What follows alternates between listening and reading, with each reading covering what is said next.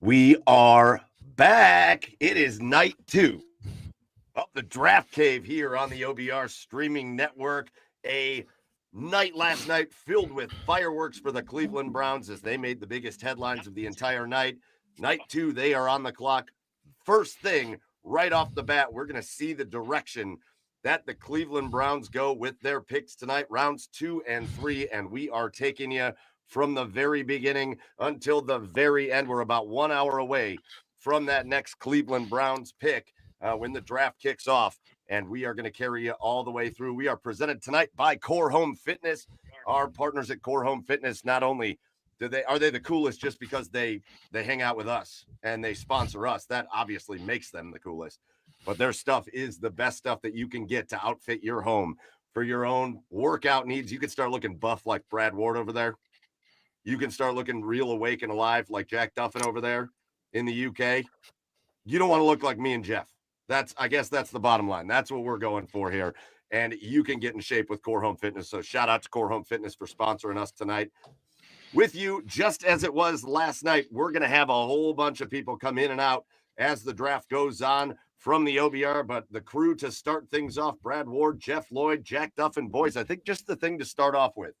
We've had about 24 hours to marinate and to let it sink in what we saw yesterday, that trade, the news that started about an hour before the draft, that it was really heating up the trade.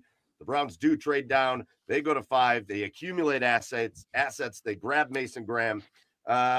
Jack, now that you've gotten like 2 to 3 hours of sleep and you've let this sink in a little bit, how are we feeling today about what we saw from the Browns yesterday? I'd take it in 2 parts, and a bit like my sleep this morning. I had 4 hours and then 2 hours, so you've got to add it all together in the accumulation. But it was one where I still love the trade. The trade was beautiful. Anytime you can go from 1 pick in the first 2 rounds to 3 picks in the first 2 rounds, that give me that all day long. Inject that into my veins. So they are the 2 money rounds. People talk about 3rd round picks. Yeah, they're nice, but they're not moving the needle for me. If you look at where the starters come from across the NFL, they tend to be those first 2 rounds. So that was great. Still not a fan of the pick, Mason Graham. And I think right back to the start of the draft prospect, I was not a fan of it. We're looking at a guy that has about a 10% pressure rate. But people have argued, is that more Michigan versus him? And could we see something slightly improved in the NFL? And there's a route to me liking it. So I was having a chat with my buddy Ian Wright, and he was saying, what if you got Leonard Williams out of that? We're not asking, hey, if we go and land the next Aaron Donald, then everyone's happy, and including myself, fine. But I prefer looking at something a little bit nearer the mean rather than the exception and the golden rule of there's a player at every position where you're like, oh, yeah, I'll be happy with that. And if you get Leonard Williams, where you're talking about 75 to 80% of snaps a game rather than the sort of 60 to 65, significant improvement. And if you're talking about that 12 to 14% pressure rate rather than 10, now we're getting into that conversation where I'm like, hey, he wasn't this in college, but he's got somewhere where I'm happy. And I think if we can get to that 75 to 80%, 12 to sort of 14% pressure rate, I'll be really happy. And I'm not going to judge him too much in year 1. I'm more worried about when we're sat here halfway through year 2, are we looking at those numbers? Brad Ward, send it over to you, man. As you've had your time to digest, and you heard Jack talk about his feelings there. Feelings now 24 hours after the first round. Yeah, so I kind of talked about yesterday trying to separate the trade from the pick, which I think you can do. I don't see how they could have turned down that trade. What you netted in that haul is gets you closer to getting your franchise quarterback. With the one next year, you get an extra second. It was a haul, right? So we love that. The pick initially, I was a little lukewarm on, I guess. I would have rather gone like Ted McMillan or whatever. Initially were my thoughts. I still kind of feel that way, but as looking at and talking to some smart people, I mean, they love this guy. They love Graham as a player. They love him as a prospect. You go back and watch some of his stuff. he's a game wrecker, and he has wrecked games, especially that Alabama in the national championship they won. He was critical on that final drive to stopping Alabama. So, it's a pick that'll have to grow on me a little bit, but I see where it works out. You look at the defensive front just with him and Malik Collins, Mike Hall, Shelby Harris. You feel pretty good about Jawan Briggs coming on strong in his rookie. You feel pretty good about that front interior with Graham mixed in there.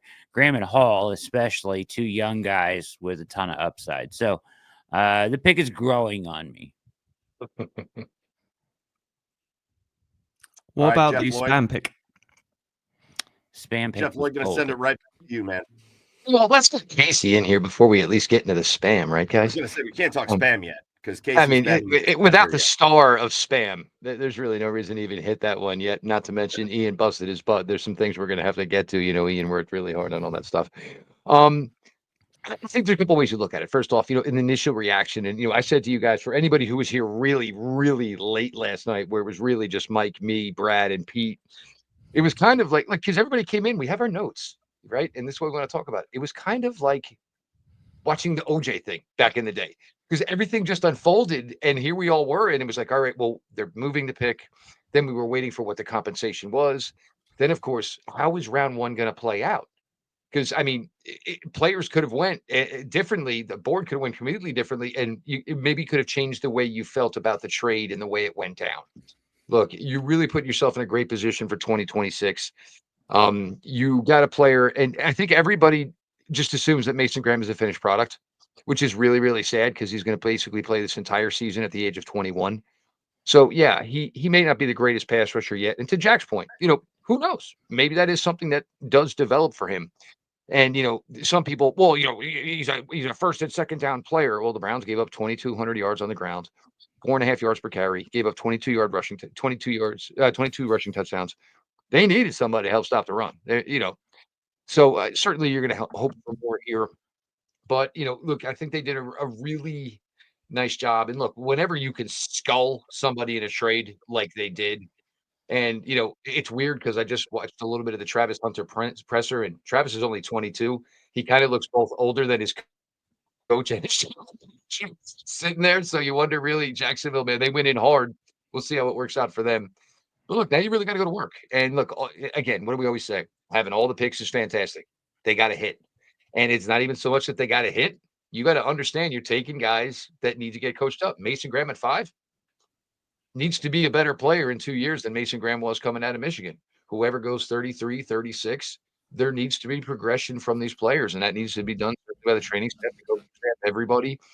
And one thing that I think is going to be really key here, and there's a certain player, what we've been talking about in the Slack all day, and it's a slam dunk to take this guy. It really would be. But this is something where I think the Browns are really saying, give me a guy who's a really good player.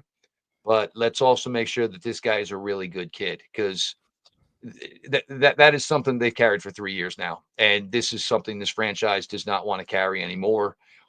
It's really going to be about putting really good players out there, really good people, kind of have people who represent your franchise a little bit more like Nick Chubb and Myles Garrett do. Well said. Yeah, very well said. So thinking about the fact that the Browns have 2 of the first 4 picks of the second round, including the very first one, there are some reports floating out there. I saw one from Mary Kay that said that there's a lot of love for tight ends and running backs, so maybe keep an eye on that in the top of this second round.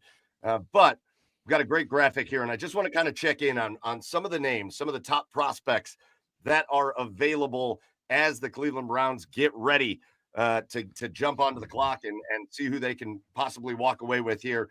So according to Dane Brugler, these are his top prospects available. You see Mike Green, obviously a super, super talented edge rusher with a super questionable life situation that I think it's the reason why he's still sitting there. But you see the safety out of South Carolina. Will Johnson, a surprise on the board. A lot of people had Will Johnson as the top-ranked cornerback in the draft. He's still sitting there. You see a lot of defense here to start. Ezaraku is a guy we've talked about a lot. As an edge rusher out of Boston College. I think when you look at Ezaraku, and the fact that he didn't play with a lot of talent there at Boston College, but he still had insane production. That makes him really appealing. Then you start getting into some offense with Luther Burden, Mason Taylor, Jason Taylor's kid, the tight end out of LSU. And then you start talking about quarterback. Shedeur Sanders still there. I know Jalen Milroe, another name, still there, not on this list. And then you've got Ursary, you've got Schwesinger, and you've got Trey Amos to round out that top prospects available. So you look at this list, guys, and then you look at the other guys that you know are available, the other guys that the Browns have been linked to, and tell me just some of your thoughts as to some of the directions you think or want the Cleveland Browns to go to kick things off in the second round. Brad, why don't you kick us off? Yeah, I've been a proponent of waiting on quarterback. I know that they are high on Milroe and even Sanders they like, right? I think Milroe would come first probably for them. Do they take him here at the top of the round? I don't know. It seemed like that was maybe in the cards and maybe not so much now if you're trying to read some of the smoke signals, although the betting odds were pretty nice for Milroe at 33. I'll tell you, I kind of hammered that a little bit, just for the heck of it. Mason Taylor is very intriguing. Obviously, I've been a big proponent of taking Henderson. I feel like he's Jahmyr Gibbs, type impact on an offense, which I've mentioned. And, Ezeraku is a guy that I would love to have on this team and add to the edge. Those are guys that I really like from this list that jump out to me. So Henderson, Taylor, and Ezeraku would be the guys that I'm kind of circling. Even not on this list, but Jaden Higgins, I would take into consideration here at 33 or 36. You were in Luther Burden, although Burden is kind of, it's like we've got enough slot guys, right? I feel like they need an X, and that's kind of where I feel about that. But I don't know how you guys classify Burden. Maybe you can comment on that. I don't disagree with you. I think Burden's best spot is the slot, but I think the thing for the Browns is they're a team that just doesn't want a slot guy. They want David Njoku to take some reps at slot. Obviously, that's something you're gonna look for with Jerry Jeudy. If there is all this talk about tight end, and they brought in 4 or 5 for top 30 visits, so they certainly have interest in tight end. For me, Burden, it's 8.5-inch hands, man. I mean, I was talking with John Costco today from PFF. Oh, he's got a lot of drops. Well, 8.5-inch hands, kind of one correlates to the other. And, maybe if you're going to play in Los Angeles, it's not a big of an issue. But, you're going to play and it's going to get cold here somewhere in the middle of October. And, all of a sudden those, hands don't expand kind of like they were. It's not that Burden isn't a nice player. It just might not be a fit for them. As far as what's available, I really never thought there could be a possibility of it, but and again, this is the way that trade affected things. Travion Henderson has been my favorite running back in this class the entire time. I never thought there'd be a legitimate opportunity for Cleveland to get him. And now the way that the board is going to fall, the way they have the picks, it's something they can probably pull off. Donovan Ezeraku, he's a really, really good player. And look, when you can excel at a school like BC, it shows something because your opponents are basically saying that's the guy that can't beat us. And 6 games with multiple sacks, that's an impressive thing when you were the guy there throwing everybody out in the kitchen sink.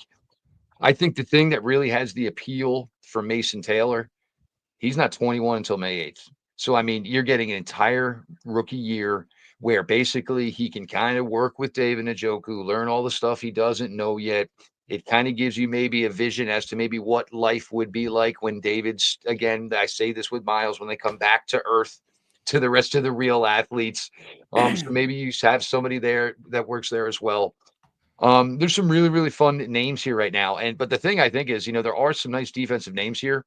I think, I could see myself going that direction. I know the followers on social media. I know the people probably are going to scream about offense and points.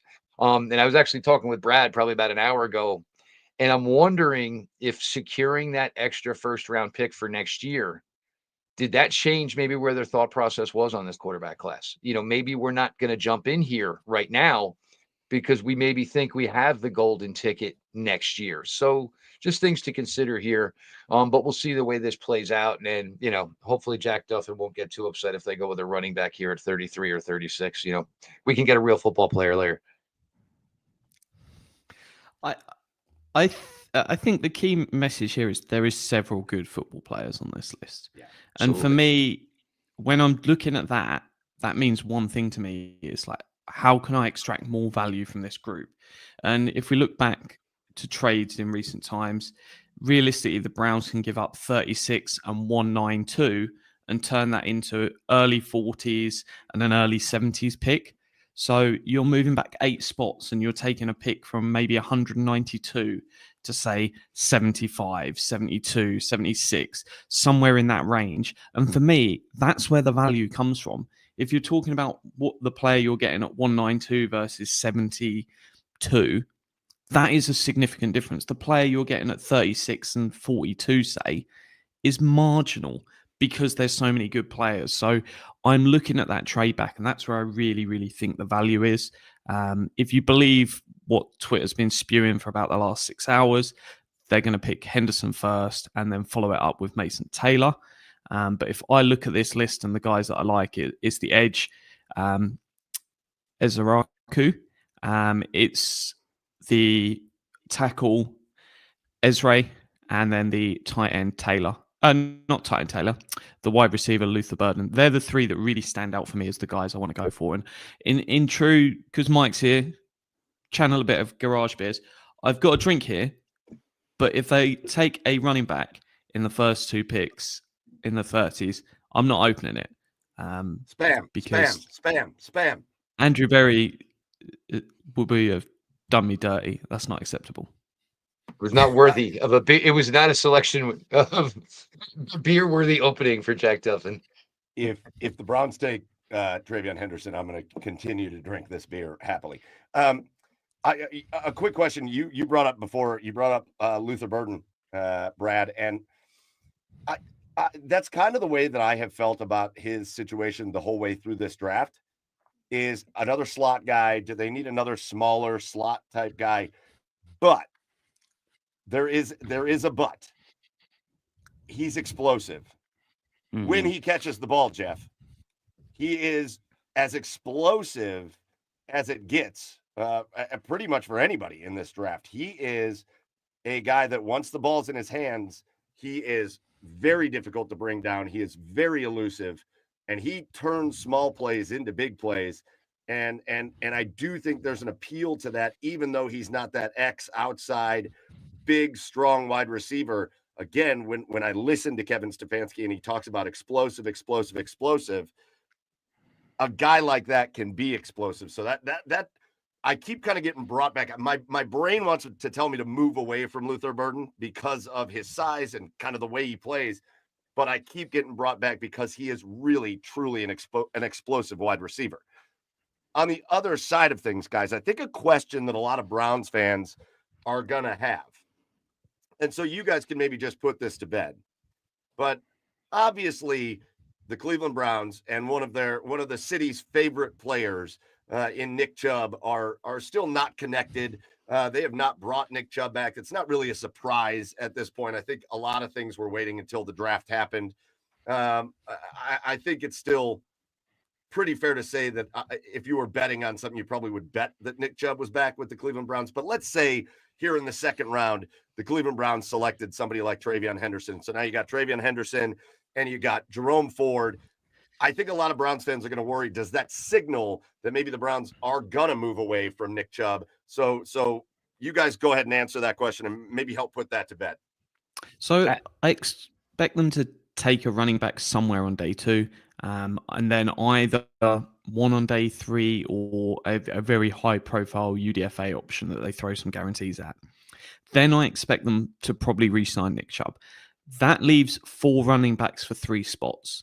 That is where the challenge is going to come. And who knows, you could get an injury in camp and it makes it a really easy decision. But the only one that would be guaranteed a spot is the guy they take in day 2, because you've got, is Jerome Ford worth $3.4 million? Can Nick Chubb regain himself? Is that day 3 pick or UDFA worth keeping on the roster? they are better having 4 options and cutting to 3 than you're sat there going, hey, we've got 3, someone got injured, yet we're screwed again. I don't think it influences anything. And I honestly think if Nick were going to leave, I think the tell is that he's not signed yet, probably means that there's something there between him and the Browns, because you would have thought at this point, it would have been, hey, let me get on, or, the way this works here in Cleveland, somebody would have found out that his apartment or his house was up for sale. You know what I'm saying? There would have been some sort of weird sign that, would have told it to us. And, this is also what's always been the joy of Nick is, there's no social media presence really. There's no whining, crying about the fact that he doesn't have a deal right now. You just have to feel like this is something that's going to come out either Sunday or just really early Monday. Oh, and by the way, Cleveland and Nick Chubb have agreed to a 1-year deal. It's not going to be that quiet in Cleveland, Jeff. No, but that's not because that's the way Nick will like it. It'll be something that'll just come out Monday morning. The Browns and Nick Chubb have agreed to a 1-year deal. And, for the Browns, you want the guy around because look, whatever running back you're going to take here today, that's the guy, dude. That's who we want you to be. That's what we want you to play like. That's the way we want you to act. That's the way we want you to do business. All of that stuff.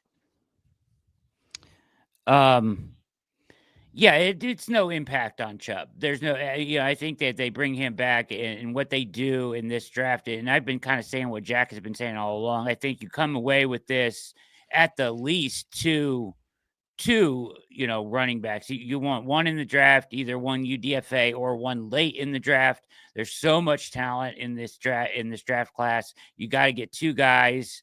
And then, you have 4 guys fighting for 3 spots. If Chubb returns to his old form, that's a bonus. If he's a short yardage guy, oh, well, he's worth more to the Browns than he is any other franchise. Second he walks into the locker room, it legitimizes them and gives them some credibility that they don't have when he's not there. So I think it's certainly as a deal that you have to get done. So the Browns, again, just to make sure we are clear on what's happening here tonight, rounds 2 and 3, the Browns have 4 selections as it currently sits, 33, 36, 67, and 94. And so it'll be a busy night for the Cleveland Browns, for Andrew Berry and Kevin Stefanski and co. And it'll be a busy night for us here in the Draft Cave as we bring you all of our reactions to what's going on with the Browns and also what's going on around the league. Guys, again, the next thing that everybody's going to talk about. We're sitting here talking about maybe this potential swing over to offense. I think, Jeff, you've said it a few times. I know I've said it. I wasn't going to be surprised if they went defense with the first pick, which they did, and then kind of really shift their attention to just offense the rest of the way. And when you talk about offense, you talk about the number 1 position on the football field, the quarterback. So we've got a slide. I know Ian made it, so I'll let him get it up. But we've got a slide of the current best available quarterbacks that are going to be there. And so based on what you saw, based on what we've heard from the Cleveland Browns, you see Shedeur Sanders, Tyler Shook is somehow second on that list. Jalen Milroe, Quinn Ewers, Kyle McCord, Will Howard is still out there. But you see the quarterbacks out there. Is there what's the expectation for the Browns with quarterback at this point? Where are we really feeling like they're going to look at a signal call in this draft? And is there a chance that they made the move yesterday thinking about a quarterback in next year's draft and they don't address it this year? Is there a shot at that? Technically, they still need 2 more, because you're going to go to camp with 4. And, I am draft a rookie quarterback every year. You never know what's going to happen.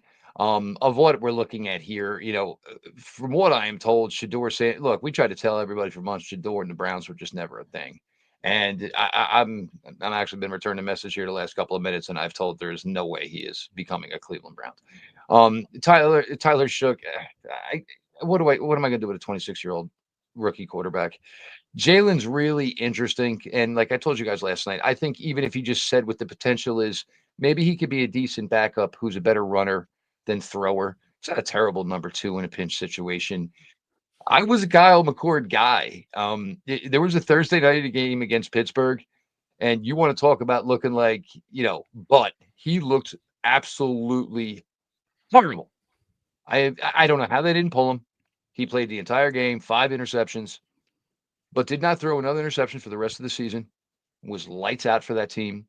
Broke the ACC passing record. He's got the arm. He can make the throws.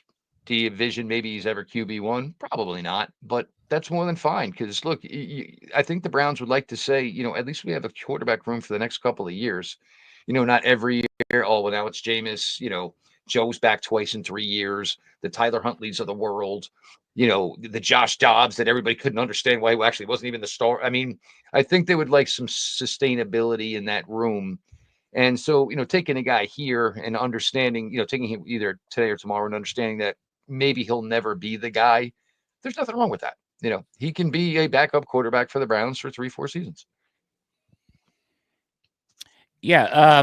Listen, I think they need to take a quarterback in this draft. I just am not personal preference now that you have 2 1s next year.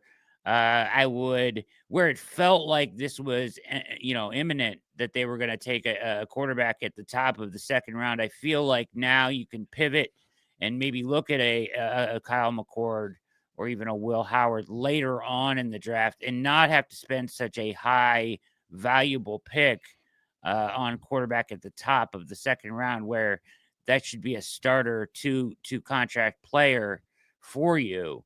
And instead of a project at quarterback. Now, if they do it, that's fine. If they do take Milroe there, that's fine, because he's got a ton of upside and I can live with it. But we'll see which direction they want to go here. If it did change their plans on Milroe, and are they confident that the 2 1s will, is that their plan now? Right, to get the quarterback of the future? That's the question. If I'm looking at that list of names and I could put $100 on one of them and you've got a hit to get that $100 back, I would throw Kirk Cousins' name on there and bet on him above any of those 5.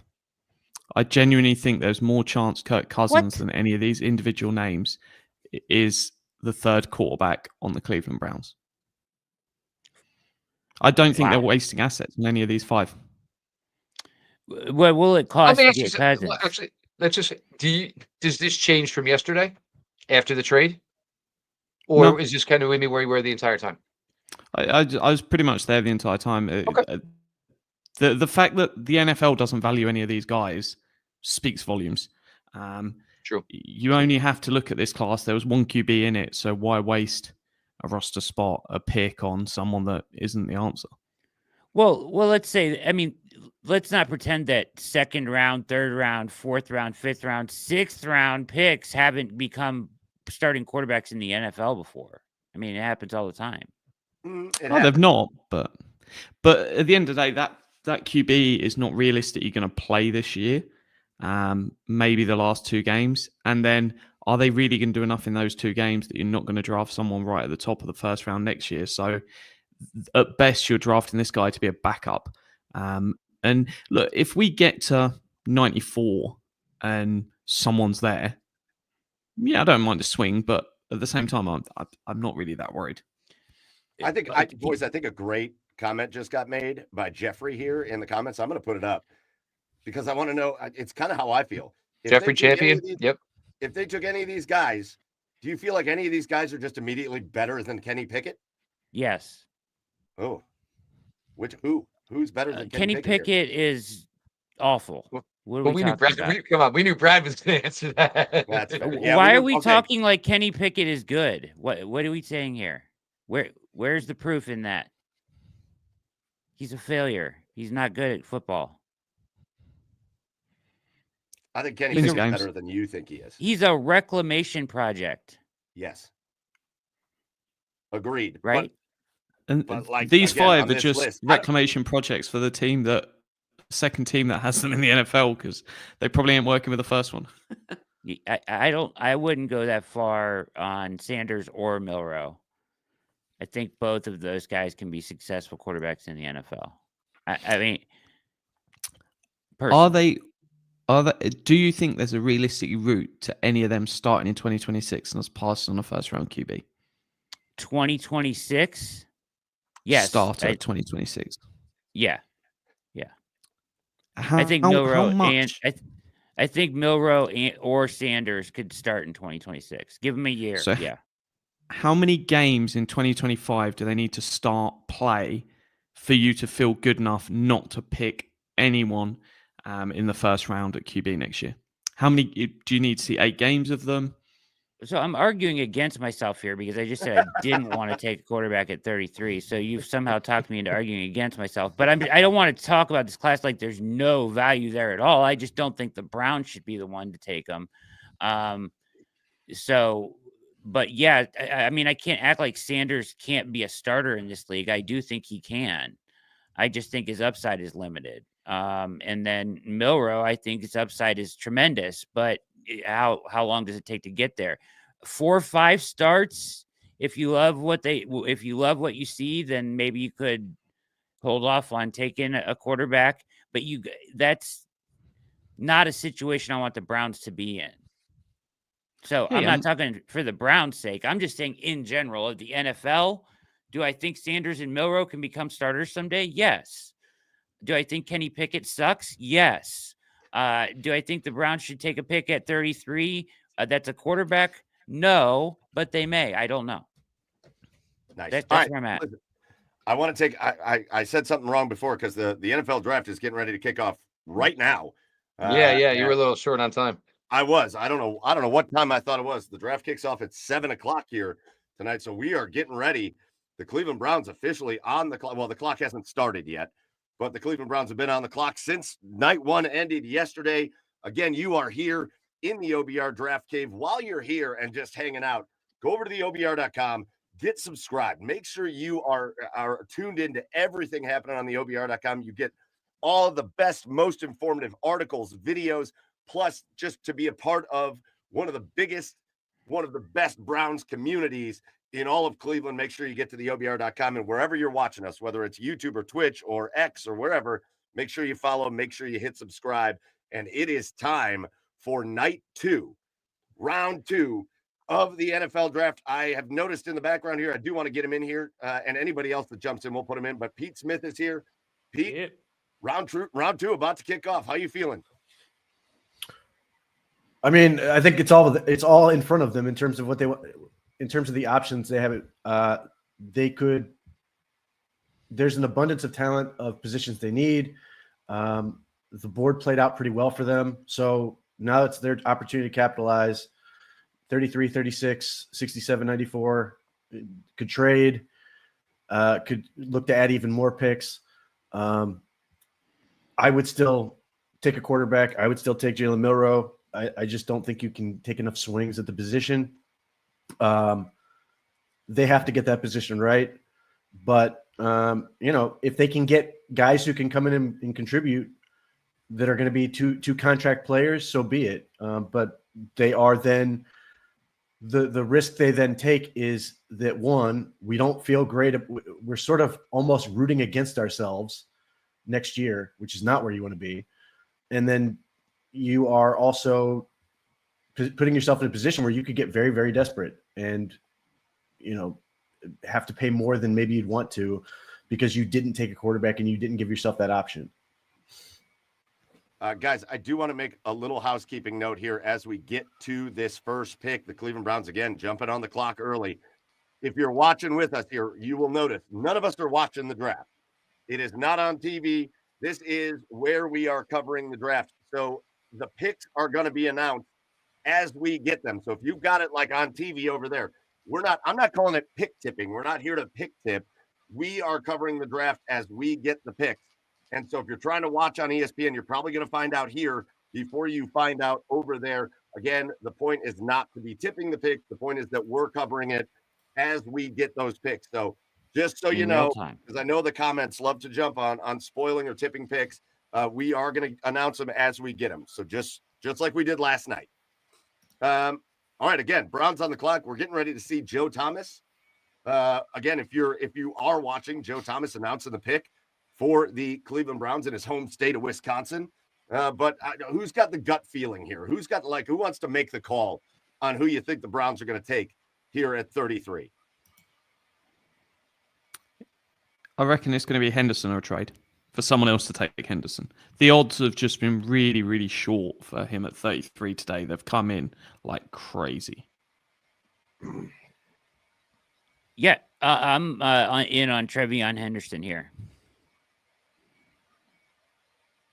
I wouldn't do it, but they probably will. I'd take Donovan Ezra in a heartbeat, but or a quarterback. Listen, we had this discussion, Pete, in the pregame show. He's good. It could shift the way the way this draft fell could have shifted your entire way that you would have handled it. Oh, I'd be happy either way. Oh, is all I'm going to say. Oh, well, do we have it? Do you have it, Pete? Or do you have it, Jeff? If you have it, let's play the chime. I'm trying to confirm. All right, Jeff's trying to confirm, so we'll wait on it. The Browns officially on the clock, though. We're going to see. That O sound was crazy. I will say, for a team that has really struggled in this area for just some good, positive PR, you feel like Trevion Henderson would be that good, solid PR, which they need. So, but again, it really feels like unless they do something crazy, it's a can't miss situation here. There are so many good players still available at this part of the draft, and to have 2 picks is awesome. Showing Stefanski and Barry in the war room, sitting comfortably, talking to no one, just smiling. We're waiting with bated breath. The tension, cut it with a knife. It's the Draft Cave 2025. You got to know. I hope you guys are here with us all night. You got to remember, we're going to be here all night tonight. We're going to be here all night tomorrow. We're all day Just tomorrow. while we're waiting here, obviously, for Derek Harmon from the Pittsburgh Steelers, I mean, that was a crazy story. So, I mean, obviously, congratulations to the young man. I mean, basically, it was basically the greatest day and probably the worst day of the young man's life all in the same day. That was a really crazy story, and it really stinks to have to feel and maybe root for somebody who's not wearing the black and yellow. But obviously, a really, really crazy story last night, for, that young man. Obviously, again, the greatest day and probably the worst day of his life all at the same time. Yeah, listen, there are times where sports matters, and there's times where they don't. That's a situation where it doesn't matter whether he's a Steeler or a Raven or part of your favorite team or part of your least favorite team. If you didn't see, his mom passed away just right after he got drafted. And really tough. So, obviously thoughts go out to him and his family, and everybody that knows them. And there's, we're not going to root for him in Pittsburgh, but certainly thoughts are with him as he goes through this tough time. I think I'm glad you brought that up, Jeff. This is taking a long time here. On TV, also, though, we got 440. It was nice of it looked like Pat McAfee may have actually found a way to get the draft shortened a tad bit. Yeah, I saw that. And look, I mean, is 10 minutes maybe too much? Is 8 maybe? But it almost seems like we're just quibbling about such a strange number at that point. But you'd think after 4 months, and by the time you're finally on the clock, you're probably ready to go. Go ahead, Jack. Browns are picking. No trade per Garofalo. All right. We don't know the pick yet, but we know the Browns are picking that. I believe Mary Kay reported that. You let me know. Well, if you want to appease Pete, it might take a couple of minutes to talk Joe Thomas through the correct pronunciation of the name. Hey, I'd be happy with either of those guys. Either of those guys are good. Pick is in. Pick is in. I'd love to get the stats on how many times I refreshed Twitter during free agency in the draft. Mm-hmm. I'd probably do it more during those 2 short periods than the rest of the year. Probably not that much during free agency since it didn't work for half of it. Yeah. Yeah. Does it still cut you off if you refresh it too much? Eventually. It used to do that. Really? Anyways, we're waiting here. We know the Browns pick is in. I know Jack is going to he'll have a look on his face when he finally sees it. But man, we were so used to these picks coming quick yesterday. And so far right now, still waiting to see what the Cleveland Browns have decided to do here at 33. Jeff made a real interesting noise about 2 minutes ago that he never followed up on. So I'm excited to see if that. Well, I'm not going to follow up on something without, without. Let me see. Here we go. You have it? All right, here we go. Yep. Oh my God. Round select linebacker. Schwesinger. Carson No. Schwesinger. Out of Oh, UCLA. wow. Linebacker. Well, first things first. This doesn't Not good. bode well. Okay. This This does not bode well. For Jeremiah Usu-Koramoah. And I know they had a small video of him walking into the facility the other day, and I think everybody just assumed, but yeah, I think that's my first obvious thought here is, that's tough. Jack, how does this work? Because I mean, he's about to basically begin the contract extension. So he will stay under contract. They'll probably taken out some minor insurance, but insurance never pays back anywhere near what it's worth. So he'll probably spend the year on PUP, move to IR as the year goes on. And who knows, it could be one where they hope he'll come back into year 2 of this, another year down the line. But it's one that he will just hang around. Effectively, it will count on the 90-man roster until just before week 1, where it'll be on PUP, and then from reserve PUP to active PUP, I think is the wording. But yeah, that's the process there. But also, just out of note, the oldest player they've ever selected in the first 2 rounds, not ridiculously old. We're talking 22.16, but is older than anything they've taken at this stage. If we go back to past players, the oldest they've selected at this point before would be Grant Delpit at 21.59, so half a year older than what we've seen before. I mean, immediately you look at the comments here, and it's the way I feel. Like, just a name that this is one of the higher rated linebackers in the draft. This is a guy that was expected to go in the second round, but I don't remember really ever seeing anything linking him to the Cleveland Browns. But boys, just what do we know about Carson Schwesinger and how are we feeling about this pick? Hate it.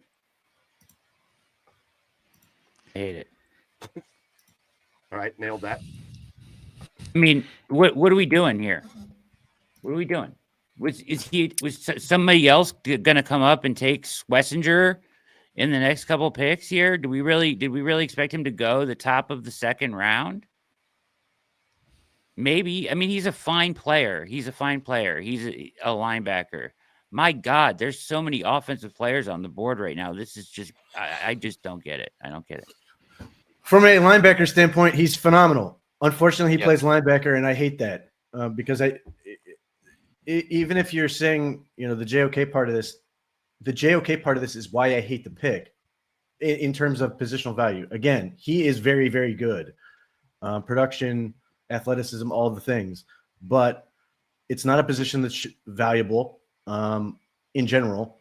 It's not a premium position. And JOK sort of proves the point. JOK was the best case scenario in terms of what you got out of that pick. And unfortunately, this may or may not doom him even if it's just for this year. But you're putting yourself in a situation where it was the same thing with JOK, where you got him. You're hoping he's in this weird area where he's very good, but not so good that you pay him a fortune that you're not going to want to pay him on a second contract. So that's why I always felt I don't like linebacker as a concept. I view it as a day 3 position because you can roll through them and rotate them over. The offense defense part, I don't care. I just want to get good players. But just from a positional value, I hate linebacker as a concept. And there are a whole bunch of very old people in this fan base who will go, oh man, linebacker, I love this crap. It doesn't pay off the way you would like it to in terms of impact compared to other positions. He has to be phenomenal to sort of make it count in the way that you need to make it count. We'll come back to the analysis on. But I agree with everybody real quick. But my thing is you had Jordan Hicks, you brought back Devin Bush, you signed Jerome Baker. It sounded like you were already putting in your JOK contingency plan anyway. I'm sorry, I didn't even mention our boy Mahmoud Diabate, who was a great pick. Oh, I'm sorry, no, who's a UDFA. look, no offense to the kid, and look, the tape's good. He is all over the field. I'm not going to lie to you. I think there's maybe more here that will come out after, but I really thought like the JOK, break glass plan was already in place. And I'll agree with Brad. I mean, you went home last night and we all just spent about 18 hours. And after 18 hours, everybody said Carson Schwesinger, no matter what. Hey, we'll come back to analyzing this more, but a couple of things have happened in the drafts, and I'm sure Jack is on it. So I'm just going to play the noise. Oh, I don't know why it does it. There it is. I'll fix it. So whoever was next, Texans selected Jaden Higgins, and then the Seahawks have traded up. Where can I get the comp for this? With the Tennessee, the 35 for 52 and 82. Yeah. Ooh, You would assume this is Burden, would be my gut reaction, but we'll find out. You got to get some help out there for Sam Darnold. Yeah, you would think. But I think I like Jaden Higgins in Houston. I'm not going to lie. I think that's something that could probably work there. And that would put us on the clock, correct? After Seattle? Yeah, as soon as they make the pick, Okay. we'll be back. I would say this Schwesinger pick is probably a statement that how they view Diabate, would be my assumption, because they're bringing him in to play with Jordan Hicks. You've paid Bush as the 3. Bush isn't getting paid to be the 4. So they obviously, what they saw with the year of Diabate was like, no, we don't rate this. So it's probably one where you Diabate, Baker, Reed, and Watson, 4 guys fighting for 3 spots. So it's one that, hey, it's a move that is not going to be exciting, because we've seen, and what I continue to praise the Browns coaching staff is they do a phenomenal job with average linebackers and produce average returns each year. It's not the best room in the league, but it's not the worst room in the league. And instead, we're wasting premium assets on it. Yes, that's the point, right? Like, the linebackers coach is tremendous. He just talked about this a lot. He gets great play out of whoever he has in that room. And I totally was looking at, we talked about it on the show the other night, linebacker prospects that you like on day 3. There's a number of them that we kind of were like, yeah, he'd be great on day 3. He could contribute. You know what I mean? So I guess a pick is in. So go ahead. Seattle has traded up and selected safety Nick Emenaware, South Carolina. Browns on the clock. Is there a kicker or something on on the the draft? Athletic freak, Nick Emenaware, first team All-American this year. Problem is there's times where you look at him and he is one of the best safety prospects you've ever seen. And then there's times where his athleticism gets the best of him and he relies too much on it, and he overruns or outruns himself out of tackles. Does have the ability at times to miss an assignment. Look, that's a guy you want to gamble on, though. I mean, and that's the other thing. And we're probably doing a little disservice here to Schwesinger too. Fantastic athletes right here. And Emma Warren, same type of thing. But Pete and I have always talked about, the best thing about linebackers is getting them hell off the field so I can go nickel and dime. Like that's what you talk about with linebackers, is you want to go to get extra pass rushers and extra DBs on the field. And again, honestly, I'm feeling it even more. I have my concerns. We got a pick. Okay. At number 36, the Cleveland Browns are selecting Ohio State running back Quinshon Judkins. Ooh. Really? Whoa. Whoa.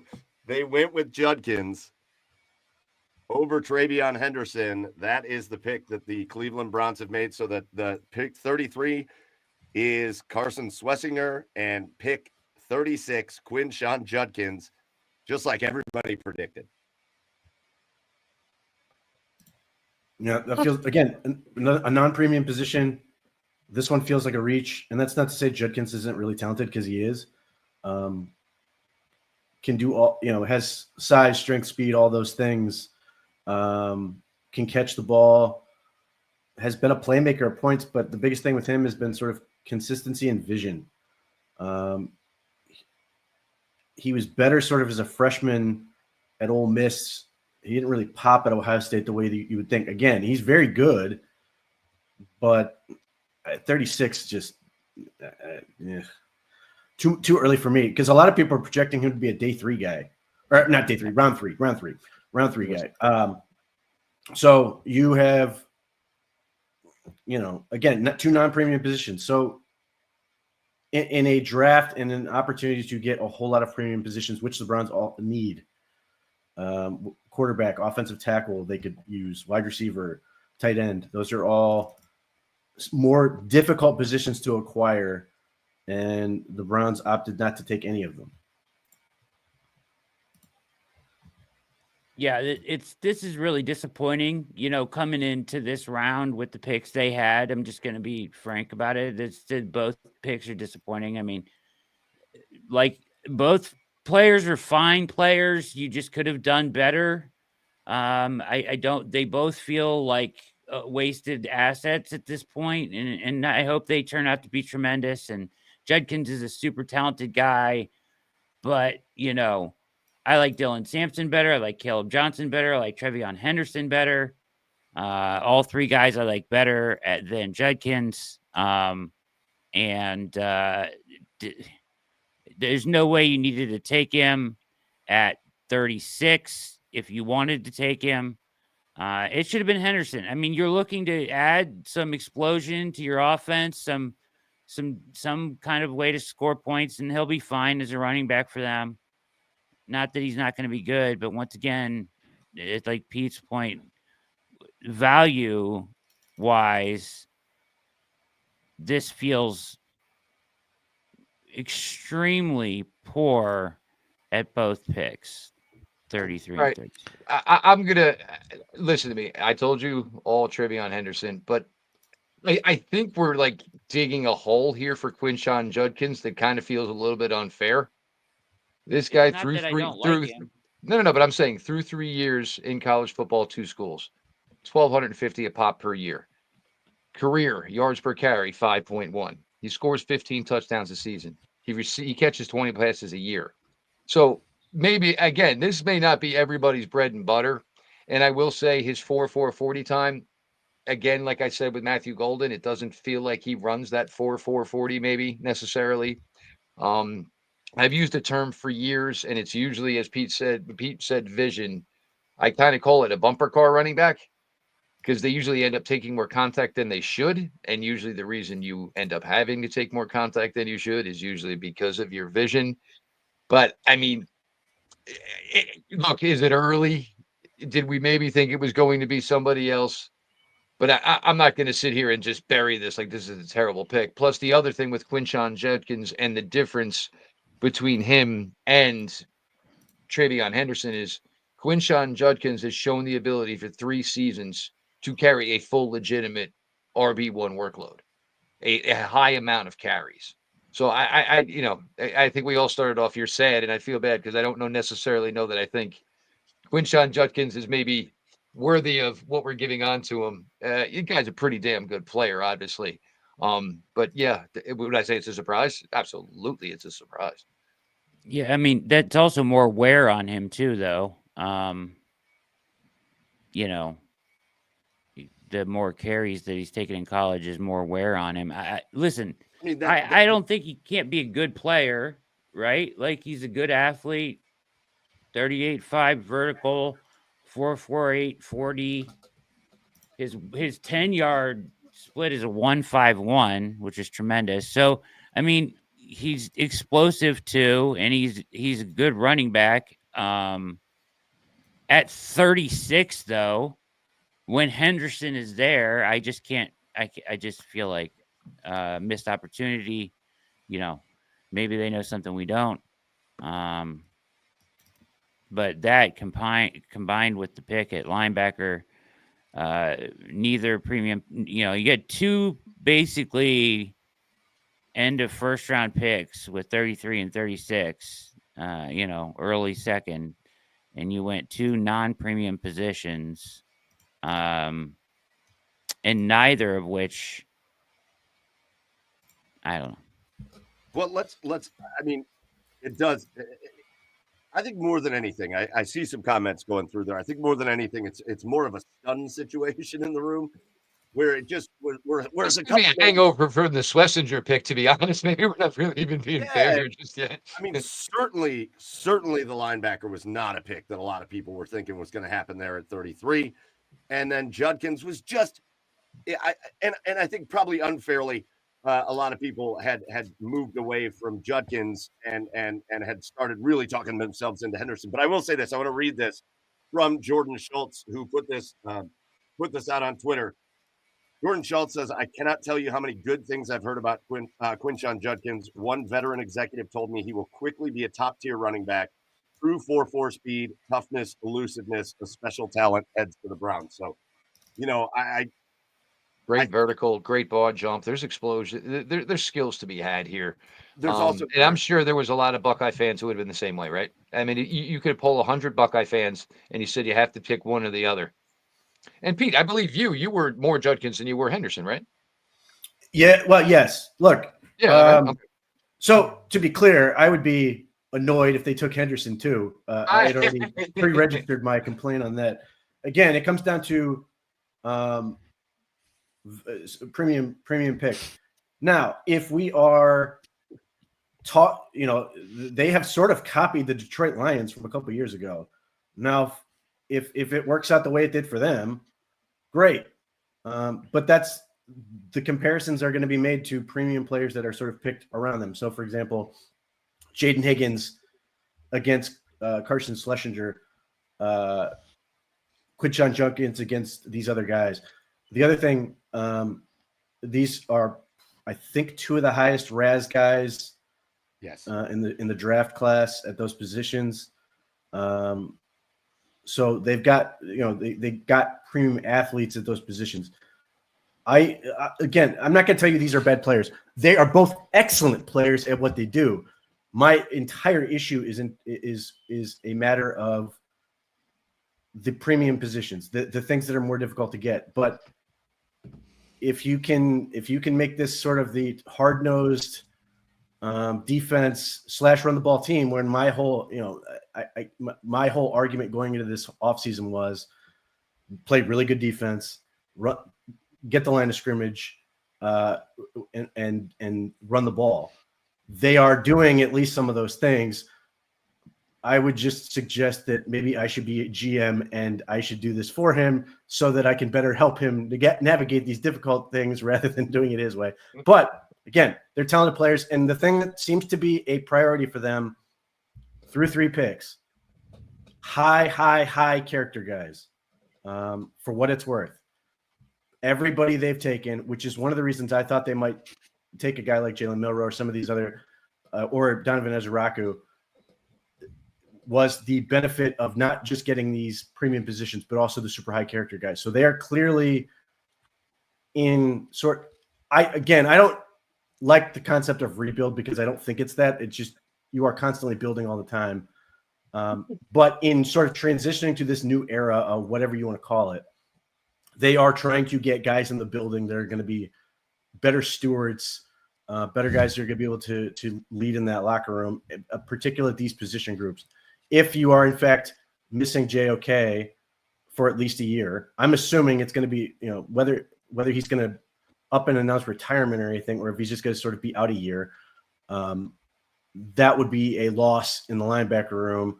Running back room, they don't really have anybody necessarily. Not that anybody's bad, just he provides a benefit. And then Mason Graham is joining a group that can use all the good people it can get. So I get it from that standpoint. We're not getting anyone where you're sitting there worried about them as people necessarily off the field. We'll see if that changes, but so far that seems to be a priority. Yeah, we discussed this on the pregame show. We kind of felt that there were going to be a lot of guys, it could be borderline, are you talented? Can we trust you? And that was probably going to make or break here. And, as you're trying to, I've referred to it as, get rid of the Watson stench.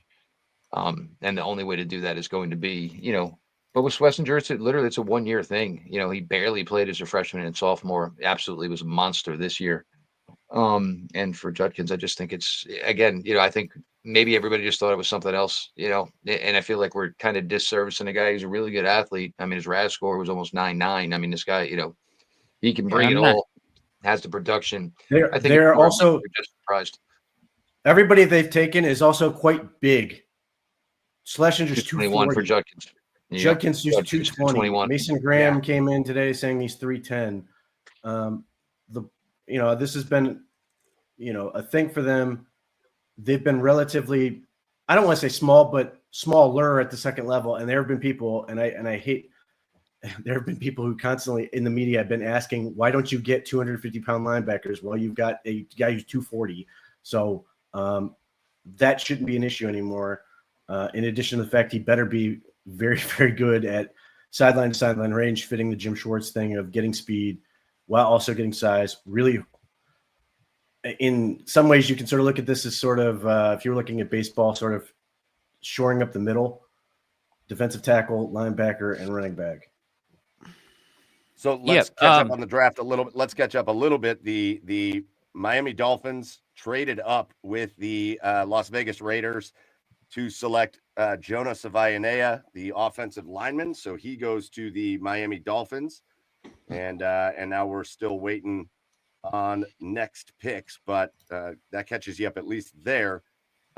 Boys, I think I do want to say this. I think from just trying to look at what they are doing in this draft, Quinshon, it makes a lot of sense. It makes a lot of sense to add a premier level running back to the room, especially knowing that we don't know how long or even if the Nick Chubb situation is going to extend with Cleveland. But on the defensive side of things, it very much feels like there's a team that's acknowledging that they've really built the outside of the defense, the edges, the corners. They've built the outside of this defense.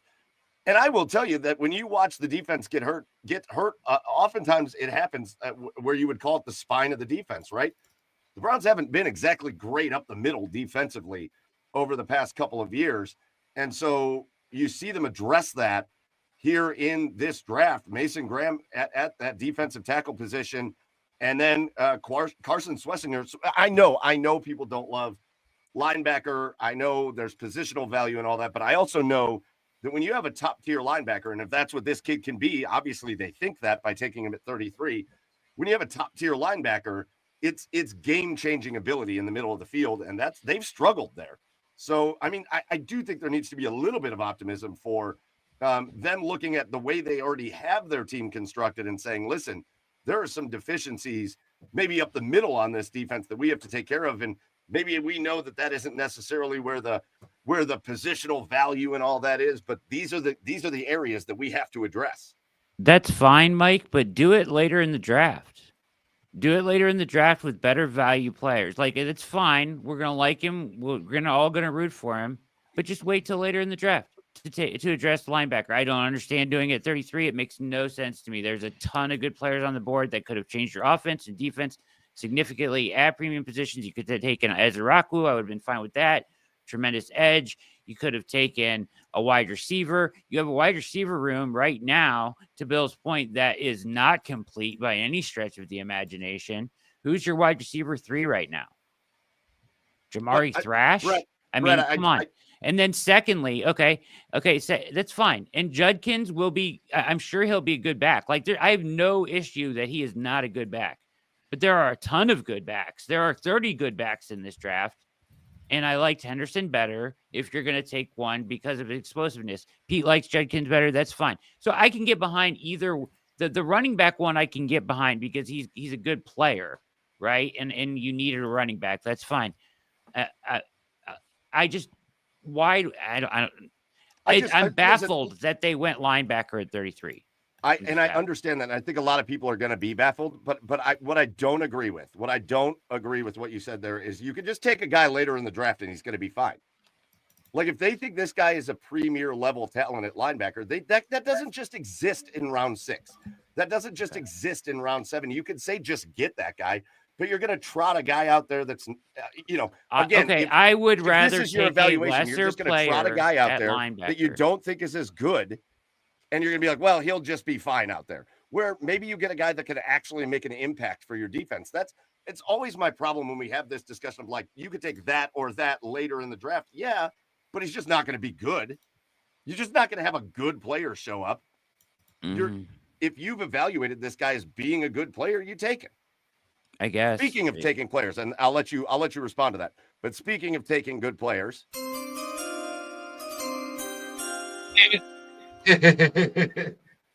the other Ohio Jack, do you have it? Yeah, Travion Henderson to the Pats. Jack, how much do you love right now? How much do you love that we're talking about linebackers and running backs? Is this what's funny? funny? I've been DMing some people trying to get somebody to make the meme for me. You know, with Scooby Doo where he pulls the mask off, and it's not actually Andrew Berry making the picks; it's Tony Grossi, and that is genuinely where I stand with these three selections. I can see the route with the first one in Mason Graham, but it's underwhelming. And then the two positions in the NFL that have the shortest career span from all 22 starting spots is running back and linebacker.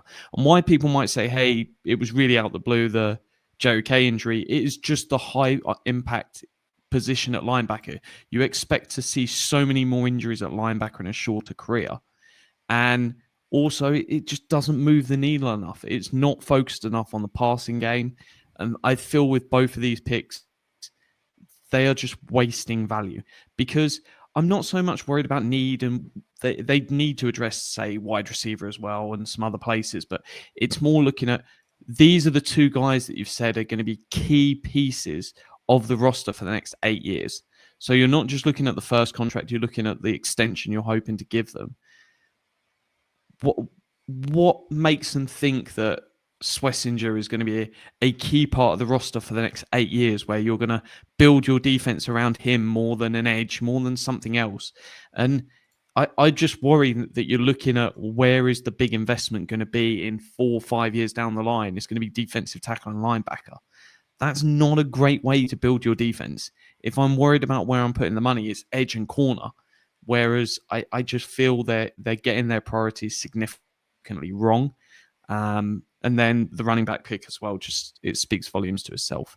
I think if I'm looking at where I want to invest, I'm looking at the 5 premium positions, and they are going the least analytical I've seen the team. And it's just bad process, as simple as that. The trade has been fantastic. And then since then, I genuinely feels like Tony Gross is making the picks. So I'm seeing in the chat a lot of people yelling at me to stop complaining. Okay, that's fine. Yeah, all right, that's fine. But like, you know, people give me a hard time when, you know, we sit there and say that the Browns are doing something good and they disagree. Oh, you're carrying water for the Browns. If they do something I don't like, I'm going to tell you I don't like it. I mean, sorry, I can't get behind it. I hope they turn into great Browns. I hope they are tremendous players and this works out unbelievably. But, you know. Can I get I just want to bring up Charlie Chuck. All right, real quick. Charlie Chuck had the point that the Patriots had taken Sony Michel and the Browns had taken Nick Chubb. It's kind of just a little bit of irony, but that was a nice look there. Charlie Chuck, I think his name was. The Bears select Luther Burden. A team desperate for a running back actually took a wide receiver To play in Chicago with 8.5 inch hands. It's just, yeah. Who knows? I'm not so worried on filling needs for the roster because it's one that there is plenty of talent still out there at wide receiver. I'm looking at where they get wide receiver as safety and the other stuff. That will happen. It's just I look at the big picture with what they're doing, and I struggle to see the big picture where I'm going, hey, this is the 8-year guy I want to bank on. Because these are guys you're hoping to give massive, massive extensions to. Why is my question.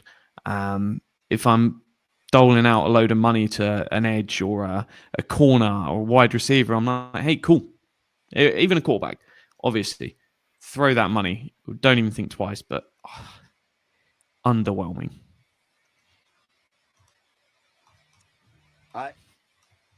I think part of it that plays into this is the expectation of what you think And when you look at the board, the guys that you see on there and the guys that you like, but again, I think there's just an element of this where the Browns go, we like some of the guys we have in our building. And I know there's always the conversation of drafting for need versus drafting talent and all that. But I think you have to trust that sometimes these guys are smart enough. And I'm not just saying the Browns, I'm saying all over the NFL to compare or to combine drafting for need along with drafting top talent. And it's not one versus the other all the time. I think that's such a black and white conversation. And I don't think it's really. It really shouldn't be, though. That's the point, though. It really should. You should not be drafting for need. You shouldn't. You should draft the players that you like at positions that you want. I don't think there's this black and white conversation between drafting. There is, though. No, there isn't. It's bad process. But I don't think it is the process. That's the issue. That's every time somebody talks about that, I think they're just misguided. I don't think that's the process. I don't think there is this conversation that happens in a building that says, well, should we draft for need or should we draft the best player available? I think they look at the players available and they get the guys that they think fit their team the best, who also are at the top of their talent list. But I don't think, I think when you have that conversation, it breaks it down like it's such a basic concept. And I do not think at all that that's how things go down in an NFL draft room at all. Okay. All right. Yeah, I think they're sat there looking at players and going, hey, this guy's going to be an absolute star. We think he's going to be this great guy. And they fall in love with him. And I don't think so much. At the end of the day, Andrew Berry can go to free agency and fill the needs. I'm less concerned there. But, yeah, it's a priorities thing. And that, for me, is where the concern comes in. And listen, hey, I hope it works out. I'm playing a little bit of devil's advocate here. I would have much rather seen them address a wide receiver. It doesn't even. That room frightens me. Tight end, I think, again, I think you can figure that out. I think there's still good tight ends left, and there will be good tight ends left. So I don't want to make it seem like I would have done the same thing per se. But I do see their process. I see the thought process here. This is a team. We talk about defense, and we talk about a team that was so good defensively a couple of years ago. And we talk about a team that wasn't so good defensively last year. And a lot of their problems were up the middle. And they have really addressed that so far in this draft. That looks like Jeff Lloyd knows what the next pick is, so I'm going to play it. Tyler Shuck, New Orleans Saints. Thank God. Yes. Oh, that's the best pick of the night. Okay, guys, we want to get back to having some fun in this conversation. Now we're going to have some fun. About anything. Hey, can someone get a live stream of Costco, Dion? I love you for tipping picks, by the way. I need a live stream of Dion's face. McShay was right. God. He said they wouldn't take him at 9. They wouldn't take him at 40. He was right. They took Shuck instead. Woo! These picks have been this bad for the Browns. I've started drinking mine. I will resist the urge to pile on Tyler Shuck and just say, and I said the same thing when it came to Mason Graham. The goal of the draft is to come out with good football players. Yes. And people can get, hung up on, what that looks like. And obviously a lot of people are married to the idea of getting Travis Hunter. And obviously people had expectations for these two picks. Bottom line, Browns need to come out with good football players. I don't doubt that they've got 3 good football players. And if that's the worst thing I can say about that, that's pretty good. Nevertheless, isn't that the best thing you can say about it? Huh? That's the worst thing I can say about it. That's the worst thing I can say is they got 3 good football players. Yes. They're good athletes. That's the worst thing you can say about it? You can't say that. Okay, never mind. The best thing I could say about it is they got 3 superstars, but they got 3 good football players. Nobody's going to sit here and say Quinshon Judkins is a bad football player. They can say you took him too early. No one's going to say Schwesinger is a bad football player. Yes. You can complain about the process, which I am, but nobody's sitting there. He was easily the second best linebacker in this class behind Jahad Campbell. And depending how you want to grade out, and only went 2 picks behind him. Depending how you want to grade out Jalen Walker, that's different deal. Quinshon Judkins is the one where it's sort of weird. However, what you can say with Quinshon Judkins is, and I don't like drafting this way, but again, I just sort of relay this to how the Lions did it. It feels like an attitude draft in some ways. The Pittsburgh Steelers have a million pass rushers. You know what the Pittsburgh Steelers haven't done? Stop the run at all. They rushed the passer really well, and then they got gutted by the run. The Ravens, they added Derrick Henry and ran through everybody. I think in a lot of ways, Schwesinger is an attempt to answer that, as is Mason Graham. 240 pounds. Yep. Same thing with trying to combat the Bengals a little bit, is to really make them one-dimensional as much as possible. And again, run the ball. And the Bengals are another team where what's their weakness? Well, it's their defense. So you're going to try to capitalize on it. And again, you're not just getting a back, you are getting a big back, 220 pounds. And again, and it's funny that they took him because, throughout the process, there are a lot of people who like Scatabo. And part of the attraction with Scatabo is there's sort of this Peyton Hillis quality to him. Quinshon Judkins is bigger than Scatabo. He doesn't look it. But he's bigger. He's actually a bigger, more dense individual. And I've seen Judkins in person. His feet are really, really quick. I went down to the spring practices last year.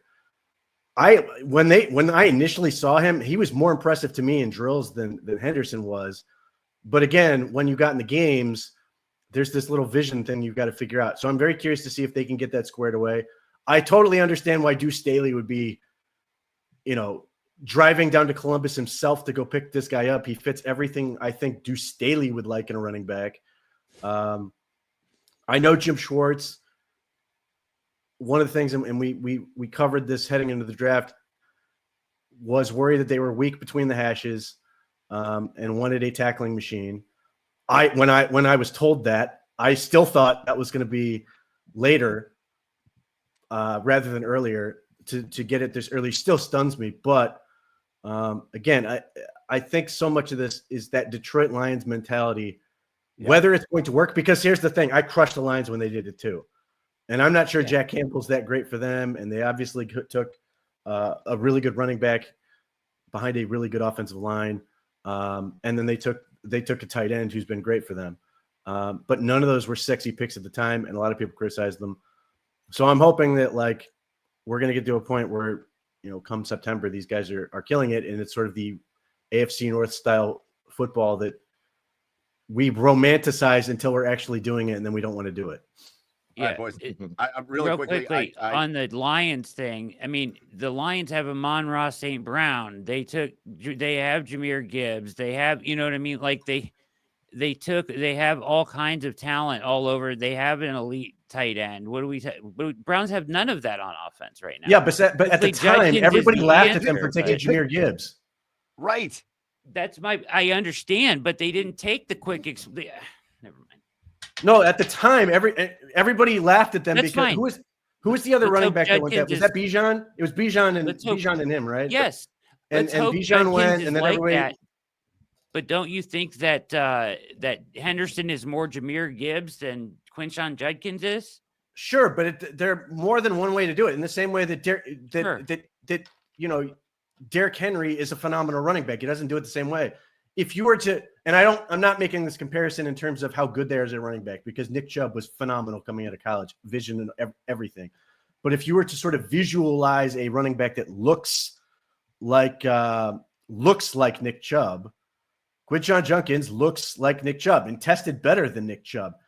Now, can they coach him up and get him to get the finer points and figure some extra stuff out? I don't know. But the thing that Judkins does better than Chubb ever did is catch the ball. And when you look at this and you sort of project this forward and you go, whether it's Joe Flacco or Kenny Pickett at quarterback, there is a part of me that has peace of mind knowing that they at least have somebody in the backfield that can catch passes. Again, Jerome Ford's okay, but it feels like this is a little bit more of a serious effort. All right, two things real quick. We have some movement happening in the draft, and then I've got somebody I want to bring in, but let's do the movement in the draft first. Was there a pick for the Bills? Bring him in first. Yeah. Am I allowed to say it? Oh, there we go. Bills defensive tackle TJ Sanders. South Bills Carolina. trade up with the Bears. Pete Smith favorite. Now, for the record, now it's official. It's official. Who's the best Sanders in the draft?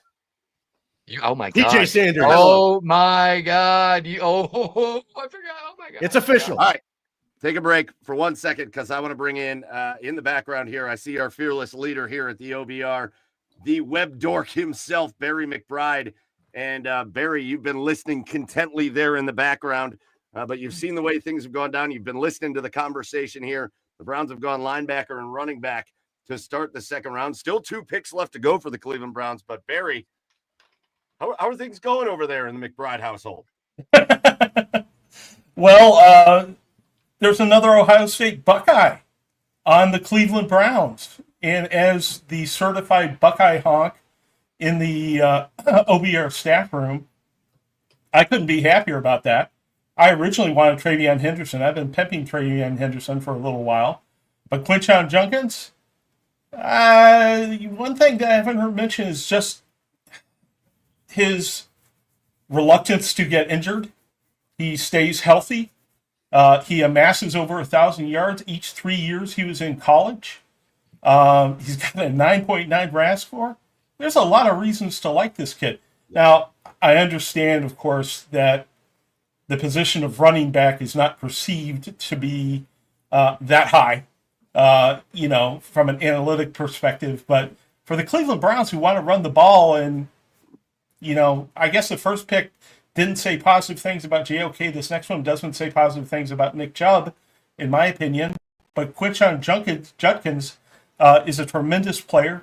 He helped the Buckeyes win a national championship, and obviously a very good teammate to share carries with Travion Henderson last year for the Ohio State Buckeyes. He's the kind of guy you want on your team. So I just wanted to, express a little enthusiasm for that. I also wanted to say that the linebacker selection still, obviously a bit of a surprise, but not a total surprise to OBR subscribers. We did say in a recent article that the Browns were looking for a tackling machine in the draft. We didn't say it would be the second round, but we did point out that they had that particular need in the draft, and in a What We've Been Told article from a couple of days ago. So it's not a complete shock. I think the place is the position in the draft is surprising, but not a complete shock that they were looking for the, for another linebacker. That's all I wanted to say, and I just wanted to hang out with you guys for a little while and pretend I'm cool because I don't have to write another article until the third round. Just grab a drink and hang out. What? I do want to say it was reported. I know, and we talked about it in here, but now there's a little bit more behind it. We talked about it in here that the choice of Quinshon Judkins, I do think the choice of Schwesinger is very scary about what they think is going on with JOK, but the choice of Quinshon Judkins does not mean much for what the future is with Nick Chubb, other than it's probably not a long future with Nick Chubb. But Ian Rappaport did tweet after the Browns selected Quinshon Judkins that the Browns and Nick Chubb have had recent contact. They've been talking recently about a return, and both sides are open to that return. So I think all signs are pointing, unless something weird happens, I think all signs point, no matter what, to Nick Chubb remaining with the Cleveland Browns. I just think it's a short-term situation, and we'll see how it goes from there. So I don't think drafting a running back in this draft impacts Chubb's status on the team at all. Well, I think he will be back, and and we knew they were going to take a running back at some point, and once again, I do think Chubb will be back personally. Given the fact that they went, go ahead.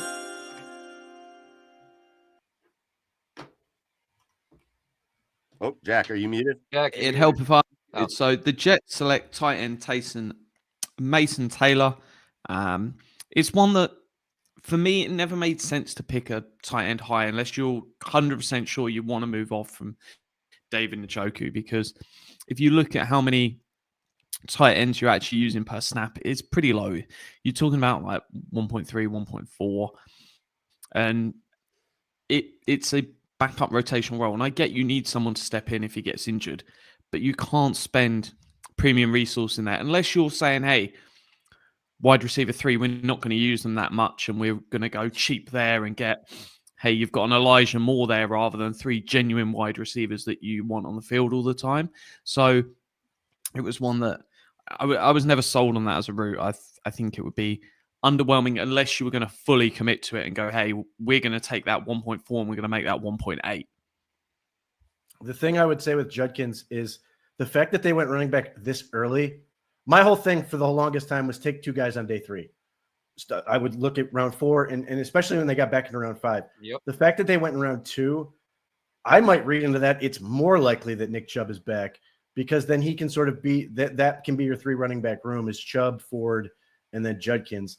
I would still try to get an undrafted rookie in there just to keep that thing going and to make it so Nick Chubb doesn't need any extra work, and he's more or less basically just doing everything he can to be in the best physical shape possible. But there's just too much there with setting the tone, the work ethic, the leader, even though for a guy who doesn't talk, being a leader. Yeah, absolutely. If he wants to take Judkins down to Cedarville to his high school gym, by all means, like what 12 plates looks like. Yeah, like so that makes me wonder if it's actually more likely that part gets done. The Mason Taylor pick, which is weird. The Jets reportedly this one was like called out from before the day started, and the fear was it wasn't going to last that long. I would like them to get another tight end at some point, especially now if the way they're going, because it seems like they're going to put as many people on the field as possible. When they signed Tevin Jenkins, and Jack was dead wrong about replacing Wyatt Teller. My immediate thought was that they were going to go 6-man line, and they can still spread out and do all those other things, but you can put all those guys on the field at once and put a 220-pound back behind them and just go and do those things. But I would like, to get another tight end. One of the guys that the Browns, that everybody would be really excited about. I know Mike is already fired up about it. If they get him, is if they go Harold Fannin to get that sort of space tight end type, as opposed, Mason Taylor was gonna. I think the goal was start as an F and become a Y. Fannin's never going to be that dude. He'll block his ass off, but he's not. He doesn't have the height. He doesn't have quite the density to do that, but he'll play hard. But in terms of, Delaney Walker, I've always compared him to that Isaiah Likely type role player. I love that type of element. I liked Likely coming out of college. Those type, get it, particularly if the Browns are going to lean into this thing of playing big, get more big bodies that can catch the ball and do those type of things. Guys, real quick before we get into any future picks and all that, as we get here to about 8 o'clock here, I do want to give a shout out to our buddy Philly. You'll notice some of us in hats. You'll notice the absolutely phenomenal "Don't You Wish You Had One" Draft Cave t-shirts that we are wearing here. Look at Barry's got his gear on. He's trying to show it to you kind of everywhere over there. But our shirts for the Draft Cave and a lot of our other gear that you see us wear for the OBR provided by our friend Philly and his business 11 Creative. You know him as OG Philly on Twitter, Philly ASC on the OBR, and as again when he's in trouble with his mom, his anybody important in his life, Scott Fillinger in the real world. 11 Creative is a one-stop source for all of your marketing needs, logo and brand development, website design, print collateral, social media graphics.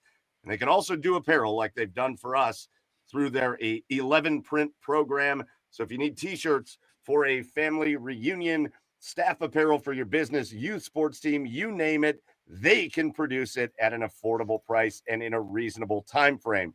In addition to apparel, they can also produce promotional products, displays, signage, gifts, and awards.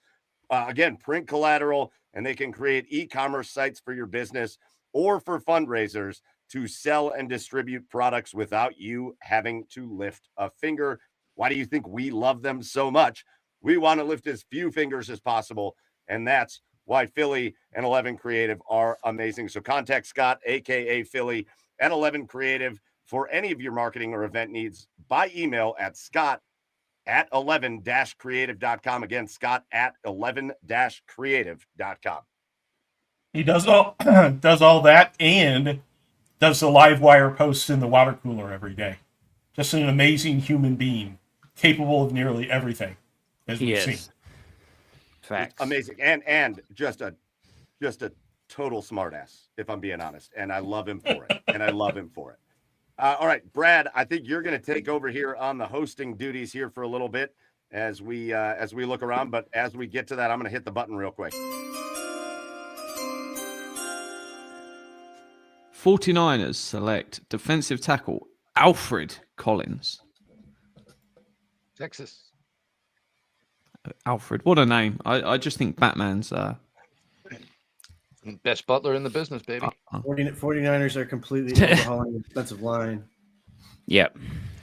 they're still trying to recover how they replace Jordan Elliott. I'm still not over the fact that he got $5 million. Well, I mean, it's kind of funny. I mean, what was it, 2 years ago? And it was Javon Hargrave, right? And because we were all thinking if the Browns would have interest, and that's already done and over with. And isn't Elliott still there? I think so. Nick and 11. The Browns obviously got Malik Collins. The Vikings got the other dude, and then they cut some of their defensive ends as well. Well, Leonard Floyd left. Leonard Floyd, who's with the Falcons. Yeah. Yep. Strangely enough, like none of the quarterbacks are moving, other than the one none of us wanted. We didn't give enough time to that. We gotta be honest. Ariante Ursery's still floating around. There's a bunch of tight ends. No, he's not. Oh, Ariante Ursery's going. Hold on, I'm coming. All right. Stars at night are big and bright. Edge rusher Donovan Ezereku goes to the Cowboys. They did not wait long on the clock. I wonder if the GM got the pick in really, really quick to stop Jerry Jones taking Sanders.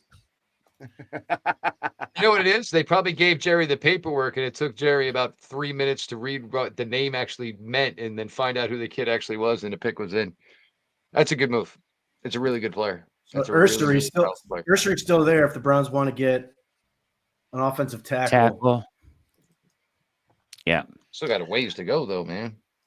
Yeah. Well, I mean, Browns, the thing they can do if they want to. I unless it's for a quarterback, I would say it's inadvisable. The Browns could theoretically move up a little bit.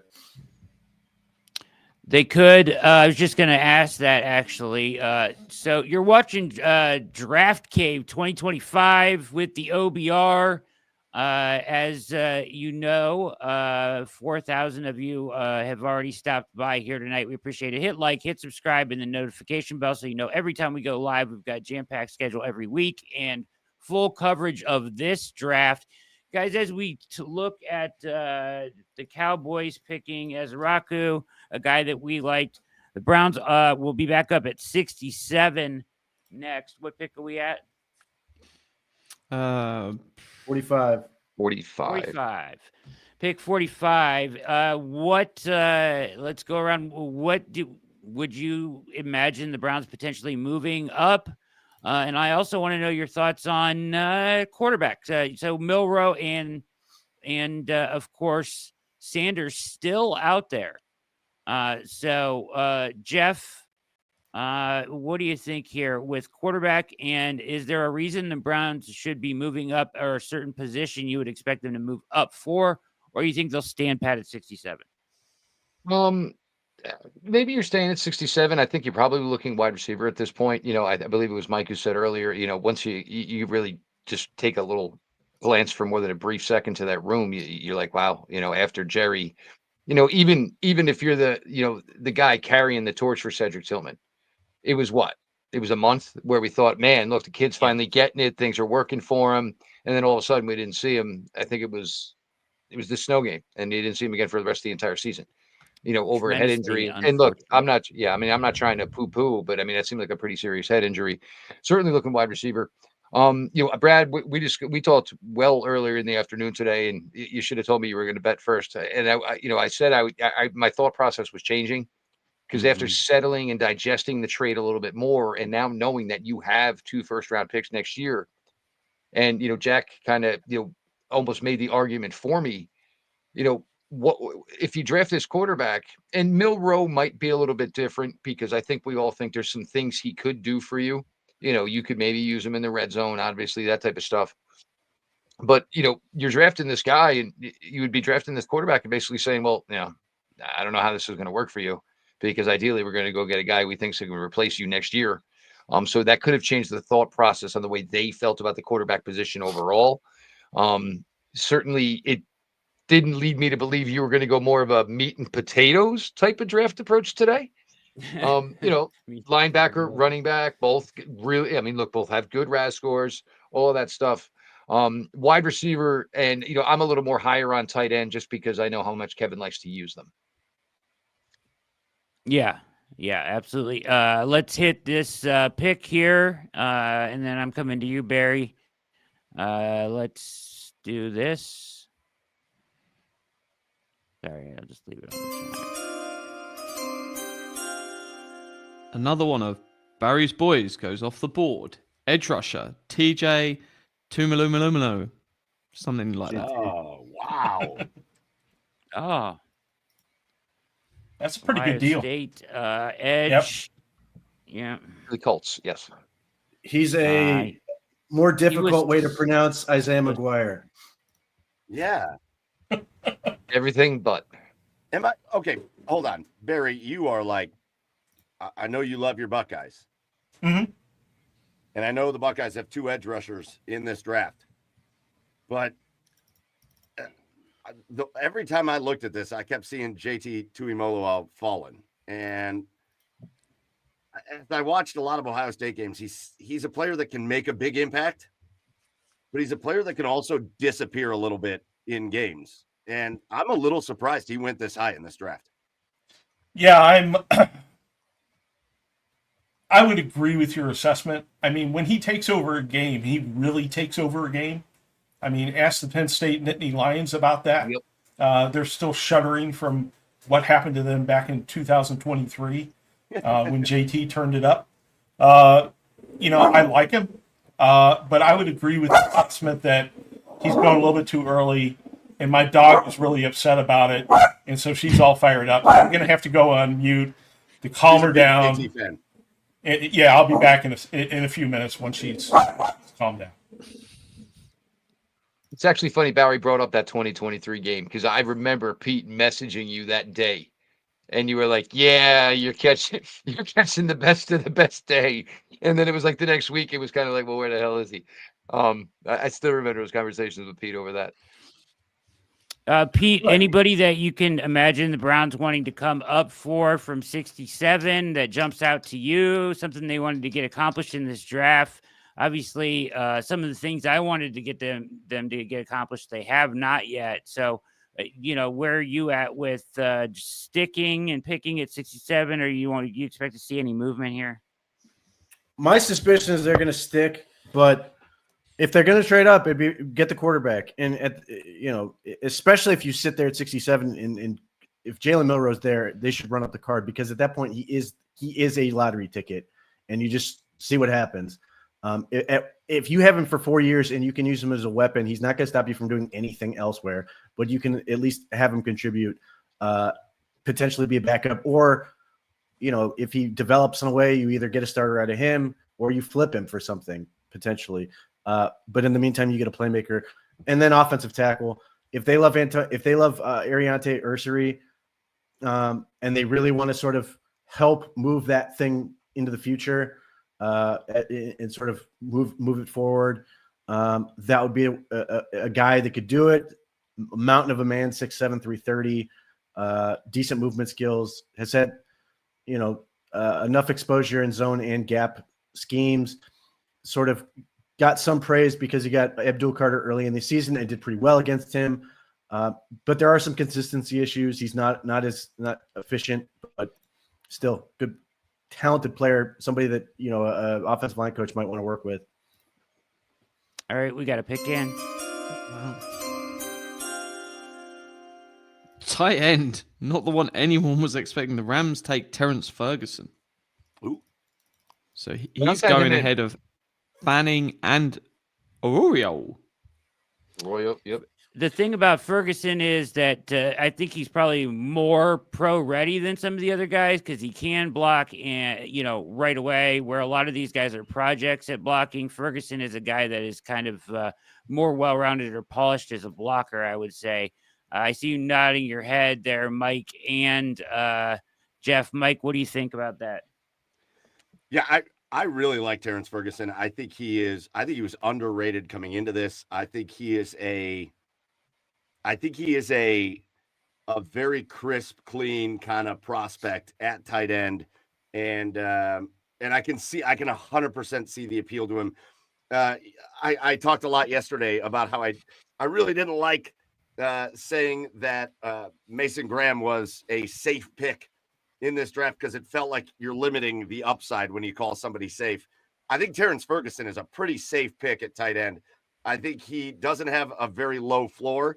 I don't know how high his ceiling is, but I think he could just be a really steady tight end for them. So I like that. It's not like a big swing kind of a pick, but I also just really like the fact that Harold Fannin just continues to sit on the board because that is, if that name comes across for the Cleveland Browns, I might backflip right out of this room. I just want to say real quick, I forget where I said it this week, but in a lot of people I had been speaking with, a lot of the feedback I was getting, because I was always asking certainly about Arroyo, I was always asking about Fannin. A lot of the feedback is Ferguson is a tight end that doesn't seem to be getting talked about enough. That was a constant with Ferguson. And one of the biggest things and positives they were giving is look, run after the catch. He had some really, really nice ability. And you see it going to the Rams and, thinking, hey, run after the catch. And then you see the Rams, you're like, well, all right. It's the Rams saw it, obviously. Well, you also got to remember, this is the kid that posted the fastest time. He was the fastest tight end at the combine. And you maybe wouldn't know it based on just how he plays, but he's got speed. He's got a lot. There's a lot of good things going for Terrence Ferguson. So I'm not surprised that he's off the board, but I'm not mad about it either. He tested really well. He's decent after the catch. He took an unbelievably ugly hit in college and headshot that was a targeting call. The guy got ejected, I believe. He's been a little squirrely since. So that's something for the team to sort of figure out. No, I mean, like, this is legitimately, his ball tracking is like become a question mark. He's talented, but like that was a problem. And he's just not been a very dynamic player. Like, if you were to Mike's point, if you were trying to get a playmaker, that's not what he's been to this point. It's been everybody else in the Oregon offense that's sort of been doing it. And Terrence Ferguson's sort of been a dirty work, sort of occasional drag catch guy. But again, he hasn't really done a whole lot to this point. He's kind of that guy. He's the opposite of what we normally talk about is those guys that test through the roof. Or I'm sorry, those guys that put it on tape and play well, but then they don't test as well. He's the opposite, right? He's the guy that tests really well, and then you're like, it should be a little bit better than what it is. I still think he's got pretty good upside. I think he's fairly safe, but yeah, I agree with you, Pete. I think I would like to see a little bit more production out of him. All right, we've got a pick in, but first let's bring Casey Kinnaman into the room. Welcome to the show, Spam. Case. Big Case, dog. Spam. He's got the spam in hand. Good man. Are you going to raw dog it right out of that can? Not a chance in hell, Brad. Come on. We're going to fry this up. Do it. All right. Let's hit this chime.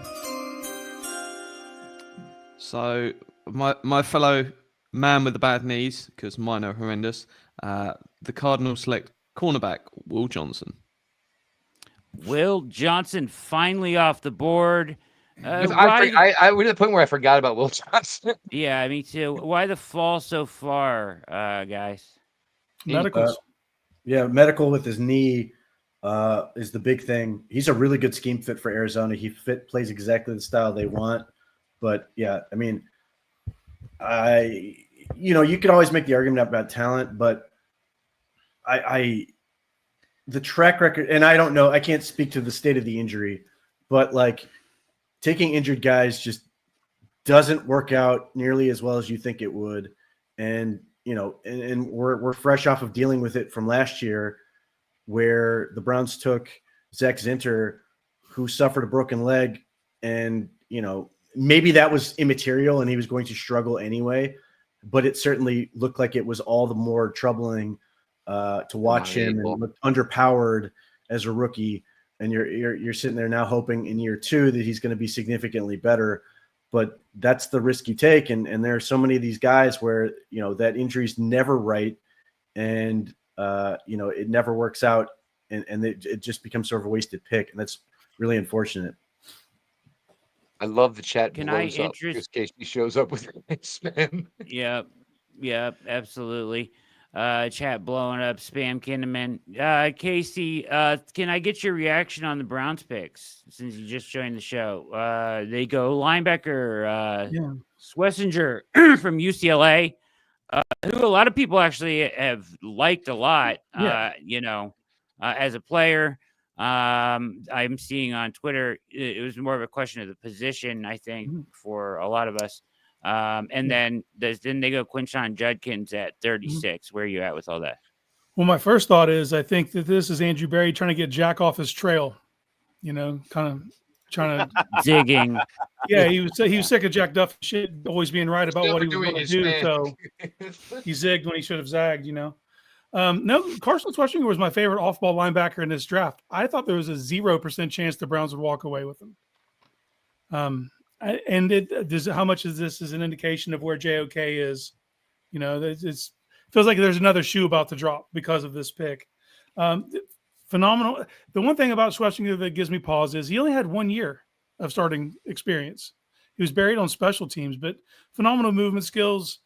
His closing speed's ridiculous. His instincts are outlandish. He can get washed out in some running plays, but, you know, 6'2", 242 with those kind of movement skills.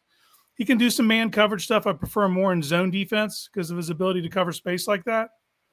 But like you said, just feels weird, like a weird space to go linebacker for the Browns there. I have no problem with that pick. He's a hammer.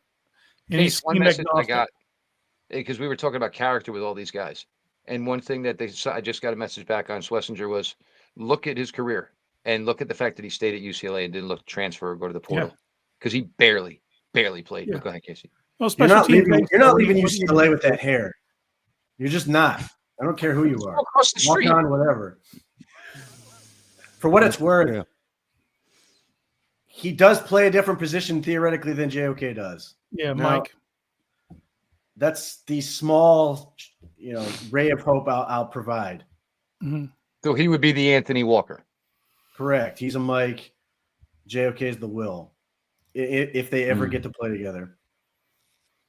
Fingers crossed. Yeah, fingers crossed for sure, because that'd be the most athletic linebacking duo in the league. Isn't Hicks a Mike too, though? Correct. So at least for the short term, again, I would my uninformed opinion is that JOK is out at least a year. Yeah, that's what it feels like. All the moves they've made. Just real quick, play Schwesinger at the will then. Perhaps he can do both per PFF. They've got him as complete flexibility. That's Tarver's whole thing is cross training and just getting sacks of meat to produce, which is weird. His story, Schwesinger's story is the Jason Tarver experience. A walk on that sort of earned his way up. Unfortunately, he did the part where he went in the second round as opposed to being an undrafted free agent, which is what Tarver really needs. Yeah. Just real quick. Brian, baby. I was going to say in the draft, a little bit more movement. We've had another trade. The Raiders have traded 48 to the Texans for 58 and 99. So the Texans are currently getting ready to make a pick. Raiders just dropped. And I've got the pick. This might be Quinn Ewers. Nope. You think so? Right team? No. Wrong team. Can I get a sound? There we go. I'll let Pete say the name, but it's the offensive tackle he likes. Oh, Ariante Ursary from Minnesota. Damn it. Yeah. Well, I mean, it makes total sense for the Texans. They decided they apparently decided for reasons I don't know that CJ Stroud doesn't need any blocking, and we're just going to overhaul the whole thing. And this is them attempting to do it on the fly. They signed crappy linemen in free agency. Now they're at least drafting somebody that looks to have played the position before. Can I interest you, gentlemen, in the idea of Trey Harris at 67? 100%. Yeah, I Wouldn't be opposed to it. That was I mocked that scenario, so of course it's not going to happen. But here's what I like about Trey Harris. He's big. He's a big guy who can win vertical routes. He's got more build-up speed, but the thing that you like about him and what the Browns like about him is that his ball tracking and ability to make contested catches. That's a good point. He should have gone in the first round. Maybe there's a sweet range where he's a little too big. But Trey Harris, if you watch Jackson Dart's tape, invariably you would see Trey Harris make plays where you're sitting there going, man, he really saved him on this, making a big play in the end zone, making some plays happen. Trey Harris is pretty good after the catch.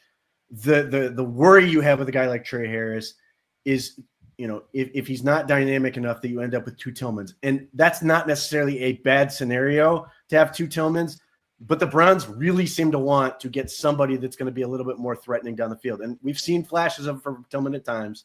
But again, for a team that has liked big receivers, Trey Harris fits the bill and gives you somebody who can threaten down the field. I like him. He sort of fits in the same bucket as Elik Eyamanor from Stanford, who absolutely cooked Travis Hunter at Stanford and played in horrible offense. So there's a little bit of a question with just how good is he, because he had no help. But another big, strong player. There's a lot of these guys that seemingly are going to be there for the Browns potentially. We'll see how this thing shakes out. There's a good number of picks. But the 200-pound receiver who's pretty good with the ball in their hands. Eyamanor, from a production standpoint, outstanding. Trey Harris in the same boat. They're both really, really good. Yeah, I forgot. No he one was is there. He was supposed to go. Eyamanor was supposed to go, or was mocked a lot at the very top of the second round by a lot of teams. Big, physical wide receiver. The best guys on the board still: Mike Green, Darius Alexander, Siobhan Revel's still there, who's got a first-round guy for much of the process. Shedeur Sanders, obviously, Elijah Arroyo, Trey Amos, corner from Ole Miss. Then we get into some Jared Wilson, Shamar Turner, Trey Harris. We talked about Ursary just went. Jalen Noel, Jordan Birch, Kevin Winston Jr., Jack Beach, and Caleb Johnson are just some names. Benjamin Johnson still there, a guy who was another one with medical questions. Yes, medical questions. Corner, kind of do-it-all corner from Notre Dame. Has never recovered from Jamari Thrash just putting him in the ground on that corner route. Jalen Noel is a guy that I have liked all the way through this, and I think is very underrated. I think Jalen Noel is really good. And I think he's one of those explosive type receivers that I would like that. I think he's a little bit underrated through this process. But Noel made big time plays in college. Jalen Noel has a passionate camp of people. The people who like Jalen Noel love Jalen Noel. And they drop a Amon St. Brown type comps. Yes, that is the guy that gets brought up. Again, explosive. Both the Iowa State receivers crushed the Senior Bowl. So that was part of the reason that he got built up. And if the Browns like Luther Burden, and we know they did to a point, you're not uncomfortable getting a slot weapon, then Jalen Noel absolutely fits the bill of explosive, playmaking type. And again, he's another guy, if the Browns are going to continue down this road, which the Cowboys, by the way, we talked about yesterday, they're taking character guys as Araku now. If the Browns are going to continue down that, I think Jalen Noel is another one in that camp of high character guy. I could be mistaken. I may want to double check that. But again, if this is the thing the Browns are going to consciously do, which, by the way, I'm totally fine with. I've always subscribed to the idea of you can get a whole lot of motivated, good human beings who happen to be good at football. You don't need to draft idiots. Then that may be a guy who's right in their wheelhouse. That's true. Absolutely. But I would argue that you can find good quality personnel guys, good genuine human beings at all positions, not just linebacker. I do see the Bengals pick. Do you have it? I don't know if you. Yeah, I do see that. I don't know if you see it, Jack, but I do see the Bengals pick at 49. You can hit it. At pick 49, the Cincinnati Bengals are also going to bring a linebacker into the AFC North. They take Demetrius Knight, the second out of South Carolina. Now, isn't he the better of the two coming in over Schwesinger or no? No. I don't think he was ranked higher. No. Okay. Schwesinger was pretty universally rated as the second best linebacker behind Jahad Campbell. Again, depending on how you grade out Jalen Walker, if you view him as an edge or a linebacker, that could change it. But it was Jahad Campbell was like number one with a bullet. And the only reason he fell is because he had to have labrum surgery, or the biggest reason he fell. The Eagles are apparently trying to trade up to 22 to go get him. And then Schwesinger was the next guy. If I'm not mistaken, I'm going to look it up as I'm talking. I believe Demetrius Knight is old. He's old. Yes, he is. That's an understatement. He's 3 years older than Schwesinger. He's That's right. 25.2. He's super old. He's like a PhD in linebacker at this point. I will say this. I'll say this. Pro Football Focus had Knight as the higher ranked linebacker. He's 25. Well, that tells me everything I need to know, Brad. By the way, Juwan Johnson. I mean, Juwan Johnson, the Saints tight end, played with Tyler Shuck at Oregon. Tyler Shuck is less than 10 years younger than Derek Carr. He's pre-pandemic. He was teammates with Justin Herbert. Every time a report would come out that was like, well, the Browns kind of like Tyler Shuck, I was like, that might be it for me. I might just go straight to the Canadian. I would have fired Barry on the spot. I have no power to do this, but that would have been it. I'm not like we did anything useful with those two picks anyway. Jack and I may have to have a meeting, but we'll see. See, Jack, it could always be worse. I know you don't like taking linebackers early, but at least it fits in the guardrails, buddy. At least it fits in the guardrails. QBs don't count in the guardrails, so it'd been okay. I said linebacker. His dodgy knees, or however he gets his injuries. I know the Schwesinger was very, very slightly over the guardrails. We're talking so marginal, it barely matters. Yeah. He was 22.16, and it was 0.15 over. So just creeped in, but we'll let him off. Benjamin Albright with the Broncos on the clock. Benjamin Albright is reporting that the Broncos are trading back. I don't see who they're trading with though, so we will see. Speaking of trades, real quickly, the Browns, we kind of had a list of guys to look at for the Browns that they may move during this draft. We had mentioned Newsome, Ogbo. Some had even ventured to mention Teller. What's going on, Jack? Oh, this is amazing. There's a video Jordan Schultz has just put out there. Quinshon Judkins wasn't even in the room, so his mama had to answer the phone that the Browns had drafted him. Yeah. Mama Judkins. That's phenomenal.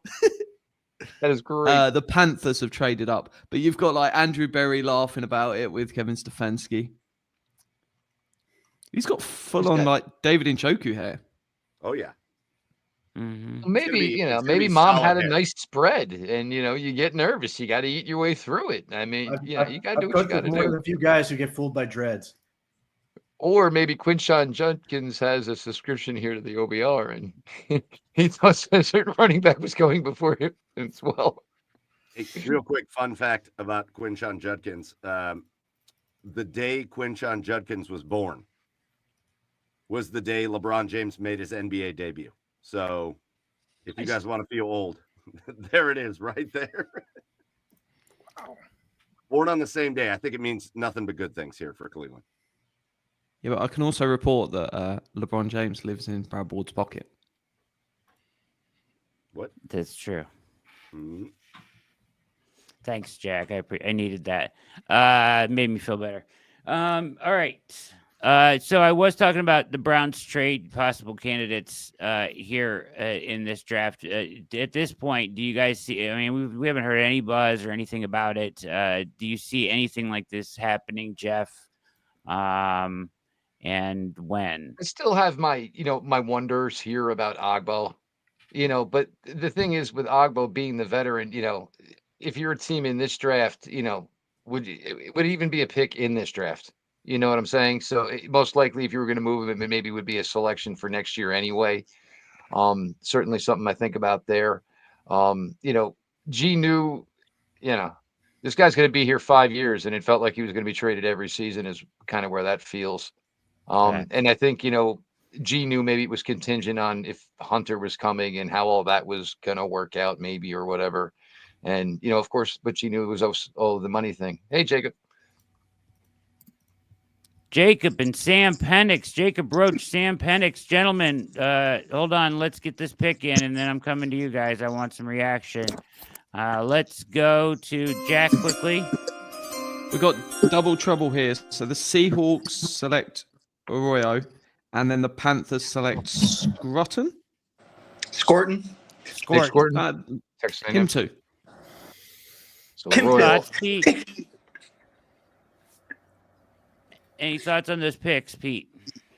The thing for me with Greg Newsome is I don't like this corner class, and unless you're going to get an answer at corner, I think it becomes difficult to sort of move him. You don't have you don't have it settled enough to be like, yeah, we can go ahead and give him away, unless they feel super good about who somebody's on the roster already, whether it's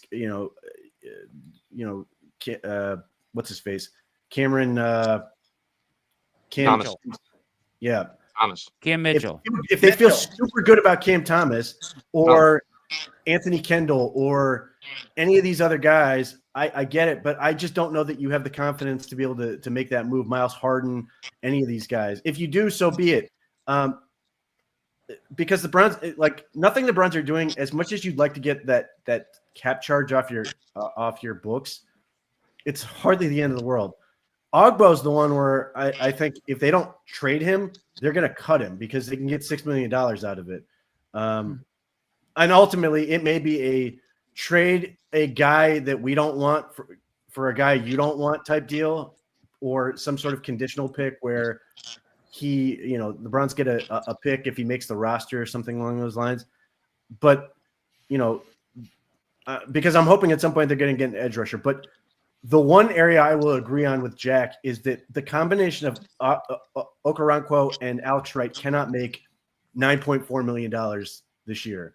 So that has to get resolved one way or another. And they should take an edge rusher at some point in this class. The class is too good, with all the things they need to address. But the talent's there. They should get that, move on from Okoronkwo, and then roll with it and get another young guy in there. It is Cameron Mitchell is the corner. Mitchell. Yeah. And then they also have Miles Harden. And I do like some corners later on that could do some similar things. I know we all like Jacob Parrish a lot. Or Upton some of Stout. us do. But yeah, Jacob Roach, what are your thoughts on what actually happened with the Browns? In the bowels of the stadium. He's in Cleveland Browns Stadium as we speak. Are you? Don't tell anyone. I'll get arrested. Come on. He looks like he's in the WWE promo in the boiler room. Yeah. I know. I'm in a custodial closet. That's where I'm actually at. There's some mop buckets in front of me. There's some trash cans over here. So if we're being completely sounds honest. like the work ethic of the players the Browns are taking. Yeah, exactly. Okay, here's the thing. I'm kind of annoyed because I really like Carson Schwesinger, the player. Like, I think he's a phenomenal linebacker. But I don't like going linebacker there at 33. So it's just it's a little bit similar to how I felt about Mason Graham. Absolutely love the player, makes the team better, glad he's here. But with Mason Graham, I was like, I could have had Travis Hunter or Abdul Carter. I prefer that. Like, I could have had a wide receiver or a tight end instead of Schwesinger, and I think I prefer that. But when you're talking strictly about the football player, I love Carson Schwesinger. Like, that is a heat-seeking missile, and he is going everywhere, and he's doing whatever you ask him to do. Like, if they tell him to go get back on special teams, at least to start his rookie year, he'll be phenomenal at it, because that's what he did for a majority of his collegiate career, was be a really freaking good special teams player. And I like him a ton. I just would have preferred to go a different direction. So I was a little annoyed, and I'm a little mad that I'm annoyed by Schwesinger being the pick because I think he's so good. And I'm like, well, thanks for making me be kind of a dick about it, but all right. Mm-hmm. But on the other side, I know some people wanted Travion Henderson over Quinshon Judkins. Quinshon Judkins was running back 3. He was on my board. He was number 32 overall on my big board. I absolutely love the pick. I would have been fine with Travion Henderson, but I don't think Travion Henderson can be a bell cow. His best year in college was this year when he was only getting 10 to 12 touches a game, and he was phenomenal in those 10 to 12 touches a game. But the Browns need a bell cow. They need a number 1, and that is Quinshon Judkins. That is the dude that can bruise you. That is the dude that still runs in the 4.4s. He's not slow. But he's got the burst. I got some vision. I heard Pete talking about it earlier. There's some vision concerns there for sure. Like, there's some meat that gets left on the bone there. But he can run you over, punish you. He can get into the open field and be explosive. Had several big runs in the playoffs. And I just think that he can be your bell cow. And Jerome Ford and him, I think, can be a pretty good duo. So love both of the players. Would have preferred not to go linebacker. Very good. Sam Penix, weigh in. Oh, let's take this pick, and then I'm coming to you, Sam.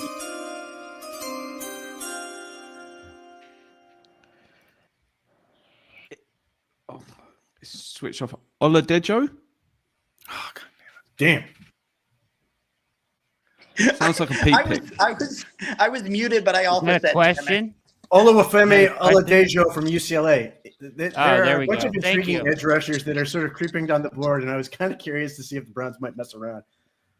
Well, he got moved to edge, correct? So Schwesinger could become the linebacker.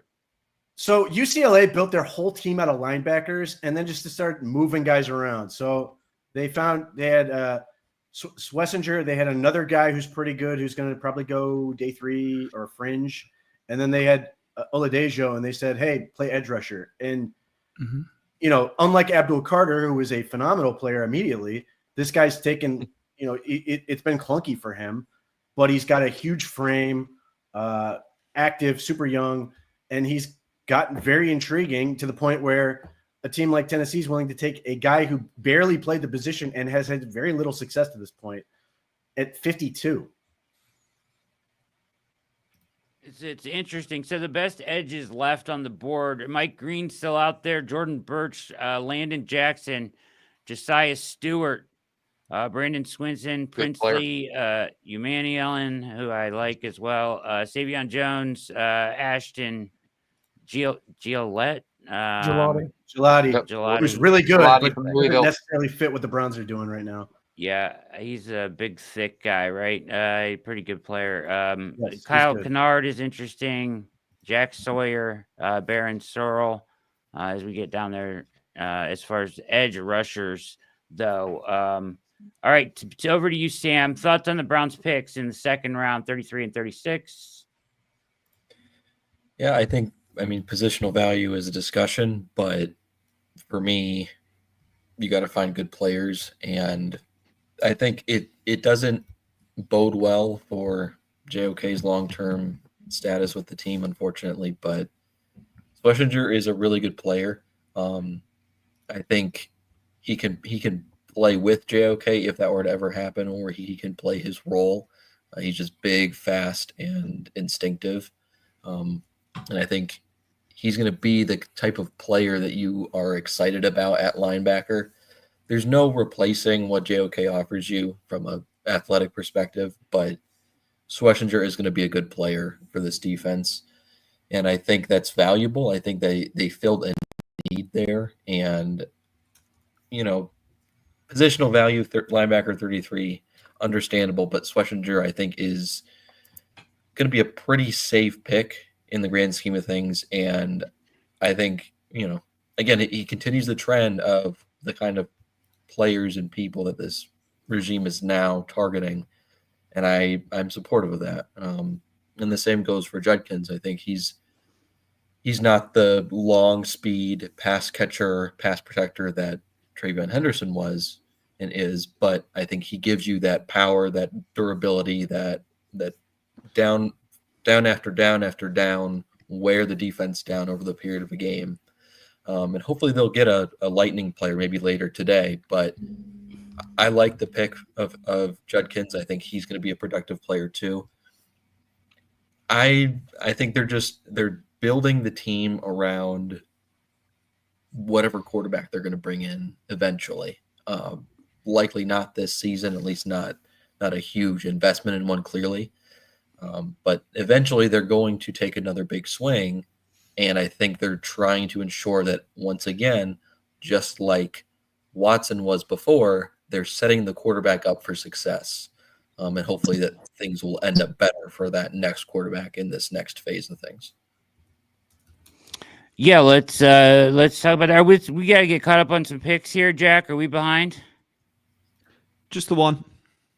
All right, fire it up. I'm going to nail this one. Buccaneers select Benjamin Morrison. Yeah, Jack, yeah. Got it. Interesting place for Morrison to go. Super talented kid, injury concerns.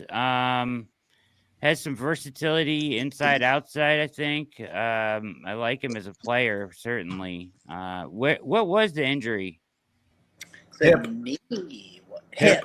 Yeah. It's his second hip injury, isn't it? He's had multiple hip Correct. surgeries. Yeah.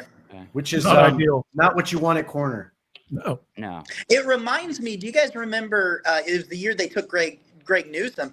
It's kind of eerily similar to Caleb Farley when he was coming out, where Caleb Farley had like 3 knee surgeries by the time he was 21 and then just never was able to do anything in the NFL. And it kind of felt like eerily similar to me, where it was like Benjamin Morrison is a round 1 talent, strictly on his talent on the field. Mm-hmm. But it's like, man, multiple hip surgeries in your early 20s. That's the story of this corner class, though, with yeah. Will Johnson, Savone Ravel, who's still on the board, a bunch of high talented first round talents just with injuries at cornerback.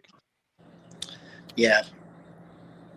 Absolutely. The corner class, very strange there. Guys falling. And of course, our quarterbacks still, our high profile quarterbacks with Sanders still there. Where is this fall going to stop, folks? Dion. It's not round 3 in Pittsburgh. I don't know where it's going to be. Calgary. Yeah, Browns 192. Where's the floor? Calgary. His old man gets a team in XFL. Houston Roughnecks. Yes, I love that. Oh no. Pick is in for the Packers. Do we have it, Jack?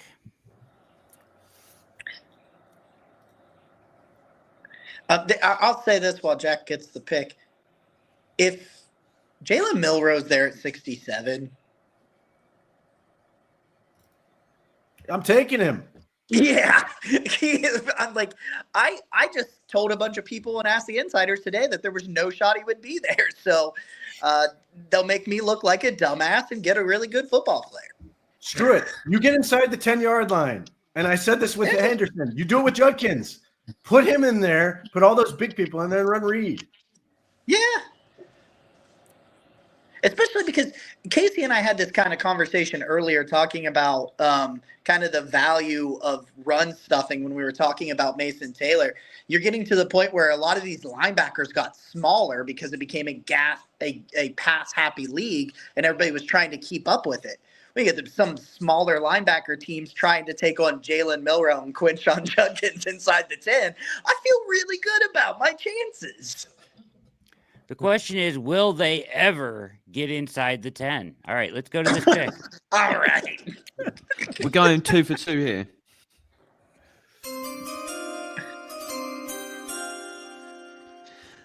The Packers select tackle Anthony Belton. Oh, Carolina State. I'm so sorry, Sam. I'm so sorry. It's okay. I'll be fine. Is that your guy, Sam? I Sam. like Belton a lot. Yeah, that was my target round 3, round 4. He's a battleship of an offensive tackle, which is something the Browns already have in DeJuan Jones. Yeah. Let them off the bus first. It's fine. He's a very slow-moving ship that is very powerful. It just takes him a long time to get there. He's older than most battleships as well at 24.1. This is true. He is on the older side. You've obviously don't know how old all the crap the U.S. military hauls around is. All right. As we approach pick 60 here soon. What do we have? 53? 56. Or I'm sorry, 55. We're waiting on the call. 4. Yep, pick is in. All right. Oh, we're like, oh, you mother. What is going on? Where did you go, Jacob? It's the stupid light in this closet. It goes off every time I'm sitting here. Guess we're making more movement. I think. Got some more Swear to God, information. mankind's going to come out of nowhere. Judkins went to get a lemonade. That's what we're told. Lemonade. He went to get a drink and then his call kit. That is phenomenal. And, Oh, I and the love best thing is that there's just lemonade. video evidence to it all. Like that's what happens to me. Like that stuff like that happens to me. Do we have this pick, Jack? No, I haven't got this yet. All right. Anybody else super? Why is Revel falling so far? Injuries. He's old and he's injured. Darius Alexander. Only 1 year of production. Yep. Old. There goes Trey Harris. No. Yep. Chargers, Really? right? There it is. Yep. God damn. Just rude, Pete. You got to wait for the dingling. I'm never waiting for the ding-a-ling. The dingling. Go on, Pete. You can do it again. 55th pick. Chargers select Trey Harris from Ole Miss. It's their profile for wide receivers. I mean, they McConkey and all them big dudes. I love this. The Chargers social media team just don't care. Everyone else waits for the broadcast to go boom. As soon as the pick's in, they want to be the first team out announcing it. So they were straight out with it. No messing around. Hey, did It's like Pete. Don't wait for the dingling. Just get after it and announce the pick. We got to stop. Yeah, we're never waiting for Jack's ding-a-ling. Welcome Hey to now. OBR After Since the Hours. guy who almost put Hey now. a full frontal No kidding. in front of the camera last night, right, Mike? Oh, I can't say the F word, but we can say Jack's diggling. Politically correct. I mean, you can All right. definitely say the F. Trade lines are on the clock. Ooh. With the Well, Lions on the clock. This could be like a You this trade with could the be like Bears? a Ravel type guy. The Bears already what's the traded back Broncos? once to get here, right? Mm-hmm. Broncos. Yeah, we're waiting on the Bears pick. Waiting on the Bears pick, and while we're doing so, let's Been the do. fourth to have this pick. All right, you have the pick. No, this is the fourth team that has had this pick now. It was already Buffalo's, Houston's, then Minnesota's, and now the Bears. Wow, that's incredible. Passing around this pick, will they make good use of it? We're waiting to find out. Mike, running good to back. see you No, back. this got to be running back, right? The Bears have not addressed the running back yet, have they? It's lines. No. Oh, no, wait a minute. No, I have the Bears on the clock. No,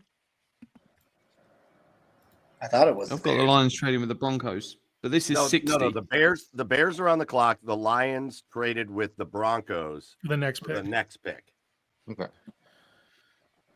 There we go. Thank you for some clarification, Mike. Good man. Double buff ding-a-ling. Oh, A new thanks. RBI shirt. RBI shirt. Yeah. He said the comment dingling won't trigger YouTube's auto detect, Jacob. That's why I can say that, but not the F word. The old double duff dingaling. Let's go. Billy, where are you? There's money to be And made. this is why a couple thousand people tune in. 47 so- to be fair. It's going to be Caleb couple. Johnson, surely. You think it's Caleb Johnson? The Bears Bears are apparently need- desperate for a running back. They were talking about being determined to address the line of scrimmage and or the weapons around their quarterback. Obviously, this offseason, they have a new head coach, right?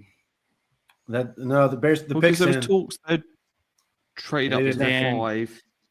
No. Ring it is a tackle. Oh, Boston College tackle Ozzy Trapillo. there you Oh, go. that's my boy.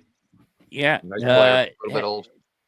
Mocked not- him, had him going a lot later than this usually. Go ahead. Just a mediocre testing athlete. He's a tower.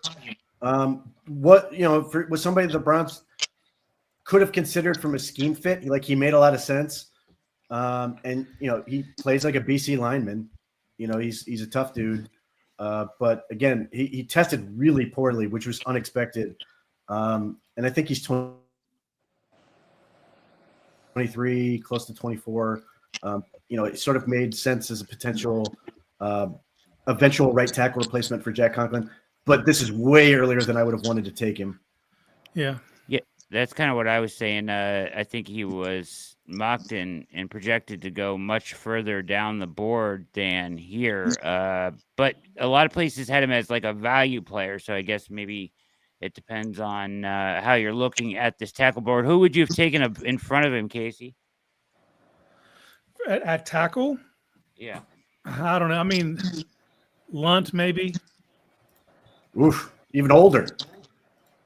They don't play with our guardrails. That's Poles' decision. I don't know. Trapillo, he gets caught leaning a lot.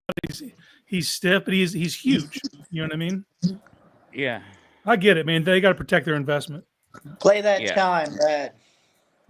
All right. We got another one here. Let's fire it up. That's a good The pick. Lions select guard Tate Ratledge. Ratledge. Ratledge. A weird name. Whatever. That's a good pick. Yeah. Also old. Mm-hmm. It's the theme. Yeah, but that Good mullet, man. value. 300-pound old guys. I was gonna say, like, this is bad. This is bad. But look at the lettuce on this dude. Yeah. Now, that's a head of hair, man. Well, he's going to Detroit, man. You're gonna need that to keep your neck cold, man. I mean, warm, I want that lettuce on my team. You guys He's can got break a- down. You guys can break got down a football. mullet. I want that lettuce. Should I grow a mullet? No. Tate Ratledge started 37 games at right guard. He's 6'7", 308 from Georgia. He was projected right around in this area. Happy birthday to the fella. Yeah, birthday and drafted. Terrific stuff. It's a tremendous day, and just like his tremendous day, you can make every day a tremendous day with Core Home Fitness. Core Home Fitness is your way to improve yourself every day at home. They're kind enough to sponsor us here today. CoreHomeFitness.com and all weekend in the Draft Cave. Check out their assortment of lifting equipment, especially their top-rated adjustable dumbbells, who are A-rated by the New York Times Men's Health and Best Buy by Consumer Reports. Check out their videos and other products like the Glute Drive Plus and the Fight Master Crush Your Goals in 2025. They've got a U.S.-based support team, fast shipping, hassle-free returns, you name it. They know what they're doing. Again, CoreHomeFitness.com for the ultimate in-home fitness equipment and great videos on how to use the equipment and get in shape as well. kind enough to sponsor us here in the Draft Cave. We've got a full house here tonight at the Draft Cave as the Browns, we are making our way through round 2. The Browns are on the clock at 67 and 94 again after selecting linebacker Carson Schwesinger at 33 and Quinshon Judkins at 36. Hit subscribe, and Mike's going to take over here for a moment. So let's get you on the mic, Mike, and you can play that chime for the next pick. Jack, do you want me to read this one? I can do this one. Hall of Fame first name. Raiders select TCU wide receiver Jack Beach. Best. Oh, so close. Damn it. That's why I'm getting off your hands. Jack Betch is funny because NFL.com's comparison for him was Cedric Tillman, and I couldn't think of a worse comparison for him. What the guy who jumps out to me, and somebody had brought this up, and I do think it's kind of apt.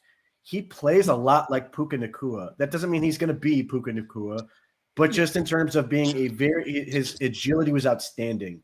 And he's a guy who thrives from like condensed formations and just being able to sort of find space and do those type of things. His usage in a lot of ways is sort of similar to what you would have a better athlete version of David Bell. The question for a guy like Betch is his vertical speed enough to give corners worries that they're going to give him that space to then work underneath and do the things he can do with his body control, because he's really good at that. But if he can't be threatening enough, he's going to be a slot only guy, power slot type player, or guys are just going to be draped all over him constantly. He in that sense, he might end up being sort of like a Keon Coleman type. Two things on Jack Beck. As a true freshman at LSU, he had more receptions and yards than Malik Neighbors and Brian Thomas Jr. Certainly impressive. And the other thing is he really drew some amazing reviews throughout this entire draft process.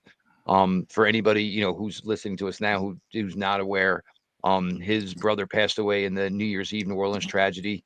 And there was just, anybody that you got to speak to, and, you reach out to, the big names in the draft, just try to, hear about it. And everybody just came away amazed basically that this kid was just, going through obviously this huge transition in his own life, trying to reach this ultimate goal, but also doing it, while, going through some serious, personal things in his personal life.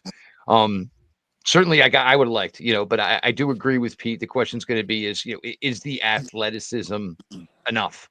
But, certainly has, height, weight, size, strength, everything you're looking for. I guess it would be, a wide receiver tweener type of thing, maybe with Jack Beck. But, good ball player. And obviously, it was a real nice moment the way the Senior Bowl closed out with him. And obviously, he was part of the Browns team that was coached by special teams coach. I'm surprised he passed his medicals with all those dogs living in his chest. There it is. He's a dog. Love that kid. Casey, you rocking that Welch's? You rocking that Welch's? Yeah, I'm cleansing the palate for the spam that's to come. There it is. I am. Oh, the spam's on the stove? No, it's going to be. Oh, okay. Whenever I take my next break, by the time I come back, I got my plan of attack all sorted out. Just take one bite. His plan of attack is wait long enough and hope nobody remembers. Oh no! Everybody remembers. This chat's close to 5,000 people. Man, no one's forgetting this. I think we got some people in this chat just waiting for the spam. Yeah. That's the reason I'm holding off. I'm going to keep you guys holding just a little longer. I'm still waiting for Jeff to eat the McDonald's. I think you're going to be really excited. This is true. If we really wanted to crush some viewership, we wouldn't have Jeff. What are we at? Like 7 years since you made that stupid boast about how you can do it half the time. Do I have to drink the soda? That was always the question. That was always the sticking point. Was the soda? What a load of crap! You drop off something from a dispensary. That McDonald's is not going to stand a chance. I'm going to tell you right now. The Ravens select Mike Green, high character organization. Listen, The Baltimore Ravens kicking. zero tolerance policy that they've never ever enforced. Oh my God! How do you do this with Justin Tucker still on a roster? Oh, We give you a million reasons why the Browns could not do this. Oh my God! I forgot about Justin the Tucker. Baltimore Ravens, who claimed they had a zero tolerance policy that dated back to Ray Rice, had never enforced it. And then when this whole Justin Tucker thing came out, and God bless Sashi Brown, who I still love, was asked about it. He goes, "I have never heard of a zero tolerance policy."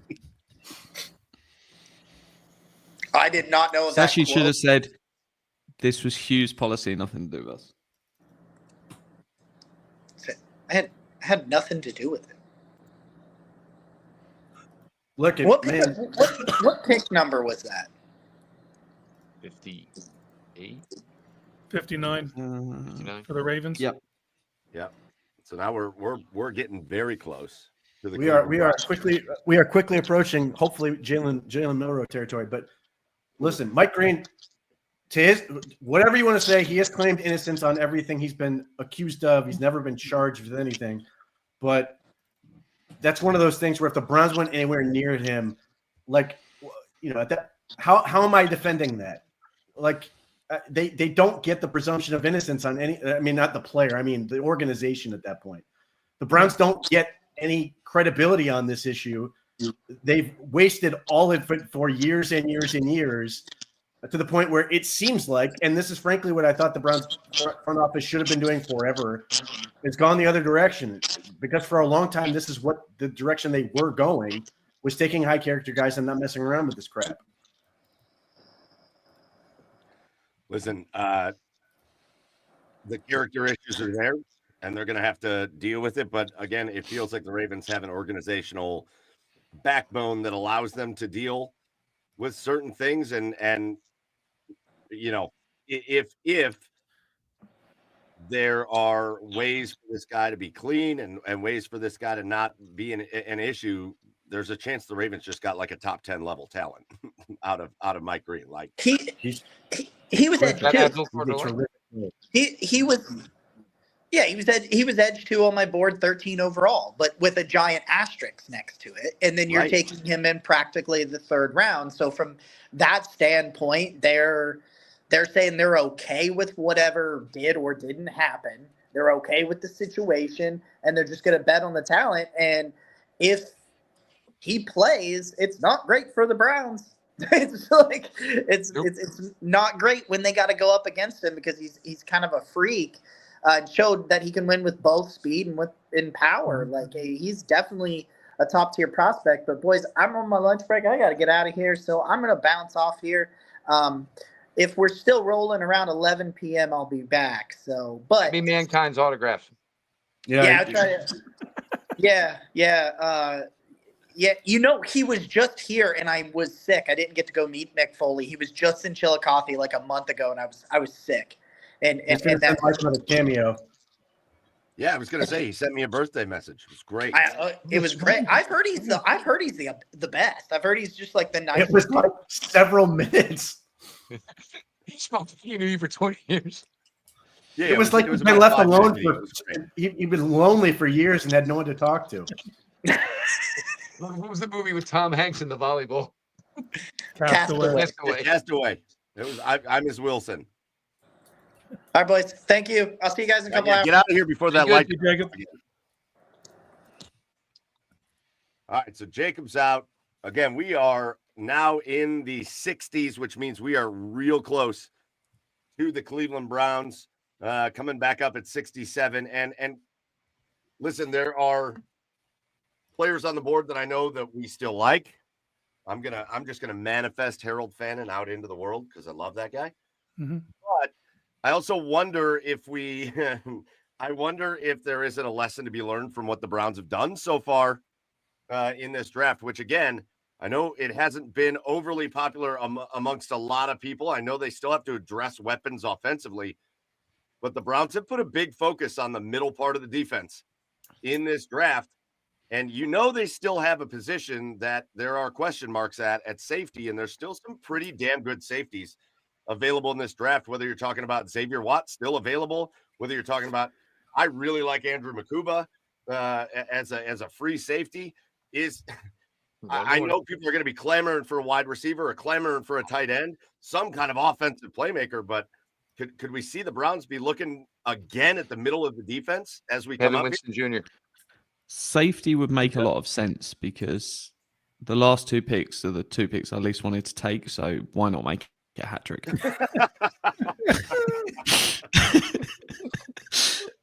But I have to wonder as well whether we see a quarterback here, because if none of the other guys are taken, then you get into just take a punt territory. You don't have anyone on the roster next year.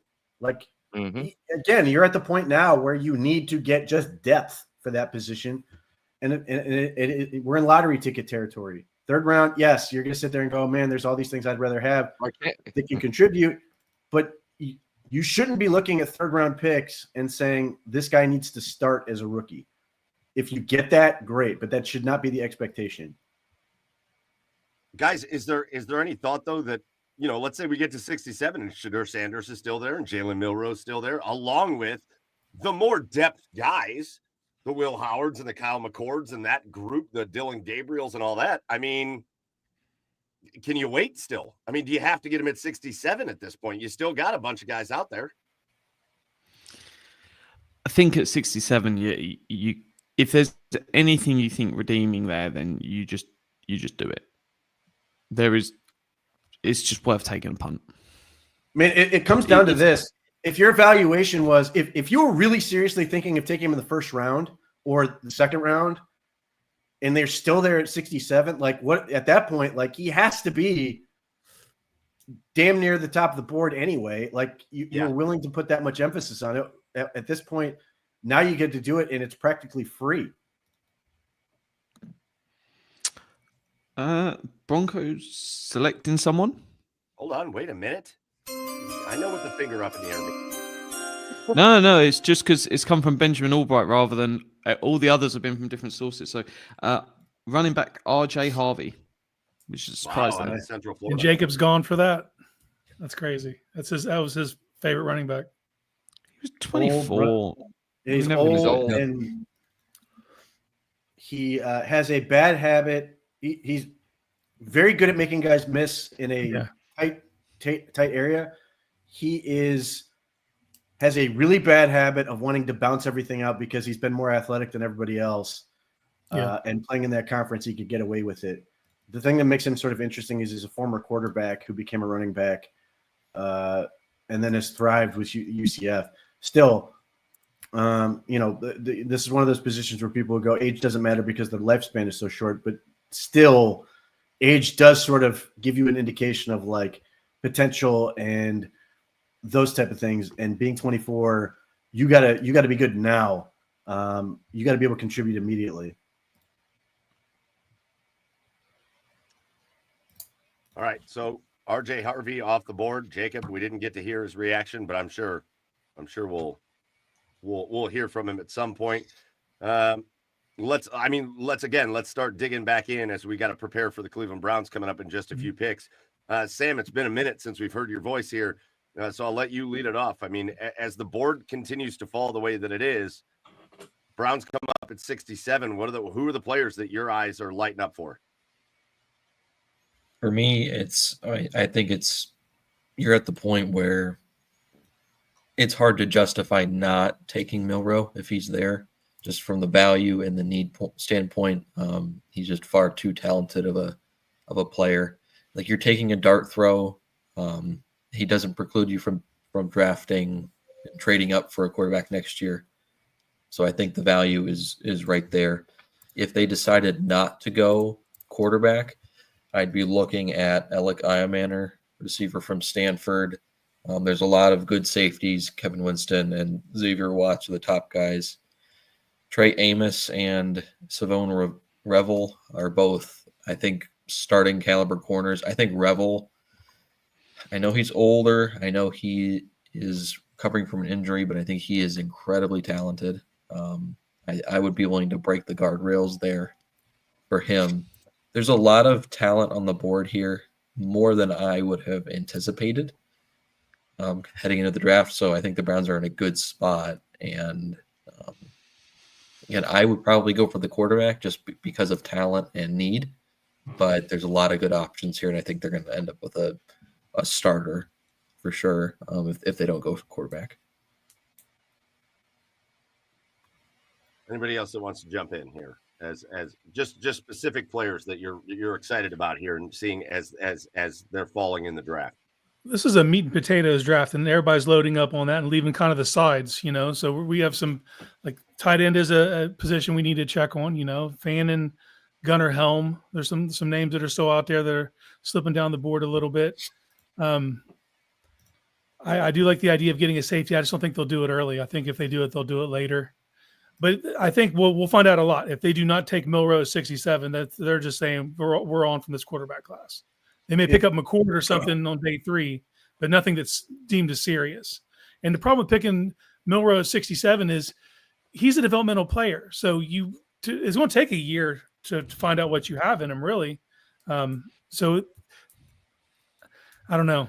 If you do take him at 67, you owe it to yourselves to figure out what that kid is. And will that happen at the time that it comes before you pick the next quarterback in round 1 of next year? I think at that point you just take them both, and Yes, take both. If some way Milroe even puts himself into the conversation, that's a win, obviously. But Yeah, and also like I've said, you'd like to have 2 guys there for at least 3-4 years. I mean, this Browns quarterback room changes once every 2 to 3 weeks. Cornerback Trey Amos goes to the Commanders. I was just surprised he was around this long. Yeah. Yeah, He's more of a zone guy, but he does have the ability to press. I didn't think he was going to be effective for the Browns. A lot of people thought he was going to be a turn of the first round type player. So it's a little surprising he lasted this long. The other guy that I would sort of throw out there, if the Browns don't take a quarterback and sort of out of their comfort zone normally, would be Charles Grant, the offensive tackle out of William and Mary. yes.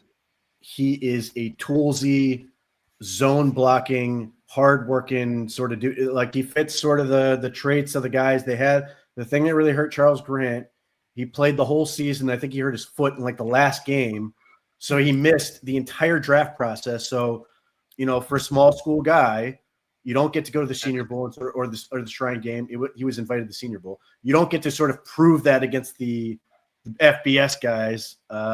You don't get to test the way you want to test. So you're just going off of interviews and tape and all those things. But he is somebody that's intriguing, could potentially play on either side of the line of scrimmage. Personally, I'd rather put him on the right, but I think he's a guy that if you're Mike Bloomgren, you're sitting there going, I want a toolsy project to work with. He makes a lot of sense. The other guy, I think he's a guard, but Marcus Bowe is still hanging around. I have real questions on his. It's not that it's necessarily narrow, but his body just sort of contorts in a way that's all forward that makes it really difficult for him to sort of get out and block on an island where he's just really built like a guard. Is Denver too. Maybe I missed it because I was gone for a minute and I was chasing children around and trying to eat something. Is Milam still on the board? Wyatt from West Virginia? He is. He's a good player too. I would throw Carson Vincent's name in that bucket as well. I think he'll come into play later, round 3. Alabama A&M, nice player. Yeah. Well, and Grant not going to the Senior Bowl opened up the door for Vincent, and he performed quite well. Just so we are like up to date on where we're at. So that was Amos going to the Commanders. That's pick 61, which means the Bears are making a selection now at pick 62. And again, we've got the Browns at pick 67 coming right up. So again, it continues to fall. We're talking about offensive linemen. We're talking about tight ends and wide receivers. And again, it still just feels like maybe just going through all of this and doing all these mock drafts every week and all that. It feels like there's just still so many familiar faces on the board and really talented players. And, it felt like a draft that was very top heavy at the very top, but there's still ample talent all the way through as we enter into round 3 here. So I don't know. I'm still feeling, I don't know about you guys. I'm still feeling pretty good about the Browns being able to add some really good talented players here at 67 and even with their other pick in round 3. Everybody said it was kind of a top 100 draft. And, Yeah. it's kind of where you're seeing it work out here. And I think, to what, Pete kept harping on last night is kind of where, maybe it's looking a little better today is, the thing is, everybody loves the 300 pounders, but the thing is you need a lot of them because, you want maximum effort out of them. And you got to understand that, you got to get them off the field for a couple of blows, obviously. And then that's, you look, I mean, this running back class, which we all are enamored with. I mean, we're going in round 3. There's still a boatload of them left, obviously. Yeah. The pass rushers are starting to, come off the board here a little bit more. I think there's some situational guys that certainly, have a look here. But I got to be honest. I mean, at this point, what did I tell you guys a million times? If I could stay at 33 and I don't have to move and I can get Jalen Milroe there, like I was excited about that. I mean, now I can maybe do it 34 picks later and, just can take him into a slot with a selection that I have. But again, there is part of me that wonders, I'm sorry. Go ahead, Jack. Oh, hold on. Coming. Sorry. I didn't see the finger. I didn't see the finger wave. It was quick. The Bears select defensive tackle Sherma Turner. They can have him. Shamar Turner was a guy that the Browns were theoretically interested in if they didn't take Mason Graham. Yeah, Mason Graham again. Apparently that made Jack walk away. That was his the big pick for him. When you gotta go, you gotta go. When we bring up the Texas A&M players, I will always have an opinion. The Browns did well to get Mason Graham over Shamar Turner for sure, 100%. So who's the defensive line coach at A&M? The former defensive line coach. I have no idea. Fire whoever it is. What I always found funny is because I knew the Browns were interested in Shamar Turner and all these people were freaking out about Abdul Carter. Shamar Turner actually had something inserted into his foot surgically during the draft process. Thank you for clarifying surgically. We appreciate that. Yes, so Shamar Turner, defensive tackle. I mean, that was a need for the Bears. For sure. So Shamar Turner could be a pretty good player, but again, I'll cross that off with a much better player at the position, and we will take that. So again, now we're looking at that was pick 62. So now we're at the last 2 picks of the second round. The Kansas City Chiefs at 63, the Philadelphia Eagles at 64. And then we'll turn things right around in the third round. And the New York Giants will pick at 65. The Chiefs back again at 66 after a trade they made earlier. And the Browns will pick at 67. So we're getting right up to the next Cleveland Browns pick in round 3. While we have a minute, let's see here. I have got, in the background, there's a lot of people in the background.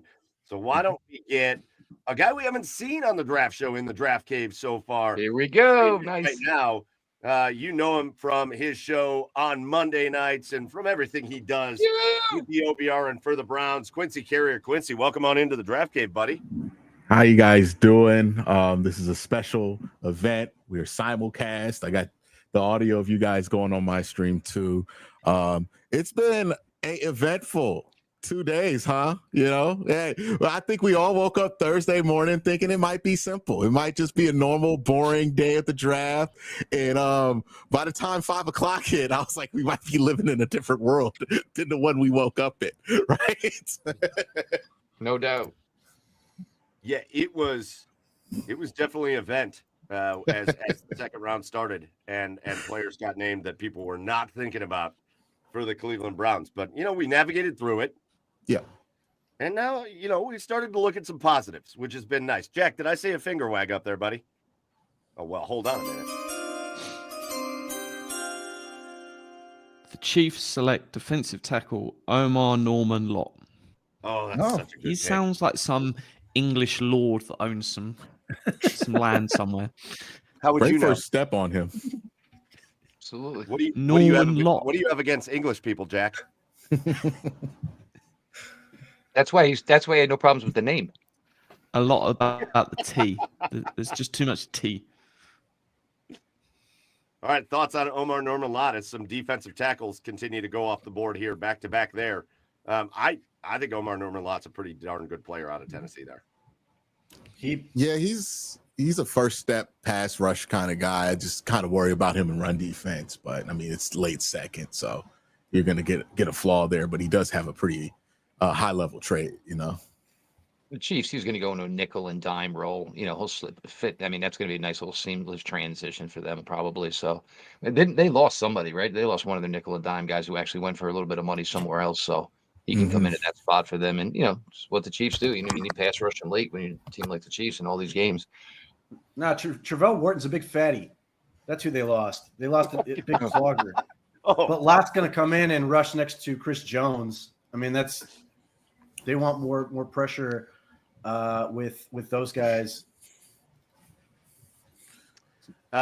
Listen, Quincy, since it's the first time we've had you in, yeah, let's just get your kind of overall here in the draft cave. Starting with yesterday, the trade down, Mason Graham accumulating picks, getting a first rounder next year, and then obviously seeing what they did at the beginning of the second round here today, going with the linebacker and Quinshon Judkins out of Ohio State. Just your overall thoughts on how the Browns have attacked this draft.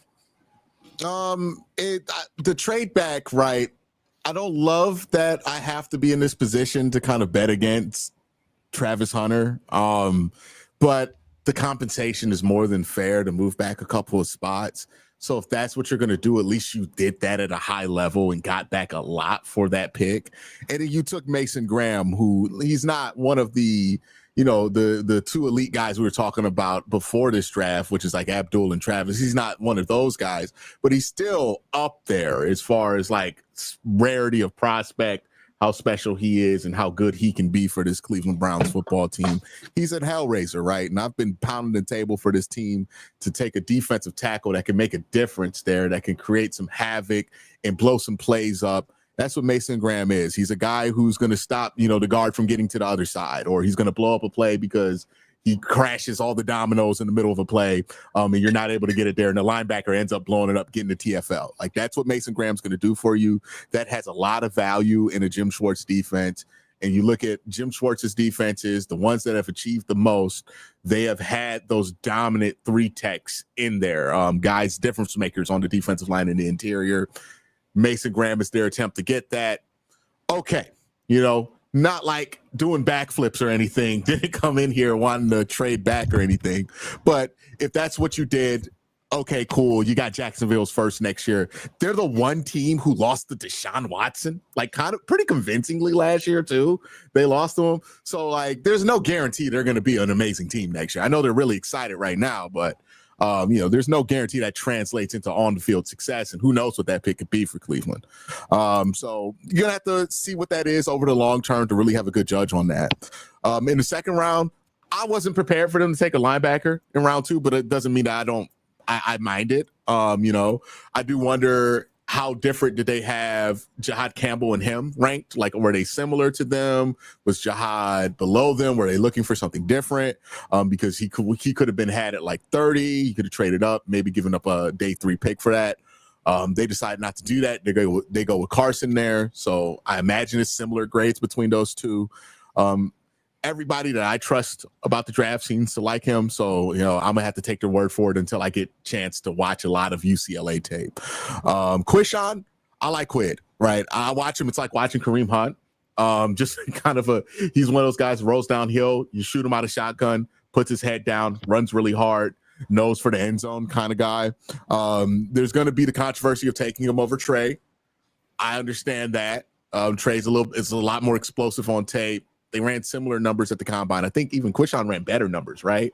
At 10 pounds heavier. So, you know, I could just see the fit here with Quid. I wonder if this means they're going to try to bring back Nick Chubb, what the deal is going to be there. But overall, I'm fine with the philosophy that they have with the draft. I try not to get too married to what individual players they take. I think these are all guys I can see roles that can be successful with the team. The big thing that you're going to really have to wait on to see how this draft gets viewed is what happens with that first round pick next year and what that turns into, right? If they get a quarterback next year in 2026, with that extra first, then we're looking at this as the turning point of the franchise. And when Andrew Berry saved the Browns and doing all that stuff and writing poems on Twitter and stuff about what happened today, like, like that's what we're doing. Like, and if it doesn't work out, then we're going to point to this being like, yeah, that's when he got fired, right? Like that, it's going to be either one of those two things. We'll see how it all works out. I think all of the players they have taken have a chance to be impact players. Jason Tarver's a really good linebacker coach. I think that I don't bet against him being able to turn a guy into a good player, right? He's done it a ton here. And we've seen Quinshon's skill set work in this offense before, right? So there's that. And then Mason Graham, I have ultimate faith in Mason Graham. I know Ohio State fans, some of them did not love the selection there, but the more Ohio State fans hate taking a Michigan player, the better that Michigan player usually is, right? Because if you're super excited to bring them in, I don't know, you should have good feelings about a Michigan player if you're an Ohio State fan. So the more angst he gets from Ohio State Buckeye world, probably the better he is. And he was a game wrecker against Ohio State, especially last year. So, those three guys work out, become productive players for you. Hopefully, you get a couple Pro Bowlers in there. Then, if you get that extra first and you turn that into something franchise altering, then that's gonna be pretty noteworthy and a hell of a deal. And we're gonna look back on that pretty positively. But right now, it's a pretty like responsible draft. They haven't done any of the big hype moves that I think people have anticipated them doing. And with 67 coming up, and it looks like Shador and Jalen going to be there, I wonder if this is finally when they succumb to hype and take one of these guys that people have been wanting them to go with. But even then, I'm just going to say they're going to go with. Oh, sorry. We got to pick in. Jack, why don't you take the stupid pick that's going to piss me off? Just announce it. The Eagles select safety Andrew McCuba. Son of a bitch. He's a hard hitter, man. Wondered whether we were actually going to get a quarterback here. Because I could see a team doing this. Now, if we're talking about this, there might be some value here, and then they develop into a backup, and they're a really good backup for 4 years. You could see an Eagles Chiefs, someone like this, just swing it on one of them. The player probably wouldn't like it because they know there's not a great route to being a starter. But I wonder now, when we get this late, you're not just looking at the teams that need quarterbacks. Everyone's kind of in play. Yeah, anything can happen now in the third round, right? It's like it's at that point where it's like there's no commitment really, like to next year, or even to stardom, right? It's just you can kind of go here. This is where in 2014, well, not 2014, 2022, was that the bad quarterback draft? The Kenny Pickett one? Yeah, that's where like the bulk of these guys fell to in 22, including like Malik Willis, which this Shador slide is pretty similar to that Malik Willis one. Well, right? I do want to say this in our Slack channel. Brad Stainbrook posted a conversation that he had over text with a league. I saw it. And he's talking about Jalen Milroe, and he said, "You think Milroe will go over Sanders?" And the league executive says, "Absolutely. Will Howard may go before Shador Sanders." That's from a league executive that Brad Stainbrook is texting tonight. Dude, what did he do in those interviews? I don't know that Shador's slide is going to end anytime soon. We do have the next pick, the first pick of the third round. This should be the Giants, and let's put it up here. Offensive tackle out of Toledo, Darius Alexander. That's a cool name. 25-year-old defensive tackles were not going in the first round. I don't care who it is. Even if they weigh 300? No. Yeah, he could be 400. Desmond Taylor could go before that dude. Browns are on the clock. We don't have the middle pick yet, but Browns are on the clock. Yeah, it looks like 66 went. It's just not named. Yeah, we'll let you know when that gets named. But the Cleveland Browns, here we go, boys. 67. Again, the Browns with one more pick tonight at 94. But already grabbed a linebacker and a running back tonight. We'll see what the Browns decide to do. We're waiting on the pick from Kansas City. But we'll see. This could be think they go time tight when end? they go quarterback, or like you guys have talked about, if they don't go quarterback here, I think it just tells you a lot about A, how they feel about this quarterback class, but B, the purpose of the move they made yesterday to get that extra first round pick. I'd like to see a wide receiver or an edge here. What wide receiver? Who's available right now? Oh, there's plenty. Jalen Because Noel. what, back when is A. Manor still there? Yep. Yes. No, Yes, he is. Noel, A.O. Maynor is still there. Kyle Williams, I'd probably. be fine with Kyle Yep. Williams. Kyle Yep. Williams. Actually, the guy who's pretty sneaky good that not a lot of people talk about is Horton from Colorado State. Numbers are good. Torrey. Athleticism was good. Yeah, nice little player. Well, not little. But A.O. Maynor would be a great pick. he's not he's not old. He's round 3 acceptable old. Jack Duffin will be the judge of that. Who are we deciding Tight who's old? ends, No, he's 22. He's 22 and a half. I thought he was older than that. Gunner. No, 5th year. You usually think he's Paynen. already 23. Well, we've been talking about Horton for 3 years. Yeah. You get the Kansas When this City pick pick comes there? through, I'm just going to go straight for it just because obviously it sets up for what the Browns do.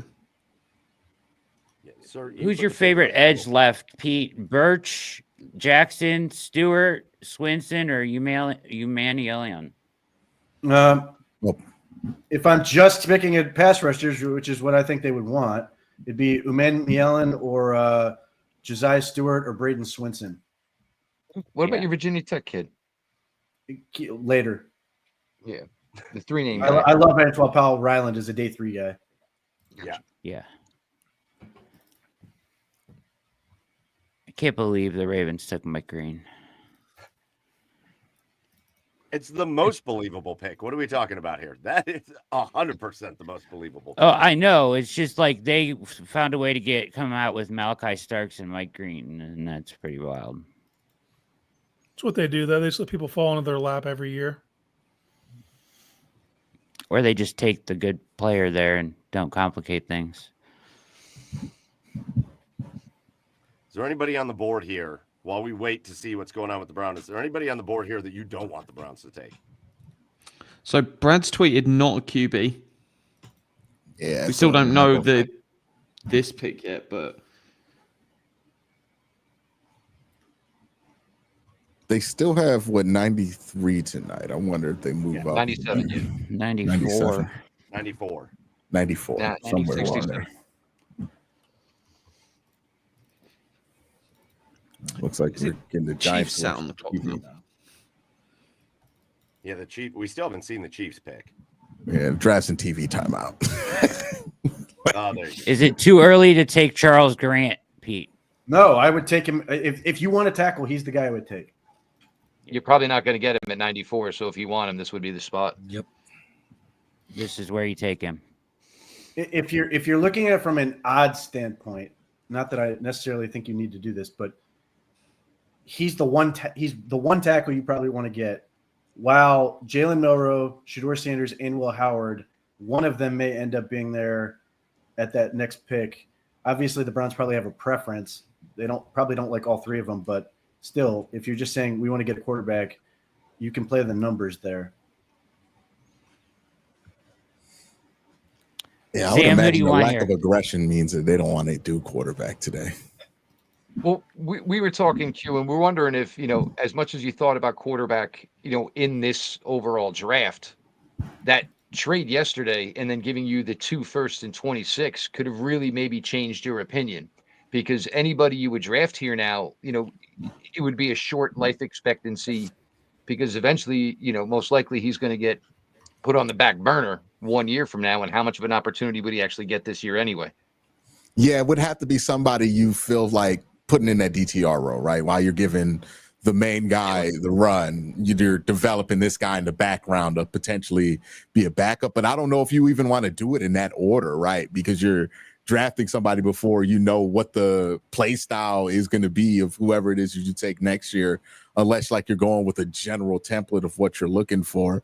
And it would just be awkward. So, yeah, if they've shown no aggression here, and I believe like not taking one at 67, it shows that they're probably out on quarterback entirely. I wouldn't be surprised they end this draft and just not take a quarterback at all, because it just looks like it's feeling that way. Like maybe they go out, try to bring in, like a Tyler Huntley type to round out the quarterback room, something along those lines to get their third guy. But if they weren't willing to do it in any of their second round picks, and they're not willing to do it here at 67, then they're not going to be willing to do it at any point, I would imagine, right? Unless it's like Jalen Milroe and they think they could turn him into a utility guy if quarterback doesn't work out. But like drafting Shador, I just don't see it happening for them if they're not doing it here at 67. And even like Will Howard. So the Chiefs took edge Aston Gillette, God knows. But the pick is in for the Browns, so we'll get that really, really soon. But they've not traded it or anything. The pick is in. They have made a selection. Think it's Fainter? I think it's just a safety to troll me. So choose your top one. Ooh, what? Kevin Winston still on the board? Yep. Yes, he is. Yes, sir. Mm-hmm. And that feels like an Andrew Berry pick. But this draft has showed me I don't know what an Andrew Berry pick looks like anymore. Right. The linebacker at 33, defensive tackle at 5. Yeah. The opposite. I feel like What Jack makes is sense? considering What do I feel? moving his fandom. Trade me to the Eagles. Howie would never do me this dirty. Howie picked the linebacker in round 1. Traded up too. Maybe he would. They're in quite a bit different position than we are. You don't say. Mhm. I mean, Howie's taken 2 defensive tackles in the top 10. Howie does some weird stuff, but Yeah, he makes Jordan sure he has Davis. extra picks to justify his weird stuff. I mean, Andrew got the extra picks. So he took the linebacker in the round. He had the extra picks, and he took the defensive tackle in the round. He had the extra. Well, got the extra pick for next year.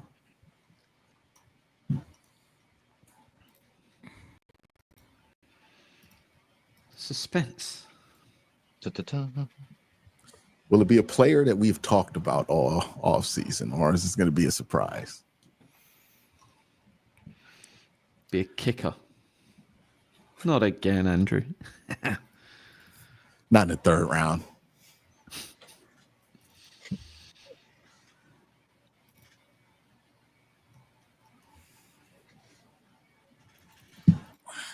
Caleb Johnson still on the board? Yep. Wow. The slow People had him, right? off. There were a lot of Browns mocks where it was 67 Caleb Johnson. So Yeah. A lot of mine. They went Judd. could. So I think would that be kind of redundant though with him and Judd? Yes. Fannon's 20 years old. I feel like we Yeah. want to hear his name. Fainton and Winston are super young. That's why I'm like, it's probably one of those two. What's the injury concern with Winston? coming off an He had ACL. ACL last year. ACL? And somebody actually let him run a 40 though at Penn State Pro Day 6 months after surgery. He pulled off a 4.45 6 months after ACL. Yeah, I'm fine with the knee. Yeah, I can never tell if I even like Penn State players because they test out their face every time. Like they're the best testing Demetrius school by Knight far. He throws confirms his he's body at the problem a distant lot relative too. to Aretha Franklin. The draft is wild. What? Who's a relative? Demetrius Knight confirms he is a distant relative to Aretha Franklin. All right then. Love that. Cool. Love that for us. Give him some RESPCT. They could take Rebel here, right? Would they take Rebel? They better not. He's They're old. very I don't Why? think they would. rebel team. I don't think they'd like the age. Oh, yeah, he's too old, huh? And maybe Ray Farmer makes that pick. Let's go. Telling you, I on think this the league pick. jumped in and said the picks were going too quick. We got to pay some advertisers. Let's slow this down a little bit. I think someone Madness. All right, flipped above let's get it climbing, not even announced. doing anything.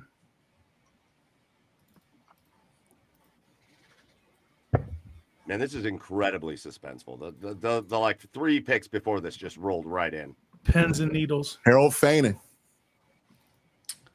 Oh my God. Okay. Oh Fun. my God. Fun has Now been drafted. There you go. Now There we we're go. Say Let's it, open the Jack. playbook up. Oh, Hey, no, I'm Ian, going to let hey. you say this, Mike. It's- Brad, whoever's driving, make sure we use that. Brad, somebody made a nice Harold Fannin. Oh, You're gonna maybe make me that was say Brad. it? Yeah, this one's for you. The official pick with the 67th pick. Cleveland Browns select tight end, which is unfair to even say because he's kind of a Mr. Do Everything on offense. Harold Fannin on his way to Cleveland out of the Bowling Green State University Falcons. This dude is electric. This was a guy I wanted from the very start, and everything else that happened in this draft has just been made up for. Unbelievable pick. This is going to make the mock draft faithful, the Cleveland Browns fan base happy, because he's been on like every Cleveland Browns fan mock draft since the start of the year. He's a hell of a player. Now, God. 20 Mike, years old. didn't he cook your Aggies? Is that where the love started? Yes, he did. Dude, he cooked the Aggies. He cooked And Penn Penn State. State. He cooked everybody. Every big team he played. They beat Georgia Tech, I think, a year ago, right? At Bowling Green. He was a huge part of that, too. He is not only just extremely reliable. The dude's got hands, like unbelievable hands, mitts that go up and get the ball. He's great at getting it at the high point, but he's also just a great athlete that runs great routes. And you can run this dude like a slot receiver. You can run him. You can run plays for him out of the backfield. Yep. Yeah. There is a lot of stuff you can do with Harold Fenton. The only thing he's not good at as a tight end, he's not a great blocker. He's not going to really help you out in the blocking game. He's a high I was effort gonna blocker. say, He's just not very good Yeah. at it. Yeah, I was going narrow to say, base. how do you best use him in year one, Pete? F. He's an F. You put him in space. You put him at wing. You put him in the backfield. You can do you can probably do some fullback stuff. That's an absolutely true point. That's one of the reasons I like him is I think he gives you such versatility. You don't know what he's going to be when he's in the huddle. He scored 4 touchdowns as a Wildcat quarterback his freshman year. He runs weird. Have you seen the way he's got like Runs like a guy that used to play interior line. he's got like what is that called when your knees are bow-legged No. or whatever. yeah. No, it's the opposite. He's pigeon-toed. Super Whatever. narrow base. Yeah. Harold Fannin his hips look weird. The way he runs looks weird. He never seems to get his full stride, and it just works for him. His agility was off the charts. His production was the best in the country by far. He beat everybody up except Northern Illinois for some reason. He is young. I think he's 21. Went to Bowling Green as an athlete, and they just said, screw it, we're going to make you a tight end. Again, and I talked about this when Barry was on. If the Browns are going to lean into this thing of being big, just be big and throw to guys who are also big. So now you get a 230-pound space player that can sort of fill a niche role in a couple different ways, because you can obviously use him as a wing and sort of those splinter type blocks, but then you can also just use him as a slot receiver and just cause matchup problems. And if you've got a little corner, you can beat him up. If he's probably going to be too fast for most linebackers who are going to try to cover him. And you pair him with a guy like David Njoku, you have Cedric Tillman, you have Jerry Jeudy, and you can just spread teams out and cause all kinds of problems while getting a whole lot of big bodies on the field. They still have a whole lot of work to do, but just in terms of a weapon, and that's what he is. He is a weapon. You just find ways to use him. I likened him to Isaiah Likely coming out of Coastal Carolina when the Ravens took him. Delaney Walker, those type of guys. You just find ways to get him the ball and let him cause problems. Yeah, he's a weapon on offense, which you got to be happy about. Could you use him more like Juszczyk or more like Likely? I'd use him more like Likely. Yeah. Delaney Walker is another name. I think, Brad, to answer your question, I think both is a fair answer to that. I think he can do both of those type style. He can kind of adapt to the way they're playing the game. Yeah. And for people who care, he is a Canton McKinley Bulldog. So you got another. Yeah. The Browns have gone super local this year in terms of they brought in multiple free agents that were from the state of Ohio, and now they've drafted one in Harold Finn. And now that's never a reason to draft somebody. It just happens to be a fun fact that goes along with it. He will turn 21 basically as training camp opens. July 20th is the birthday. But you talk about 117, almost 1,600 yards in 13 games. Regardless of the competition, and it's not like every game was maxing, obviously, as we all know. Yeah, and when you realize he's not completely the size you're hoping for, and then you think about the versatility and that type of stuff, and if he did some wildcat quarterback things, can he do the Jacoby Brissett, 4th and inches. He's just a fun player. I think it's just it should be really, really interesting the way it works. Obviously, you can line him up off of Njoku's hip. There's a million things you can do with him. And certainly, I think, this probably turned into a really, in my opinion, really fun selection. And most importantly, for route running, sub 7 3-cone. Yep. Freaking Kyle Williams goes to the Patriots. Son of a. I tell you what, you were talking before about trying to find a receiver. Call New England. Yeah, New England got a million wide receivers. Yeah, none of them can Kyle play. Williams. Keyshawn Boutte for a day 3 pick. Let's go. You're faster than Keyshawn Boutte.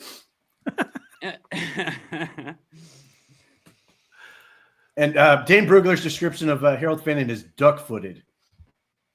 Duck-footed. There we go. I can see that. Fair. Duck foot those touchdowns, baby. Is he saying he's got web feet? And another guy, he's another guy. So one of the things I always loved about Abdul Carter is the joy he played. Well, I mean, in Abdul Carter's case, it's anger that just happens to manifest itself into an angry joy. Harold Fannin just loves playing football. Like, he absolutely loves every second of it. He's easy to sort of root for, easy to like. So that, one more element of it. But again, big people, 240 pounds in space, just let him do stuff. If I'm not mistaken, though, he was not a Browns fan growing up. I think he was a Steelers fan. Nah, he's out. He's a Browns fan now. No, I think this year, and you've seen it with the Browns over the last couple of years at the tight end position, because Kevin Stefanski loves his tight ends. But they in previous years, and this year was more Jordan Akins, but in previous years, they've had those second guys. It was always David Njoku, and then those kind of second guys that were just more pass catching, not big, physical, run blocking, run stuff. It was Harrison Bryant, right? And I just feel like Harold Fannin possesses a lot of physical traits that are just kind of an upgrade on a guy like Harrison Bryant. And Kevin Stefanski loved to use him. So, who knows how good he can eventually be, but I think that's a good start for this kid's career. Isaac Tesla going way down the board, the Lions to get their receiver. So Isaac Tesla is really interesting for one reason. Not that I do this because I don't make a board like this, but for people who do, there's a contest for draft nicks, and they try to get their top 100, the top 100 prospects that are going to go, and they try to get as many of those guys in the top 100 to win this contest. And Isaac Tesla, a guy who's done basically nothing in college, was a guy that all these people were trying to sneak in because they were thinking he might go somehow sneak his way in. And the reason is because he's like 6'3", 214 pounds, tested out of his gourd. I think he played quarterback as like wing T guy, and then went to like community college or something, and then eventually was able to find his way to Arkansas. Yeah, was it Hillsdale? He managed to find his way to the SEC and caught 30 balls all out of the slot, which is a little goofy for where he, his size and everything, but still, you see why somebody would want to bet on his. Again, this is an entire traits and upside pick for this team, but you could see why somebody could talk themselves into 6'3", 214 or whatever it is. You bring like a 4.4. It's just like 6'6" 3-cone or something stupid. Just insanely athletic player. Yeah, it's crazy though. Like, I'm looking at ESPN's best available wide receivers, and he's not even on their first 2 pages. Go ahead. Yeah, this is just. I mean, it's a big athletic gamble. If you're Detroit, that's exactly what it is here. You're looking at this opportunity. There's one thing maybe Detroit's not lacking is playmakers, right? But it honestly, this looks like the created Madden player. Is this what it kind of looks like? The hair, everything, But what was the name back in the day? People, was it Matt Jones, right? The Arkansas quarterback ended up being a first round wide receiver. 230. Yeah, he was obviously a little bit bigger here, but I mean, definitely an odd guy to go, here, in my opinion. Yeah, you certainly have guys with a lot more tape, but you're not going to question what Detroit's doing right now, right? So, guys, real quick, back to the Browns, just from a kind of an overall perspective now that they've made 3 of their 4 day 2 picks. Again, a weird start. They make the trade down. They get Mason Graham. They take the linebacker Schwesinger that I don't think anybody saw coming. But the last 2 picks, we've talked about explosion on the offense. Quinshon Judkins is an explosive player, and Harold Fannin the ability to be explosive offensively as well. So we're starting to see a little bit more explosion, or at least turning the attention that direction. So I'm starting to see a little bit more reaction from Browns fans, a little bit more favorably, taking a little bit of a breath of a relief, a sigh of relief, just saying, all right, we needed some offensive production. Now we're starting to get it. These 2 guys should be guys that can step in right away and provide production for the offense. I will say this, Mike. While they aren't the picks that I would have preferred, you can say this in a positive note. You can say the first 3 picks are day 1 starters and as rookies. And Fannin certainly adds to your offensive explosive and what you want to do as far as weapons. So, and he opens some things up for the offense. So, while I wouldn't have taken linebacker there, he certainly will walk in and make an impact right away. Trying to look at it in a positive light there, you know? Hey, listen, that was beautiful. Brought a little tear to my eye. Trying to do it. And I like the Fannin pick, and I'm fine with Judkins. I just wouldn't have gone there first, but this is where we are. They like him. I get it. He's more of a bell cow back. So, we'll be all right. I really like the Harold Fannin pick. I'm not going to talk about the running back, but we'll talk about Harold Fannin. The offense I first fell in love with in the NFL was the 2 tight ends. By New England with Hernandez and Gronk. And it's like, if you can try and emulate that, then that is going to be something special. I would much rather have a big guy in there that it makes life easier for a quarterback. Throw at a guy that is significantly bigger than the defenders who are trying to stop him. Should make everything easier. And there was just some amazing data points for Harold Fannin. Out of 438 tight ends last season in college, he's first for PFF in production grade. In 2023, out of 479 tight ends in the whole of college, he is first for PFF in production grade. You've got some Warren Sharp data. 50% of his team's receiving yards, number 1 highest for anyone in the country. 29% missed tackle rate, first most for tight ends for missed tackle rate in this class. Zone coverage is on the rise, and he crushed zone coverage, 4.1 yards per route, first best in the country. We've then got Kevin Cole did some work looking at tight ends and what are the 2 biggest signs of what they do well, and it's avoided tackles and 10-yard splits. The best 2, and he compared it to some tight ends recently, and ones in the league. Laporta and Bowers, best 2. But then next up is David Njoku, and Harold Fannin is like so close to David Njoku in the chart that everything's positive there. It's one that, look, if you get an incredibly explosive wide receiver, it's going to be more valuable than a tight end. Just doesn't matter. It's not quite as valuable a position as wide receiver if you smash it, but it has an amazing potential return for the Browns where they can really push and drive forward this 2 tight end set. And it'll be interesting. That could be their ambition, or they could just not want to extend David Njoku, which is plausible. We don't know the answer to that, but I would be very, very intrigued to see them go the 2 tight end route, bring in Elijah Moore. You've got that. And some of these tight ends have done quite a good job of developing quickly, where they're asked to just do the receiver part.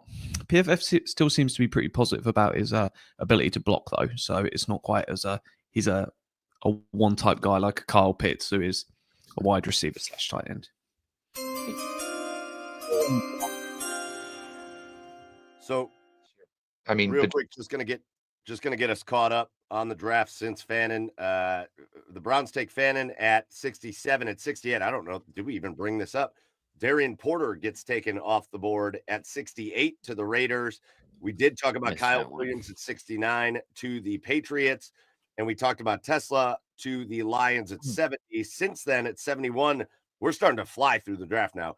The Saints take Vernon Broughton, the defensive tackle out of Texas. The Bills at 72 take Landon Jackson, the edge out of Arkansas. And then at 73, the Jets get a cornerback, Azaria Thomas. Jets are having a nice draft. Jets are having a nice draft.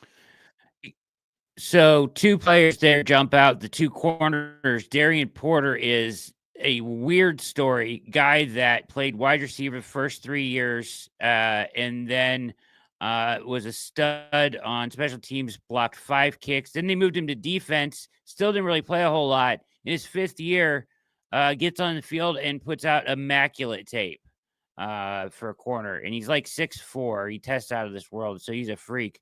And the Raiders took him. He is a potential to be super elite. And then the other guy is Thomas from Florida State going at 73. A lot of guys had him mocked in day 1 early on in the process at cornerback. So interesting for both corners. Thomas was good at Florida State. Thomas had a really nice Senior Bowl week. You don't get much separation on Azaria Thomas. So, Jets had a nice draft. I mean, between him, Taylor, obviously the lineman in round 1, it's going to come down to Justin Fields, obviously, ultimately, but, certainly interesting, but, just going back to the Fannin pick, even just the more I think about it, I think just the thing I like it because I was never, I've always thought that, and when you want this 2 tight ends thing that Kevin Stefanski, I just never understood. And it was last year, it was the year before. And remember, we were talking about old Colts tight ends that we thought would be, it just never felt like they really put the oomph into saying, well, why don't we just get like a really good second tight end? Like it was always like, we want 2 of this, that, the other thing. And Harrison Bryant, there were times where it kind of worked at, very few and far between. But, this really, to me, and the fact that, I think it aids the Browns that he's a little bit undersized, not exactly ideal. So you can kind of do a whole bunch of different things with him. This also opens up things, because they like to move David Njoku around and, because of his athleticism as well. It just could be really a really, really fun toy. And, we'll see where this ultimately goes to 94. But I mean, look, if it wasn't quarterback at 33, it wasn't quarterback at 36, it wasn't quarterback at 67. I got a hard time believing it's got to be quarterback at 94. This could be one of, hey, we got 4 day 3 picks. All right, we'll take Kyle McCord. Call it a day. I do want to catch up on 2 things. I want to catch up on 2 things. One, there's a comment I have to address here. Serge, trying to be a smartass in the comments, says, sorry, Michael, couldn't hear you. Was watching Fannin highlights against Texas A&M. Well, guess what, Serge? I have degrees from both of those schools, buddy.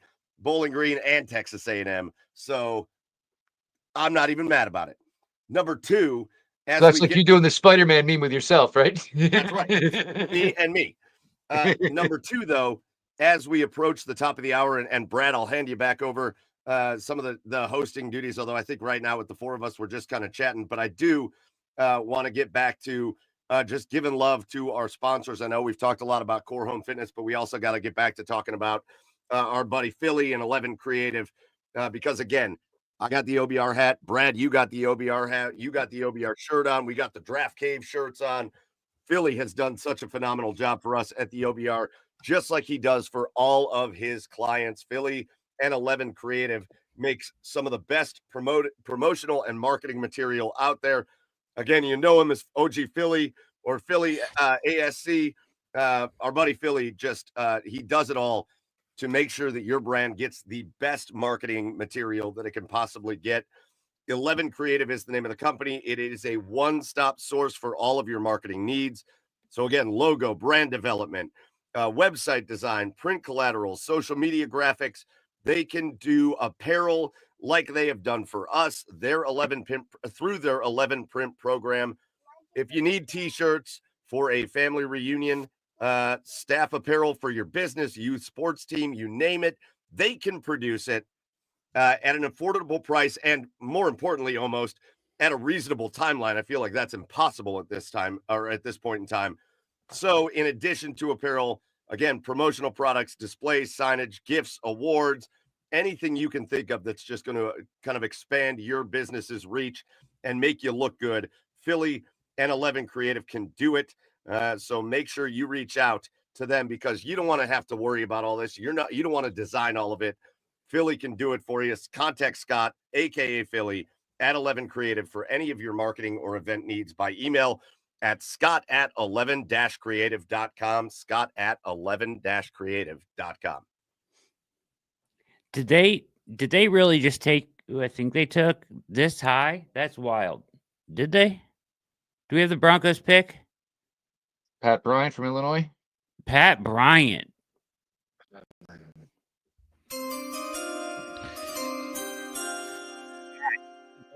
Pat Bryant right there. But he was projected to go much later. Big, talented wide receiver. Yeah, that is Pete's naughty nose. Go ahead. Per Michael, he's not as good as Daniel. What happened? Pardon? Thought you were a wrestling fan. Oh, all right. Got it. Never mind. It took me a minute. Locked in here. I'm locked in. I was sitting here wishing Pete Smith was here, because Pat Bryant has been Pete Smith's boy through this whole process. Pete Smith loves him some Pat Bryant. And so he's off the board to Denver. But yeah, Brian, are we going to start a yes chant, Jack? Is that what you're going to do? Oh, there it is. There it is. Jeff's got it. Well, that's like a half yes chant, but that's fine.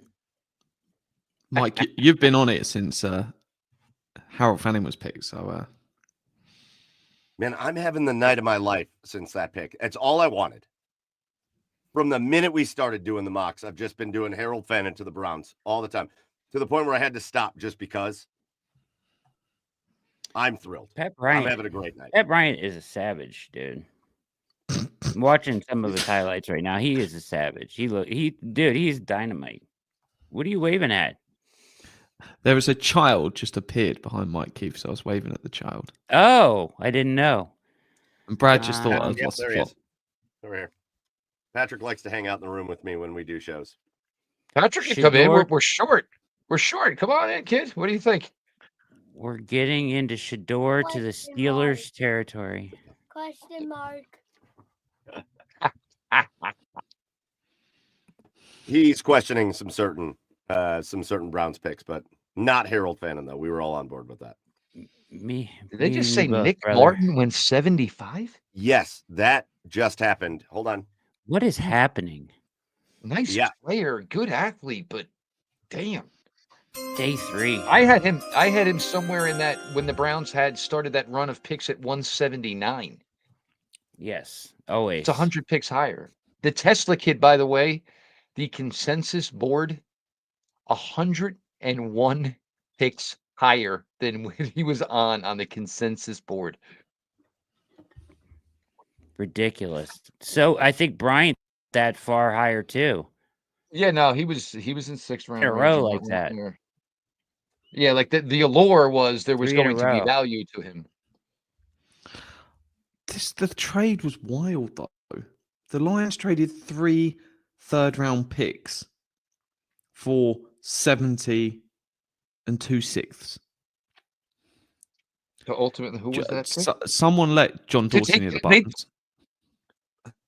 So they gave up 3 picks for a workout wonder. Yeah, that's I like that.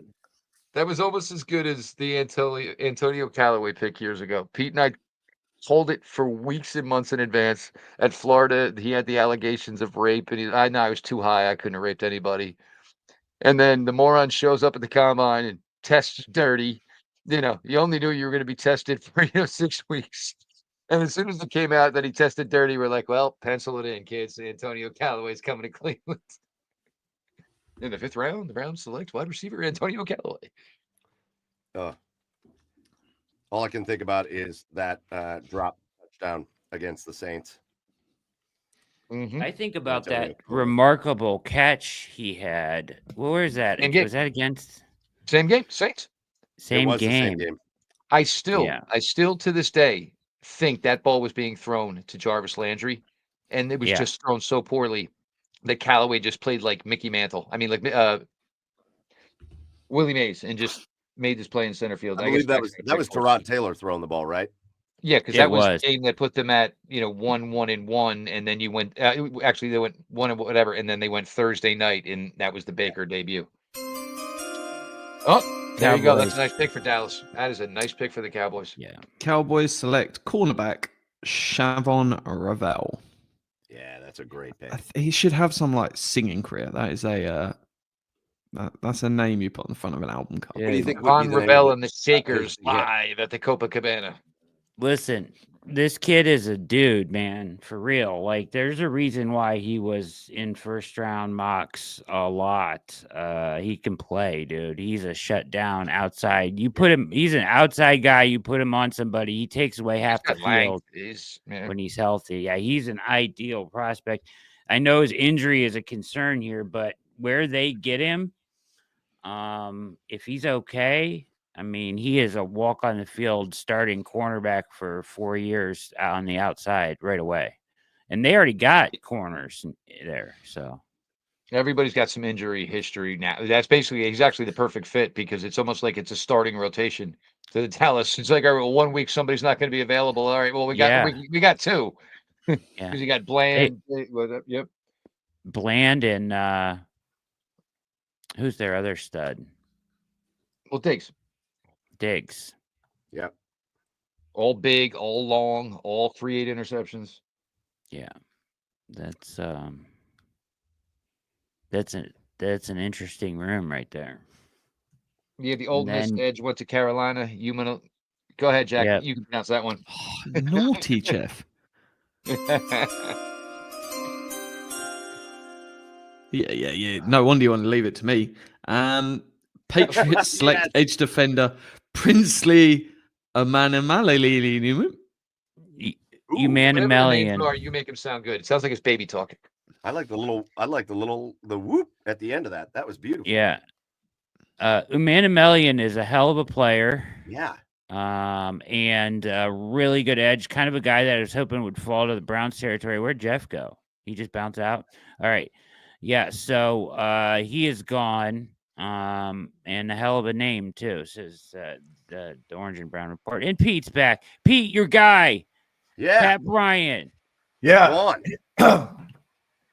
I can't think of a more Denver Broncos wide receiver than Pat Bryant. All their receivers are like this. He's sick. He's like 6'2", 6'3", 200 pounds, and they're all winning at sort of the intermediate area of the field. And his metrics were some of the best in the class. Like they were up there with like Tedroy and McMillan and those guys. He's a 4'6" receiver. So some guys aren't going to value that. But he's one of those guys who just sort of gets it. And I love him. I just, again, with talking about what the Browns are looking for, I just didn't think he was going to be somebody that they liked. Because again, he's not necessarily an explosive guy. He's more of a possession guy, a possession X. And the Browns need wide receiver help. The last thing I think this team needs right now is more possession guys. They need somebody who can create explosive plays, somebody who can stretch the field, somebody who's going to at least test Kenny Pickett's arm or make Joe Flacco throw it far. And he's just not that guy, but he's just a good player. And he fits sort of like, is it Saleh, the kid they got in the 7th round last year? It's in that same sort of weird intermediate body type that doesn't sort of fit necessarily a particular style, but just what the Broncos were winning with. They've got a collection of those dudes outside of Cortland Sutton.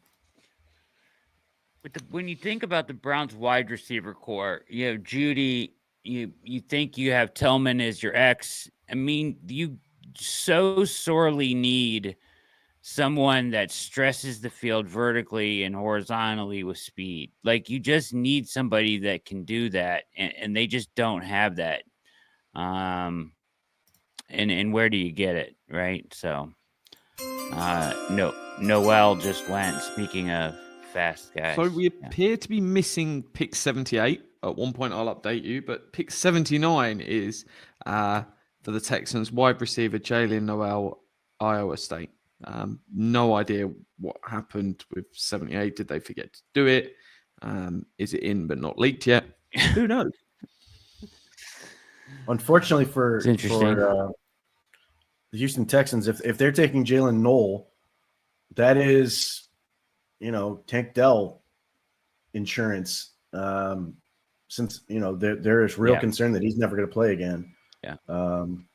Slot dominator type. Wow. The only thing that hurts Knoll is he does a lot of things really well. The one thing he's been super bad at is yards after catch. He just seems to catch the ball and then go down. It's very Austin Hooper. Yes, he does just tips over. Yeah, boys, can we for 1 minute? Can we just spend? I've loved that we haven't really focused on this so much. What?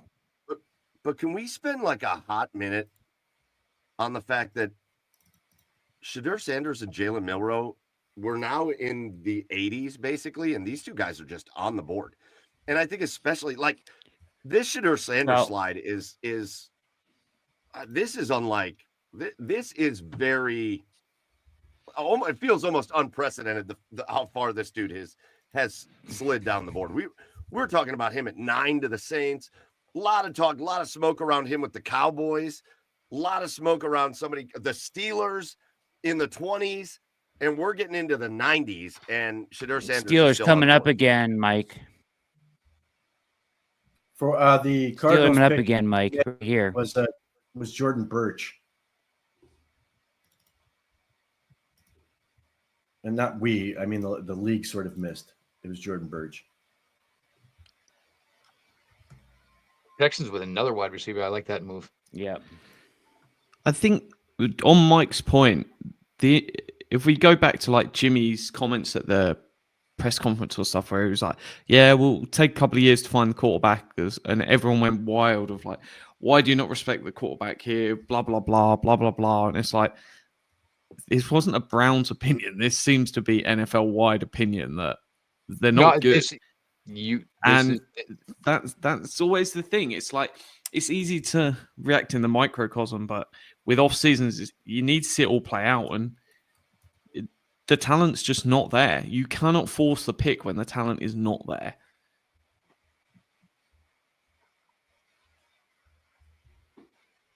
Certainly makes me obviously feel a little better in my assessment of it. And, for me, and it was, and I brought it up last night. I mean, there's just no mobility to it. And, you got to bring something to the position in this day and age. And, I'm not saying, everybody's going to be Lamar. That is obviously certainly not the case here. But this is also a classic case of, just because, you walked into college football and you've done a really good job, and Deion Sanders has, and I'll give him all the credit in the world because he's pumping out good young men. There's a reason agents and these, there's a reason this all exists, man.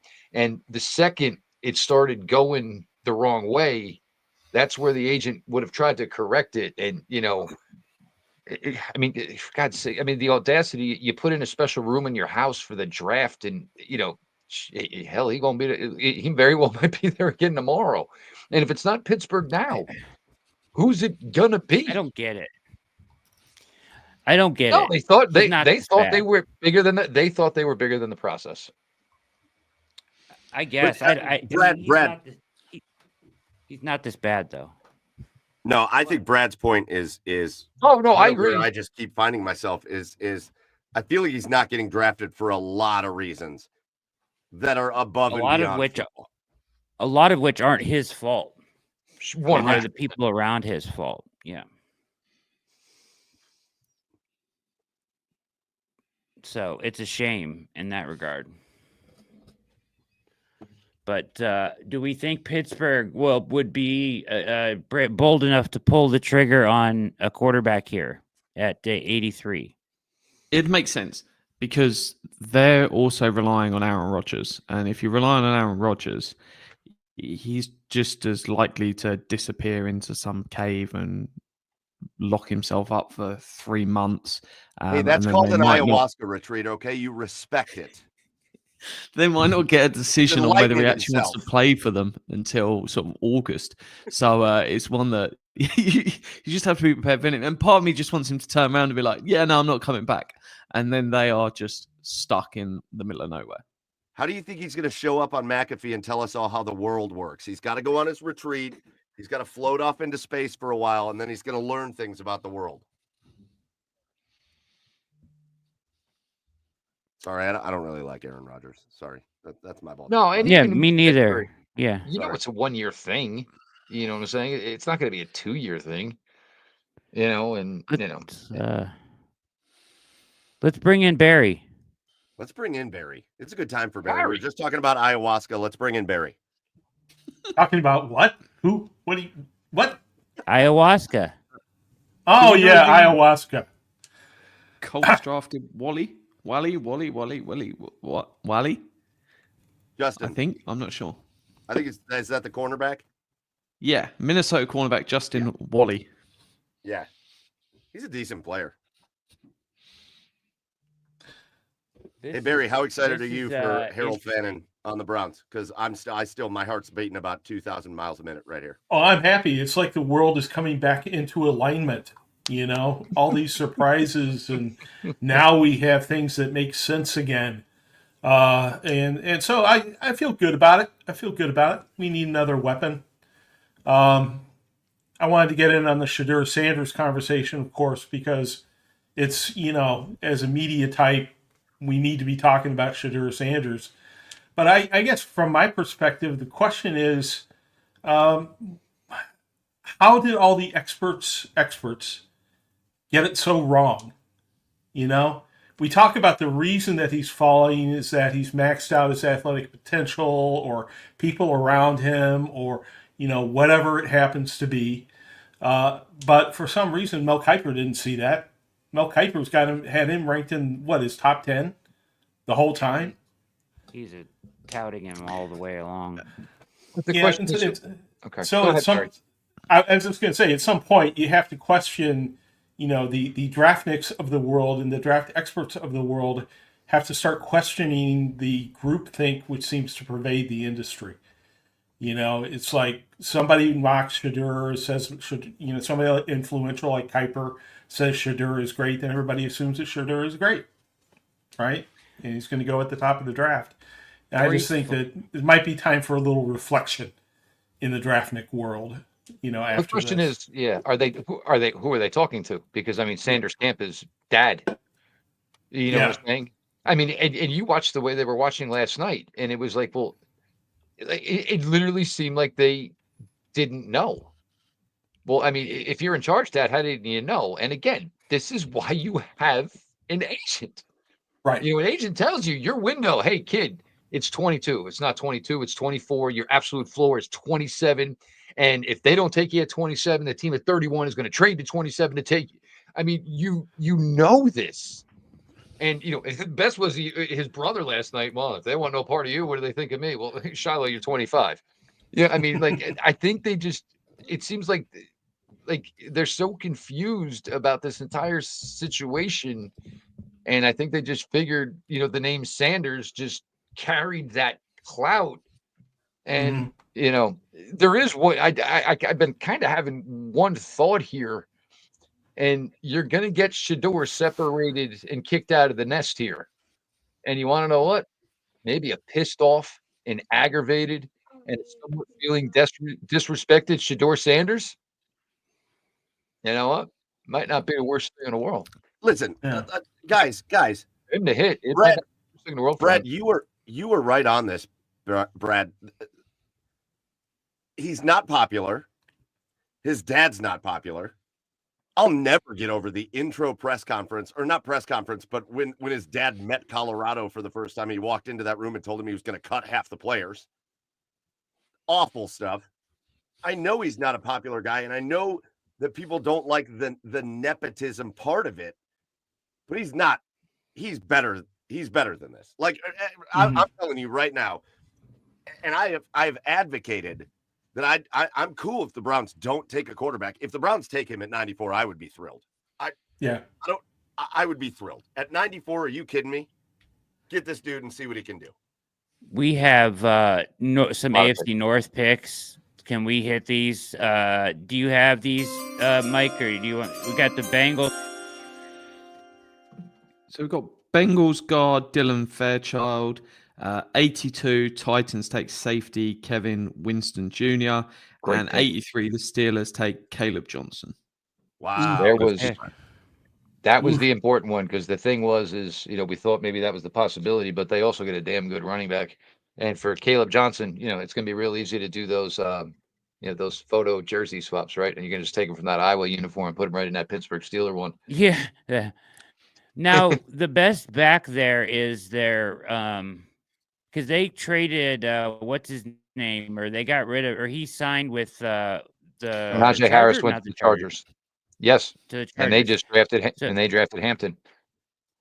Yeah, and they left in Pittsburgh is now Caleb Johnson, and what's the other back's name that's really good Warren, Jalen Warren. there? Warren is Who terrific. I always thought over the last 2 years was the more difficult guy to defend. Yes, he Warren can do is. everything. I hate that guy. Yeah, Yep. so with the combination, they basically Caleb Johnson is very similar to the back they lost. I think personally. I think he's got better wiggle. Yeah, he's But probably yeah. got better wiggle than Harris, but a downhill kind of back. I like Caleb Johnson a lot. So that's bad news. I don't like that. I want to give a shout out in the comments. I want to give a shout out to Susan Jones as we're talking about Steelers running backs. Susan in the comments says, "Yeah, well, good thing we got Mason Graham." You're very smart, That Susan. was great, Susan. So the discussion around Sanders, I think one interesting part here on like how did the draft community get it so wrong? Everything seemed to be going okay for them, and then around the combine, that's when all the noise started to come out. And it's one of those things that the two parts, you can watch as much tape as you want in the world. We don't get to see those interviews, and we don't get the medicals. They're the two areas which they're so hard to predict on, well, what happened. And post-draft, it went from post-combine, there was lots of positive noise around players, and suddenly stock just goes right through the floor.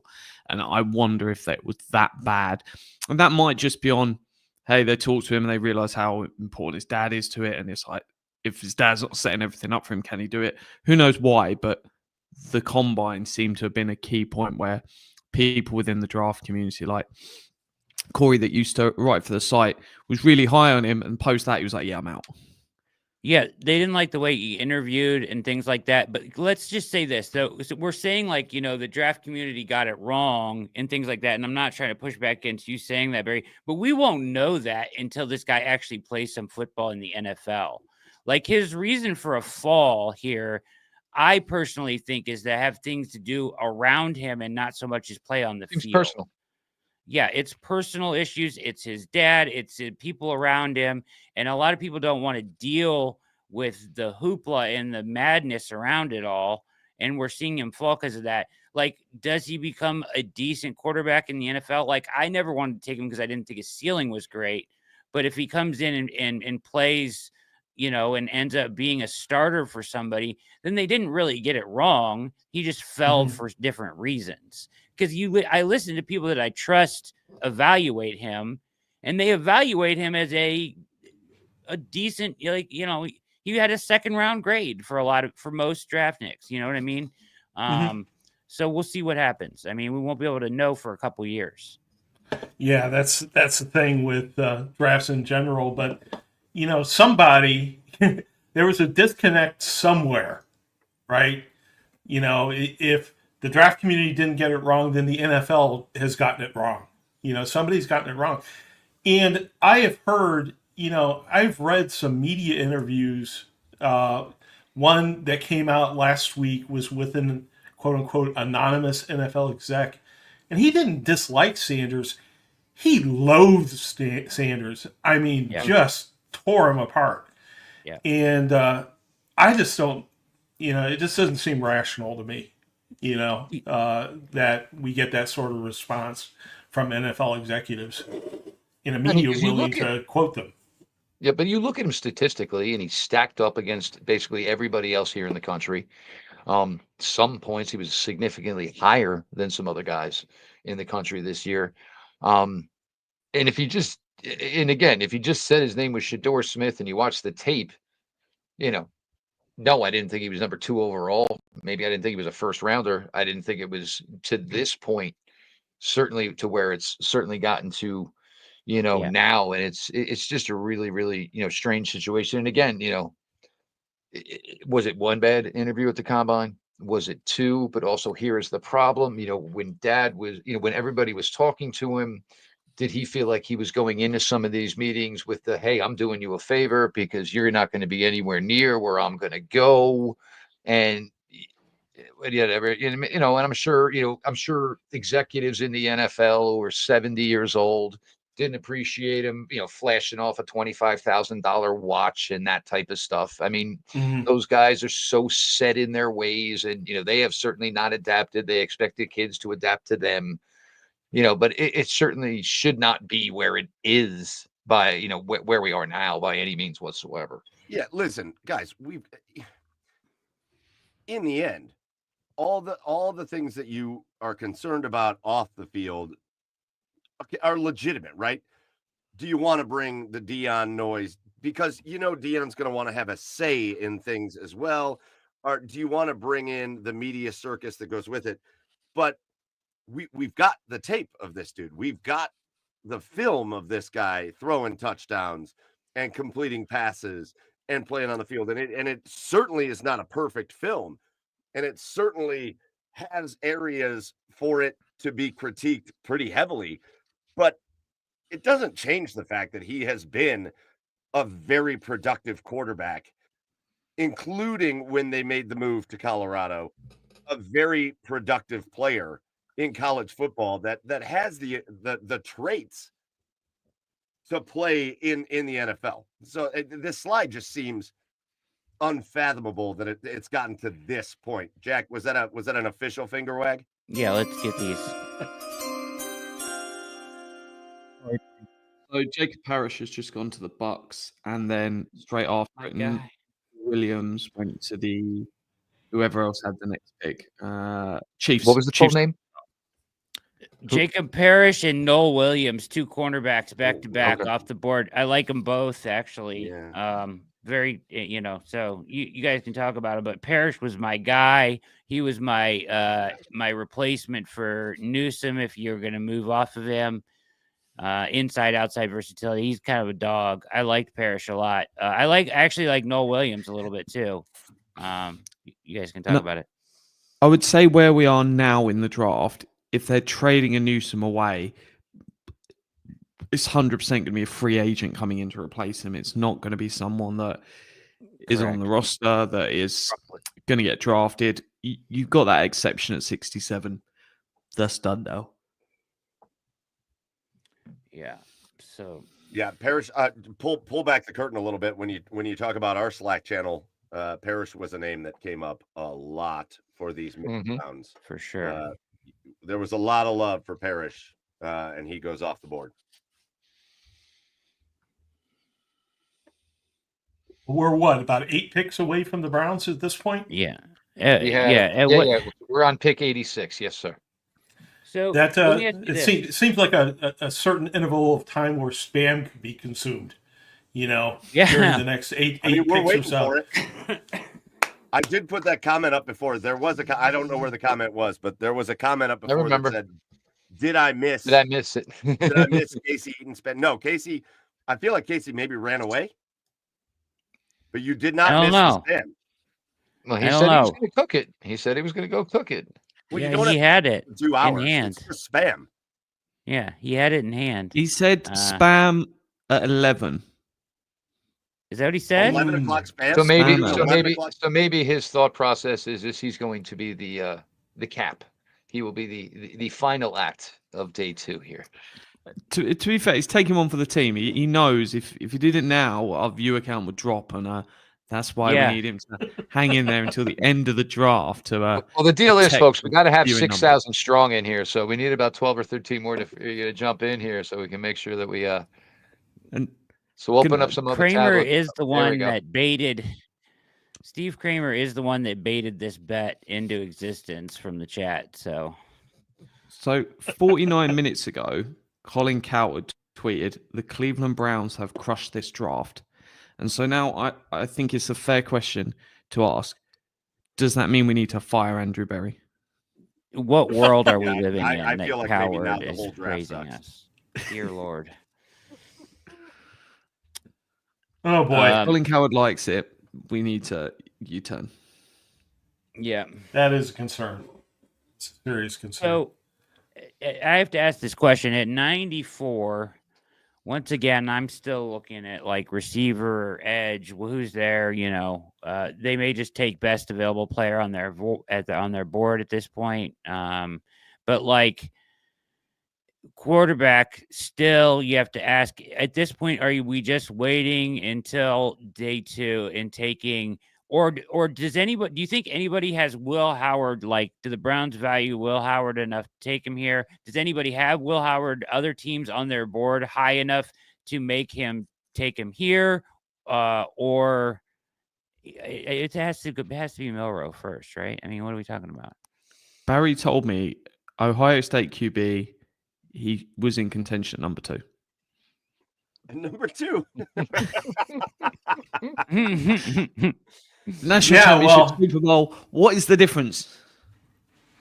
I have to admit that I think that Will Howard would be well placed in the 4th or 5th round. After watching some Will Howard in action, I like him. I mean, he's got the size, he's got some speed to him. He can certainly wing the ball a long way and let Jeremiah Smith run under it. He has certain skills, but I tell you, he lofts the ball a lot, and it just concerned me as a Buckeye fan. I mean, we had receivers who could beat their opponents down the field by 5 yards, right? So he got away with it. But in the NFL, it's going to be a little bit of a different situation. I've got to think. So our own Brad Stainbrook, real early today, talked about expects the Browns to be looking quarterback in round 3. But again, as we've been sitting here talking about the quarterback situation, I don't know that even the Browns thought that the quarterback situation would look the way that it does here towards the end of the 3rd round. I think it'll be very interesting to see them go to 94. Well, to be fair, then they played it right? So Right? why would you have spent 100%. those? Yeah, you know what I'm saying? You would. How would you feel if you just spent the pick 33 on Milroe? You would have been sitting there like, well, what the hell did we do that for? I could have gotten 2-3 more guys. Chargers draft Oregon defensive tackle Jamari Caldwell. I love how you say that. That's great. If you got back-to-back doubled up, it seemed rude not to. The Jaguars have traded up to 89. They'll pick at 88 as well. Whew. Giants doubled the it. Jags are going to go back-to-back picks. I got to dip out for a second. I'll be right back. But I was going to tell you guys, the guy that I keep looking at on my screen that keeps staring back at me, who I would wish they would last 10 more picks to them, would be Alec Ayo-Maynor at this point. Loved his film. Loved him. Big physical AFC North wide receiver. Don't know why he's still there, but I would love for them to get him. I like that. Brad Ward kept saying he's staring at someone on his screen. I just assumed it'd be Kenny Pickett. I've got No, that's the actual screensaver, Jack. That's the screensaver is Kenny Pickett. Yes. No, but I mean, 94. But I mean, look, I got that a lot of people had going towards the 1st round or beginning of the 2nd round, and again, we're going to get into that need conversation, but it is certainly a need area for the Browns. But Xavier Watts still on the board. And there's another safety in this range that I really like too, and that is from Virginia, Jonas Sanker. Jonas Sanker was actually like a dual threat quarterback in Virginia growing up. And actually, I don't know if anybody remembers the name Dayon Buchanan. He played for Washington State. This was probably going back a decade or so. And everybody was like, it seems like he's all over the place. He's so confused. No, Dayon Buchanan was the only one that knew the defense. So literally he was setting the defensive line. He was setting the linebackers. And then he would have to sprint like 9 yards to get to where his assignment was. And Jonas Sanker was like the same type of guy because you'd see him make every play, and every play he's grabbing a teammate, talking in the ear hole. basically, well, you lined up in the wrong spot. That's why you didn't do the assignment right. That's why you missed the tackle. And this is why I had to clean it up again. And you saw the way that this guy as a quarterback translated to the defensive side of the ball. But I think, Mike, you and I, we're definitely kind of thinking here, safety, it's still a need, certainly. Well, it's been such a, the more I've thought about this, the more, and I know you hate it, Jack, but the more I am buying into the fact that the weakness of the Browns defense over the last couple of years has been the spine, the middle part of the defense. And, obviously not knowing about JOK and all that, but you haven't been able to find Grant Delpit has been a hit, man. Grant Delpit has been an absolute hit for his career. You just can't find him a dance partner. The right guy to go with him. So maybe Xavier Watts is that guy. But they're really focused on the middle of the field defensively. And I think even if you're traditionally opposed to that, I think it's appropriate because they've already built the edges. They've already built the outside, the corners and the edges are there. Now you got to build the middle. And so I could see safety. I just think Xavier Watts was a guy that I saw being mocked in the first round the majority of the time. Oh, hold on. I got to ring it. I'll do it. I'm sorry. The Packers select wide receiver Savion Williams, TCU. That's a cool name, Savion Williams. They drafted another Jaden Reed. I guess here's the thing, though, because I agree. My biggest concern about the Cleveland Browns at this point, after seeing what's gone on so far, is that inability to really be explosive with the wide receivers. I love Jerry Jeudy, and he can explode now and then. We saw it in that Denver game, right? Mm-hmm. Jerry Jeudy can be explosive, but he's not just inherently always explosive. Where do they find explosion from that position at this point? See, I agree with you. The thing I agree with you is, but what did we talk about for number 2 for 3 months? We talked about Hunter and Carter, a wide receiver and an edge rusher. So what would you think? You'd think that would be something they'd be looking to address. But here we are, maybe they'll do it at pick 94, but you haven't added an edge rusher. You haven't added a wide receiver. Does this mean, are there side backdoor deals? Maybe was it Arius Smith? Do you think Elijah Moore, is just going to come back to the fold? It seems a little late in the game either way there, but, it just seems so odd that, we all figured that pick number 2 for a lot of time is one or the other. And then basically after the Colorado Pro Day, we just assumed it was one.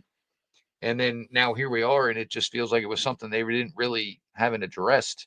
And it seems odd that they were going to be so confident in the position to go 2 that it's okay. We can handle it on day 3. Well, and I saw this comment, and I don't want to, I think maybe I said it wrong. Carlisle's sticking up for Jerry Jeudy. 100%. I love Jerry Jeudy. Oh, yeah. Listen, if you remember back to Jerry Judy's college days, he was one of the most electric players in college. So I'm not trying to pick on Jerry Jeudy, but he's now put a lot of tape with a lot of crappy quarterbacks, and you're 100% right. But there's also a lot of tape on him in the NFL. And so he has to prove that he can do more than what he's done, even though he was so great last year. But they still need more Again, we're talking about going into this year. Right now, it's Jerry Jeudy, and it's Cedric Tillman, and it's David Bell, and Jamari Thrash. Those are the 4. Now, I would expect them to bring Elijah Moore back. I'm more of a David Bell fan than most people because I think he just always makes the big catch when you need it. And it looked like David Bell was going to be off to a nice season last year when it all fell apart really, really quickly. Yeah. But is he explosive? No. No. Elijah Moore was a little bit more underwhelming on the explosion part than I thought he was going to be. Is Cedric Tillman looked better in 23 with Flacco? Yeah. You got to find somebody that can give you like a take the top off kind of play. And I don't know if there's guys in free agency still that could give them that, but like that to me is the scariest part of the Cleveland Browns right now. Jack, is it a pick? No. It's more just pointing out. I've got a couple of picks, and I'll get to them afterwards. Okay. But it's more agreeing with what you were saying. I think one of the biggest failures of successive Browns regimes is the failure to invest via the draft at wide receiver. We've had 3 reclamation projects in Landry, OBJ, and Cooper. And it's not saying they're bad players, but if they were that good, they would not have been moved. They got moved because they weren't good enough. And it's one that they need to invest in it in the first 2 rounds. Throwing a pick late in the third is not investing in a position. So it's one that it's a frustration again that they've failed to do it. And I think it's something that they have to address. Maybe it's one that they feel really good about Tillman, but that's still 2 of the 3. You're still missing the third one. You need to have all of them going gun-ho. But guys, you see it like, the hardest thing about watching the Browns offense sometimes is that's especially against the AFC North defenses. How many times does it look like the defenses have 16 players out there? Because there just isn't a lot of separation going on, and there isn't a lot of that explosion. I watch these other teams. It's the thing that I am the most jealous of in all of football is when I watch these other teams and I think, damn it, how are their wide receivers running open down the field? I've never seen that before. How do we never get that? The ability to just take the top off and get a dude deep down the field, like the Browns have got to focus on that at some point. What the Browns are doing in this draft is growing on me more and more. I love Fannin. I think Judkins is going to be a wildly successful pick. And I think what they did with Graham is going to be wildly successful. We'll see about Schwesinger, but you've got to get some explosion on that offense. Sorry, Jack, the finger was up. I got real into what I was saying there, but let me hit you with that. I'll shut up. We've got Jags, the double pick. We've got cornerback Caleb Ransor from Tulane, and then West Virginia offensive lineman Wyatt Milam. Wyatt Milam. But no, I'm with you. West Virginia, you got to say the I like that. It's a long I in West Virginia. Milam. You know why I don't like running backs? I'm probably more okay with the Judkins over the linebacker. And that's just of where I stand, positional value, need, and everything else. And it's one that, I don't think I'll get to a point even 2 years down the line when I'm like, yeah, I get it. All right, so go ahead. I was just going to give a heads up, then I'll send it over to you, Barry. But that Milam pick was at 89, so we're at pick 90. That's the Rams. 91 is the Ravens. 92 is the Seahawks. 93 is the Saints. Again, if you're looking at quarterback, you may be looking at the Saints. And then 94, the Cleveland Browns. Yeah, I was just going to weigh in on the wide receiver situation. I mean, the Cleveland Browns have brought in guys with very good 40 times, right? I mean, Elijah Moore had a pretty darn good 40 time, if I remember correctly. Yeah, and they brought in a speedster. I'm trying to remember his name a couple of years ago. We all know his name, Barry. It was Anthony Schwartz. No, not Schwartz. Not Schwartz. Another speedster Goodwin that, it was just impossible for Deshaun Watson to get him the ball, right? But just going back to what Carlisle said earlier about the quality of the quarterback play, perhaps Cleveland Browns have a higher opinion. Perhaps the Cleveland Browns have a higher opinion of these wide receivers because they know exactly how bad the quarterbacks have been. Jack, did you just refresh Twitter too much? Are you in Twitter jail? Yeah, I'm only 3 hours and 42 minutes into the day, and apparently I've exceeded my limit of refreshes. So someone else is going to be responsible for breaking the picks. Damn it, Elon. Damn it, Elon. You let Jack Duffin refresh Twitter as much as he wants. There must be some rules that go on across the pond, I'm thinking. That got all the way to Buckingham Palace. That was a decision straight from there. I'm still getting notifications, so luckily I have put the tweet notifications on Johnny Costco. So fingers crossed. I actually thanked him today. I had him on this morning. I was like, and by the way, everybody who was annoyed for us having the picks, John Costco was your guy. All right, so Pete, Brad are back. We are just 5 picks away. Well, 4 picks away from the Browns being on the clock. But Pete and Brad, we just had a conversation, and you guys can jump in because we're still having it. But, we've seen the Browns add Quinshon Judkins. We've seen the Browns add Harold Fannin. Playmakers on the offense for sure.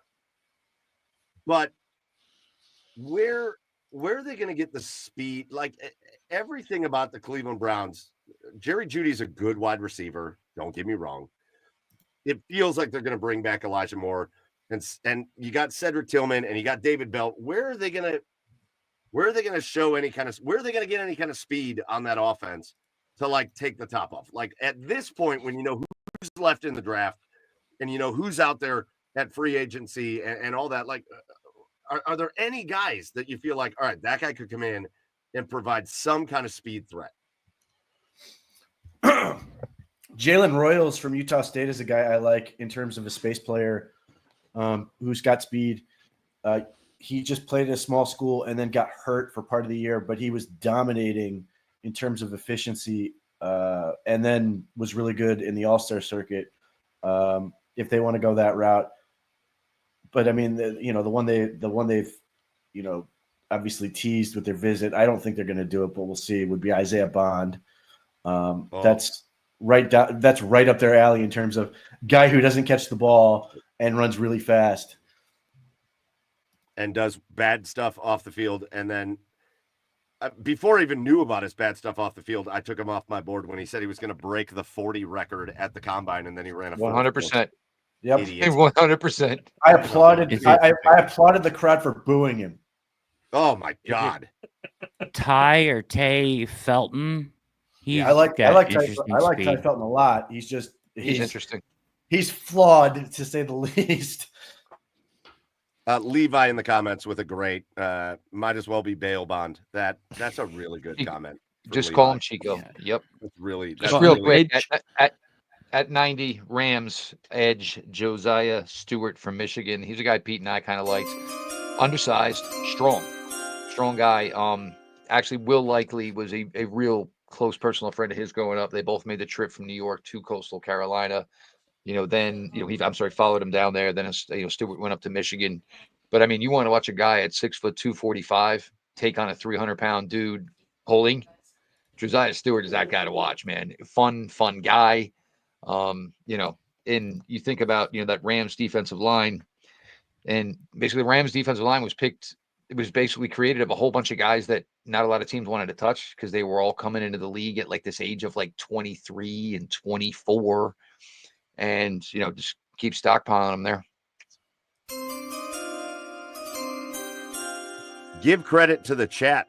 Give credit to the chat on this next pick because they're the ones that break it. Emory Jones Jr. out of LSU, the offensive tackle to the Baltimore Ravens. Offensive lineman, I guess, whatever. Yeah. They announced him as a guard. Yep. And that's what I kind of figured. Yeah. So real quick, boys, I'm going to take a real quick break. You guys get some water, do whatever you got to do. But I do want to give a shout out to our friends at Core Home Fitness. And I know we've talked about them a lot, but you don't get looking good like us without great partners like Core Home Fitness. All right, I won't lie. You're going to look much better than us if you work with Core Home Fitness. Go check them out. Look up our friends at Core Home Fitness, corehomefitness.com. Check out their assortment of lifting equipment, especially their top-rated adjustable dumbbells. The adjustable dumbbells are like the coolest, absolutely coolest workout equipment at home that you're going to find. So make sure you check them out. Top-rated by New York Times and Men's Health. They are also rated a Best Buy by Consumer Report. Check out their videos and other products like the Glute Drive Plus and the Flightmaster, and crush your goals in 2025. They've got a U.S.-based support team, fast shipping, hassle-free returns, you name it. They know what they're doing. Go to corehomefitness.com for the ultimate in-home fitness equipment and great videos on how to use their equipment and get in shape. They've stepped up to sponsor the OBR, so you step up and go show them some love at Core Home Fitness.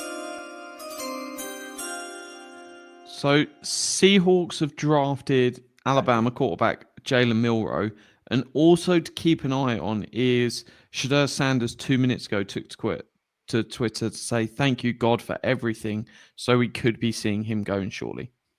I would imagine somebody's up in 2 picks. Milroe went to the Seahawks. I would imagine the Saints are looking at Shedeur. They took Tyler Shock though, and guess who has 94? Well, never mind. I forgot about Tyler. Guess who has 94? My other thing here though is look, we can't get upset about Milroe not being gone. Obviously, the Browns didn't want him. They had plenty of opportunities to take Jalen Milroe. It's obviously You can't be something they mad did about not it. want to do. No, I mean, like you see the chat and you're seeing like, dang, this isn't one where the Browns were trying to get suave. Could have had him a million opportunities. I got news for you. I mean, is it going to be Shedeur? Guys, if it's Shedeur at 94, That's a whole new ballgame. I'm freaking thrilled with Do you want Shedeur at 94. Do you want the pizza? Do you want the pizza at 85% off?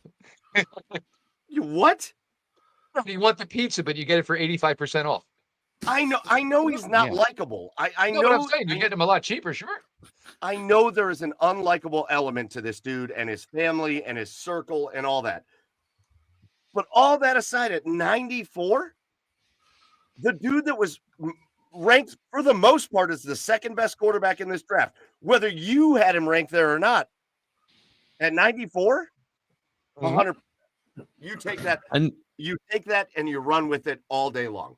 He's going to be humbled. He's going to have a giant chip on his shoulder because you go through what he's gone through today.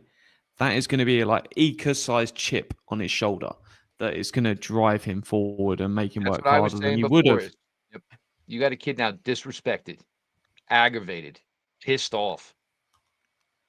Saints take Sanka. That is not the guy from Cool Run-Ins. That is a safety. That was the guy I was talking about just before. Yep. He's a good safety. Is that the kid from Virginia, right? Yep, it was a kid we were just talking about. Yep. Yeah. Well, about to get interesting, I guess, right, guys? This is going to get really interesting right here. If this is Shedeur. Will this atone for some of the earlier frustrations you had today, Brad? No. I mean... No, I mean, it's fine. It's good. I'd be okay with it here. It's good value. I mean, but Jalen Rose, Charles Grant. You're taking a quarterback, and Shedeur Sanders is there. You got to take him. I don't know. Once again, we talked about the investment tweeted that she thinks the Browns go quarterback at 94. Well, I swear to God, if it's really nobody left here, Mary Kay, unless they're taking a Will Howard or they're taking a McCord over Shedeur. If it was Will Howard, Barry would be in here. I think this is going to be Shedeur Sanders, and as it should be. We know how you feel, Mike. I don't know where are you guys at with this. I'm okay with it. It's good value. If it's him, but I have no issues with this. No, it's either that wide receiver. Validate that shirt. Pete, what'd you say? I said be good for Jonathan Peterson. Validate that shirt. Yeah. What would you say? What would you say with them spending this pick on Sanders? It's a swing. Like again, I wouldn't be my choice, but 94th pick. It's a swing. If he's effective, great. I'm looking at 3 bits here. I'm looking either take one of the quarterbacks, take the wide receiver anymore, and then or take an edge in Jack Sawyer. They're premium positions, unlike what we did earlier. I have to get off of Twitter because everybody on Twitter there's this rumor going around that it's Dylan Gabriel. Sweet fancy. I've got a solution to not have to see anything on Twitter, Brad. Not Brad. Refreshing, Mike. Yeah, right. You just refresh your way out. You have to look at any Luckily, I've got Rappaport, Schultz, Costco, Aaron Wilson as Twitter notifications because they still come through. Oh my God, guys. No. Guys, the Browns are going quarterback. It's Dylan Gabriel. Holy shit. Get out of here.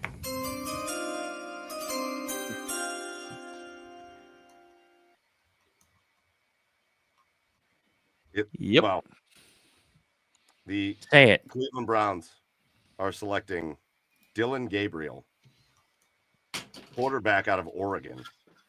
I wouldn't do it, but he is hyper efficient. Accuracy, all those things. His numbers are insane. He's played in a ridiculous amount of football. he has like 40, like 60 some starts or something like might be 62. He's a guy where you can plug him in as a back. You should be able to plug him in for a backup for quite a while. The thing with Dylan Gabriel is that hurts him is he's short, but he actually has more arm than you think he does. It's just the lack of height. It's, that's the thing that sort of people get worried about is vision and everything else. But you watch the ball come out of his hands. I think I don't remember how fast he threw at the combine, but I think it was pretty good. And again, one of the things I was worried about with Shedeur is AFC North weather with him. Let me see if I can. Got to be concerned with Gabriel in the same manner, right? I think he's got a better arm than Shedeur does. I can't. No, the thing I don't like about Dylan Gabriel is he's going to be 25 as a rookie, and I hate that. He's old. This is the Jacob Roach pick. This is why are we shopping for backup quarterbacks once again? Why? This is not going to be a starter in the league. Yes, but also though, and like as Pete was mentioning earlier, you have no quarterbacks after this year. Yes, you're going to most likely draft a rookie in the first round next year. You want somebody here to work with them, and so somebody who's going to be familiar with the offense.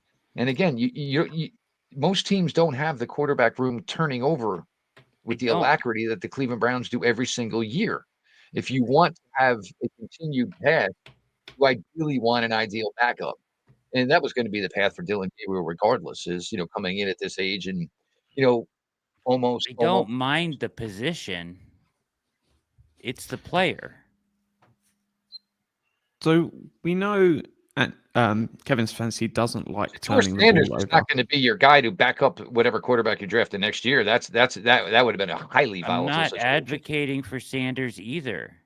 I don't think this is a good pick. I'm sorry. But Can't make we've got 306 qualifying quarterbacks in college per PFF for their threshold. But Dylan Gabriel comes in with the 6th least turnover-worthy plays as a percentage, 1.6. So very much that Kevin Stefanski, just whatever you do, don't turn the ball over.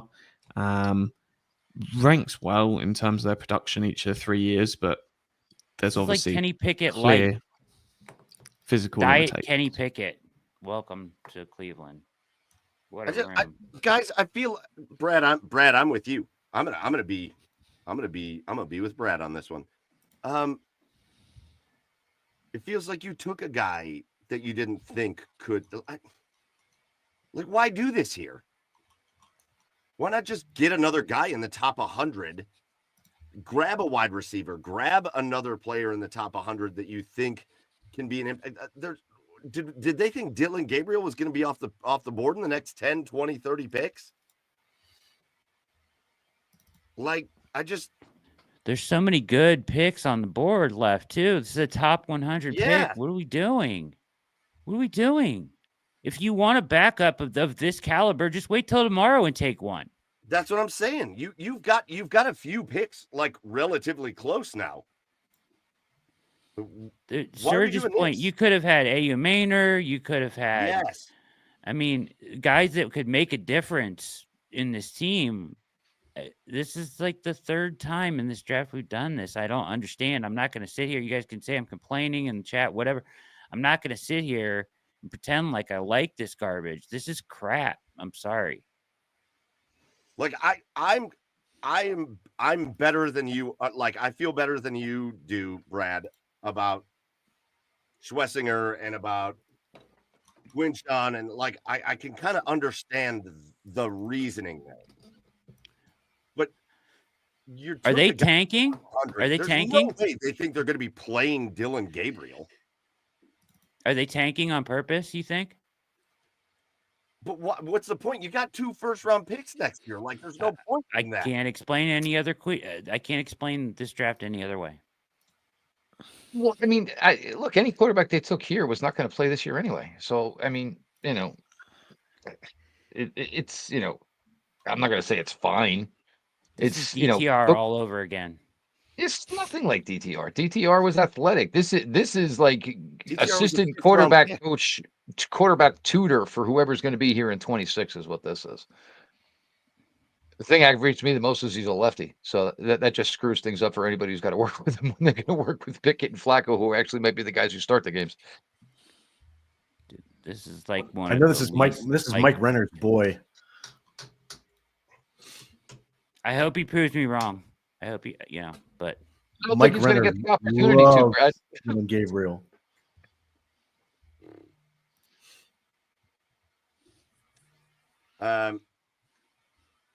Yeah, well, there you go.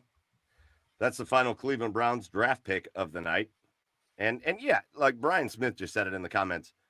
You know what the hard thing about a draft pick here at 94 is Brian Smith said it in the comments. It feels kind of pointless. it's wasteful. Feels like they just took a quarterback to take one. When there were good players that could probably make an impact on the team this year on the board. He's And small. He's left-handed. He's old. What are we doing?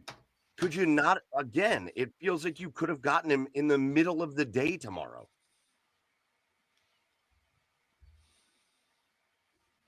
It really is Kellen Moore. Mm-hmm. I think we've got two more people to come join the cool chat. offense. We've got Oh one. my God, we do. We got people. Oh, wait, hold on. We can save this draft. We can save this draft. Wait. I know There how he to is. save it, Brad. I Game know how to save it. on. This guy. They Where do I put him? called me a madman. They You are called a me a madman, and who the hell's laughing now? Sorry, I'm sorry, but I Yeah. got to put Casey. No, I'm yeah. Maybe spotlighting not Casey. Jacob's parade here, but it's time. I'm Spam spotlighting Kinnaman. Make right. it count, baby. Make it Everybody count. shut up. So what I did here is I took it was very cat food like. For you guys were right about that, and I cut it into slices and I fried the shit out of it. And then I took turkey and I made a hole. So I have turkey and a ring around the Spam. So I have placed the Spam in the turkey hole. Perfect. Gross. Couldn't have done it better. Is that for spamming? First time.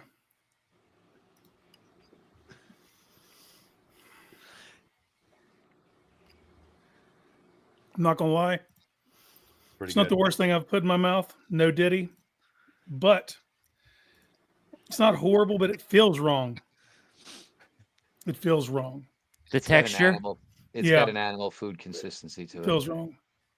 The You texture. didn't have to eat a second piece, Casey. Oh, I'm eating this whole thing. We didn't come. Let's go. We didn't come this damn far for me to I take told you one it bite. wasn't bad.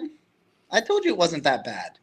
Yeah, I mean it's a salt. All It's right. like one of the saltiest things I've ever eaten.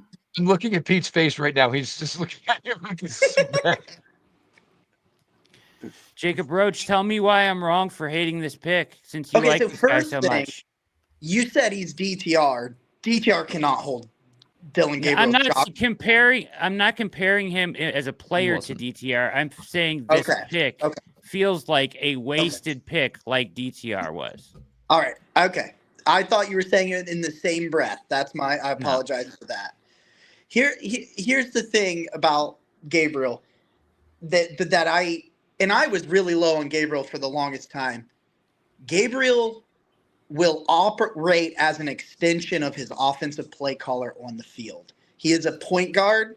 He understands what the reads are, when the decisions are, what the reads are to be, what decisions to make. You're not going to get a ton of defenses he's never seen. That doesn't mean he can beat them, obviously, because he's limited physically. He has an incredibly high floor. It's a limit because of the size concerns, but Pete's right. He's got a better arm than people think. I've got some highlights that I chopped up of him during the season when I put him as a day two guy. He was in my guys list. He's just, if you were looking for, and I hate the comparison because I think the guy I'm about to say has a much better arm overall, but people were talking about finding a Bo Nix. Dylan Gabriel is a Bo Nix in the sense that at the beginning of the year, last year specifically, Bo Nix was just, as he was kind of getting his feet wet, kind of establishing himself, he was working as an extension of his play caller, of his head coach. He takes what is given to him. He's accurate. He's smart. He's a better athlete than you think he is. He's not a superstar. He's not an elevator. I'm not going to bullshit you there. I'm not going to do that. But he has a very high floor, a ton of experience. He's accurate, and he knows what to do. And in terms of a point guard, finding his weapons, putting it in places for them to make the play, that's exactly what Dylan Gabriel is. Okay, so let me step in, and you guys can all answer the question, because you've just heard Jacob, who doesn't hate this pick, explain the pros. So is that what you want to hear out of the 94th pick in the draft? No. I think that's the issue, Jacob. I don't necessarily think the issue is Dylan Gabriel himself. I think if we got into the 5th round tomorrow and the Cleveland Browns took Dylan Gabriel, we'd all go, okay, they got a third guy to round out that room, a guy with a lot of experience. And you know what? If he needs to step in, maybe he's a guy that could come in and make some plays. But at 94, with the level of players that were still on the board at positions that the Cleveland Browns could use a little bit of help, I think that's where you're getting the reaction that you're getting. Is at 94, Dylan Gabriel, you just took a guy that you're really never expecting to play. That's a tough sell at 94. That's assuming that they don't ever want to play him. They might be much higher on him than we think. That's just because I am. Everybody else can chime in.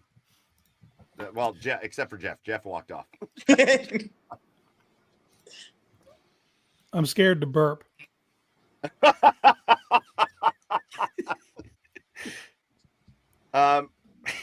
He's 5'11". He's 5'11", 205 pounds. Mm-hmm. Yeah, he's not big. He's slight. He's 24 Right. years old. He's never going to be your starting quarterback. He's going to be a backup. We shouldn't be shopping for backup quarterbacks at 94. You should still be looking to put players on the field that matter, that can impact the game. I'm sorry. That's where I am with this guy. He's not your starter of the future. You have 2 first-round picks next year. What are we doing screwing around taking this pick? It makes no sense to me.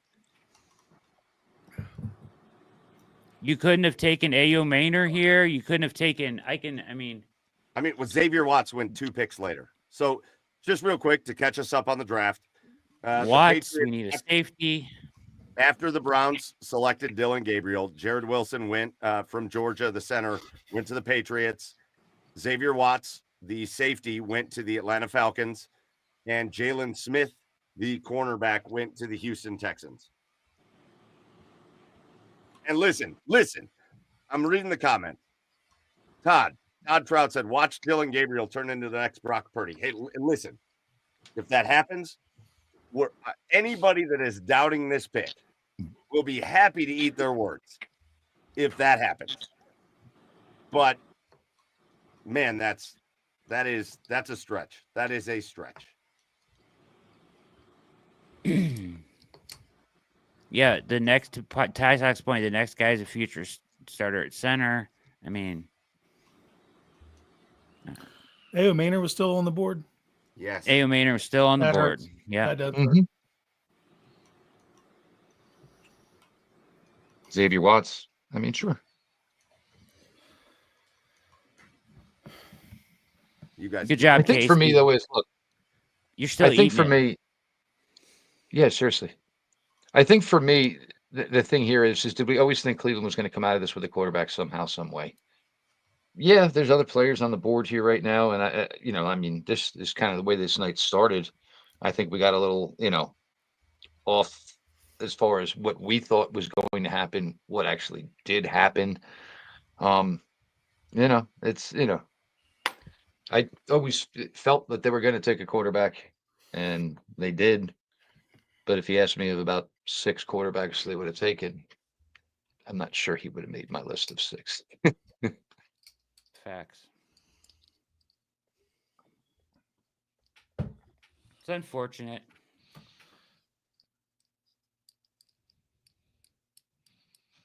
I don't really see the end goal, I guess. I mean, can somebody tell me? I mean, somebody make me feel better about this. What's he gonna do that's gonna impact the Browns moving forward as an organization? I mean, they obviously have a vision for him, or they don't pick him at 94. Okay. Like a Mark Jr. type of thing. Yeah. I mean, I don't see it, but they obviously do. So we think this is a Stefanski pick then? I do.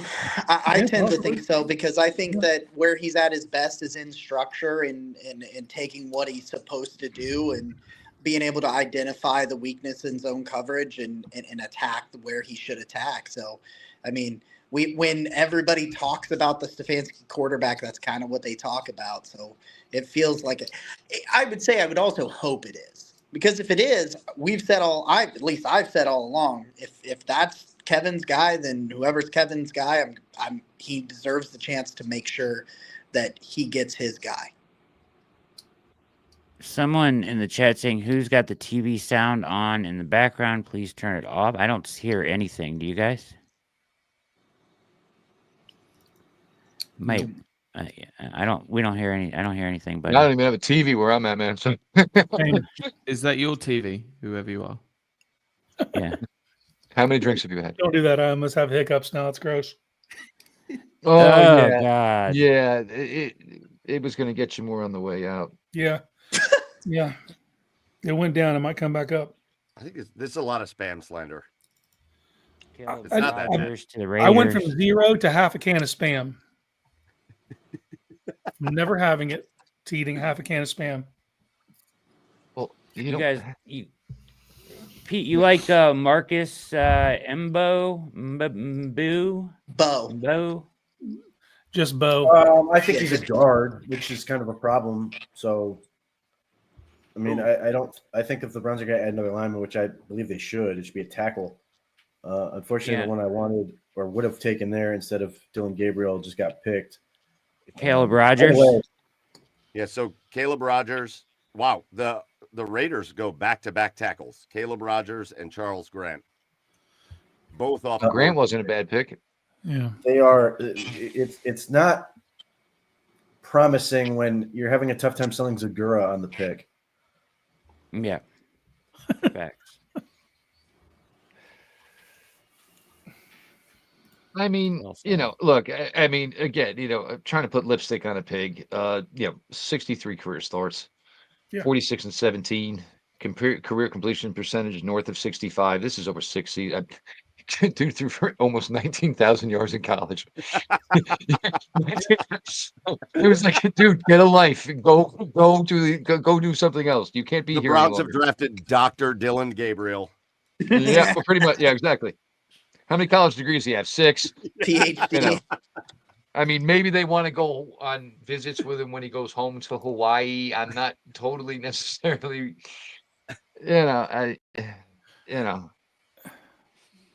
mean, Jacob's right. This kid's got a ton of experience. He plays it like a point guard. They've came out and told us that they view backup quarterback as a valuable position. If anything, this shows me that they are all in on next year. This guy is not a candidate to still the starting position. They're securing a long-term backup. Would I do that at 94? No, but they obviously think it's important. Here's one that makes me chuckle actually a little bit. September 1st of 2024, he proposed to his high school sweetheart. What were they together? 12 years? Went to college for like 6. She finally got the ring after 10 years. No, listen, I think you're right. I just think it's weird. I spent all day today arguing with people online who are suggesting to me that the Browns are in this rebuild mode. I'm like, you can't sign Myles Garrett to the biggest non-quarterback contract of all time and be in rebuild mode. You can't sign Joe Flacco to be your quarterback and be in rebuild mode. If you're in rebuild mode, you're getting rid of players and starting over. You can't rebuild without tearing down. And then at the same time, Dylan Gabriel? Like, that doesn't say rebuild to me. It says maybe they have a little too much faith in what else they have in that position.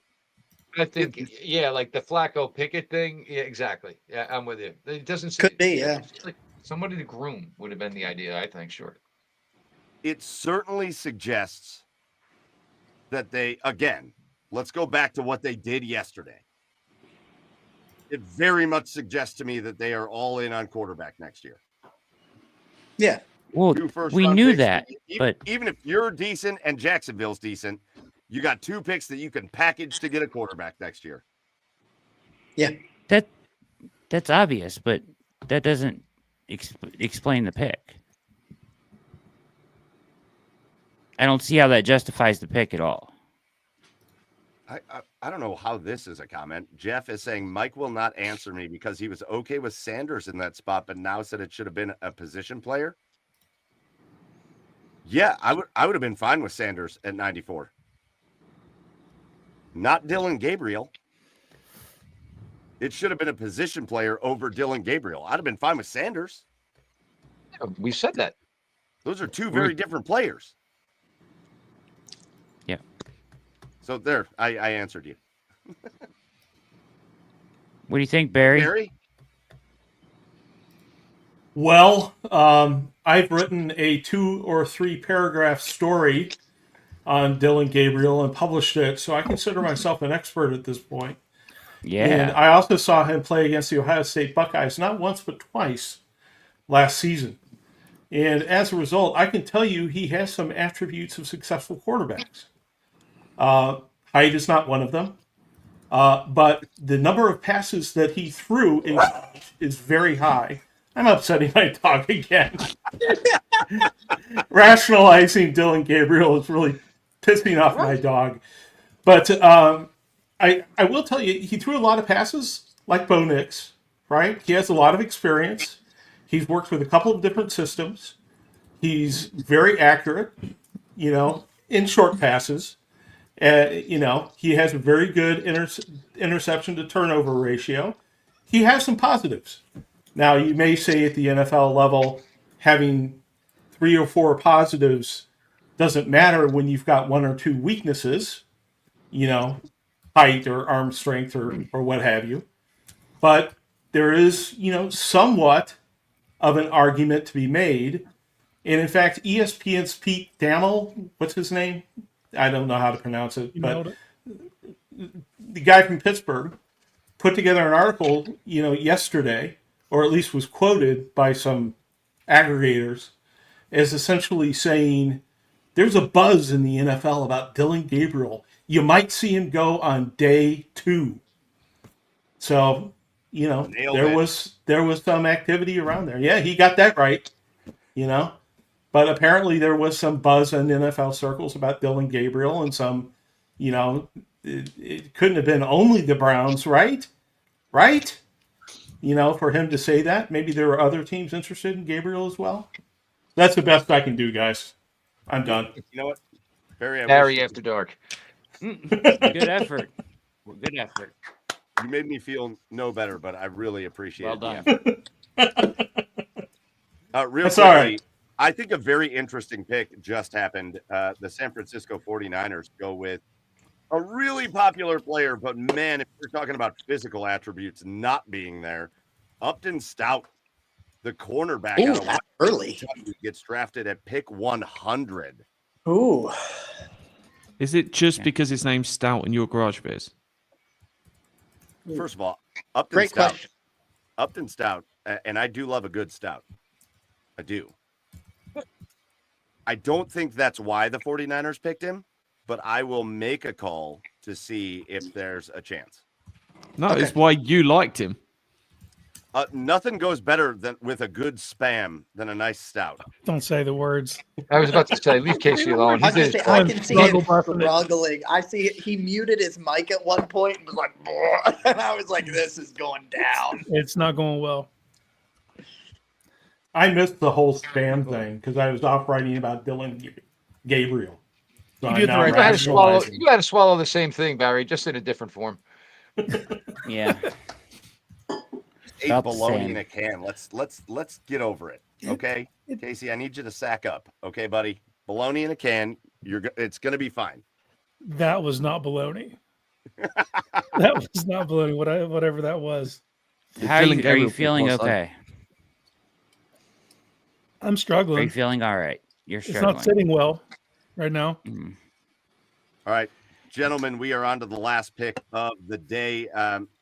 Savion Jones, the edge rusher from LSU, went to the Denver Broncos. The Minnesota Vikings are making the final pick of the third round, and I'll let you know when we do it. But guys, while we're all here, and you know, as we get ready to wrap up our day 2 coverage here in the 2025 Draft Cave, which, by the way, great name, great time so far. We had over 6,500 people in here at times tonight, and the real MVP is not anything going on in the draft, but the real MVP is everybody that jumped in here, whether you were in the comments or you were just watching. Absolutely phenomenal stuff. You guys were awesome. Anybody that jumped in the comments, it's spectacular. Look what's going on right now. All the people that are subscribing to the OBR on Twitch, it is a parade of people. You guys are the real MVPs of the night, except for Casey. Casey's the other MVP of the night. But while everybody's still here, before we get ready to wrap up as the Minnesota Vikings make this last pick, I'm going to take it around the horn. I'm going to start with Brad Ward. Yeah. And Brad, I want you to give me like, I want to do like word association. I don't want to do a big long speech, but just word association from pick number 33 until now. Tell me how you're feeling. You want me just to say single words to express this to you? I can't really do that. Listen, yeah. Okay. I'm not your boss. Listen, I'm trying to. The way I'm justifying the linebacker choice is that he'll be a day 1 starter and he's a good player. Do I think that they should have taken one at 33? No, but I'll live with it. Right. I don't think it was great use of you know. Right, but he's a good player, so you understand. But he's a good player and he's a starter. So, or probably a starter, I would like to think. And so is Mason Graham. So you can say there's 2 starters, right?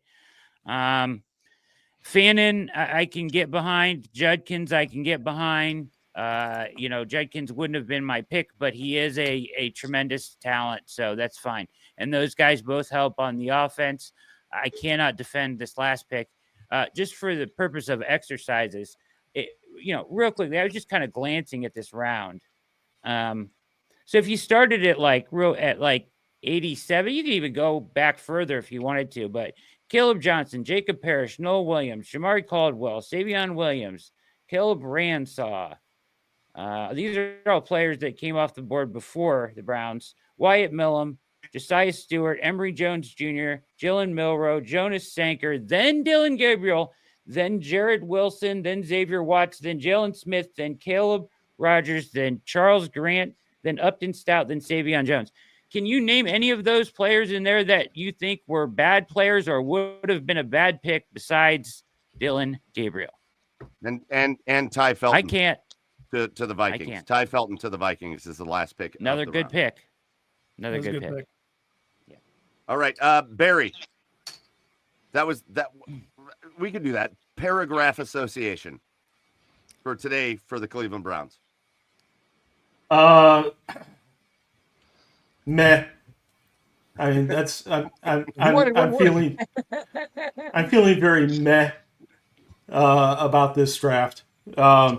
I mean, there's the early picks I can rationalize. I can rationalize the linebacker. I can rationalize the running back. You know, after that, it gets a little bit tougher. So, you know, I had my expectations around certain players that were supposed to be associated with the Cleveland Browns, and did not get those expectations met. But as long as I've got the floor, I do want to give props to our producer, Mr. Ian. Thank you, Ian.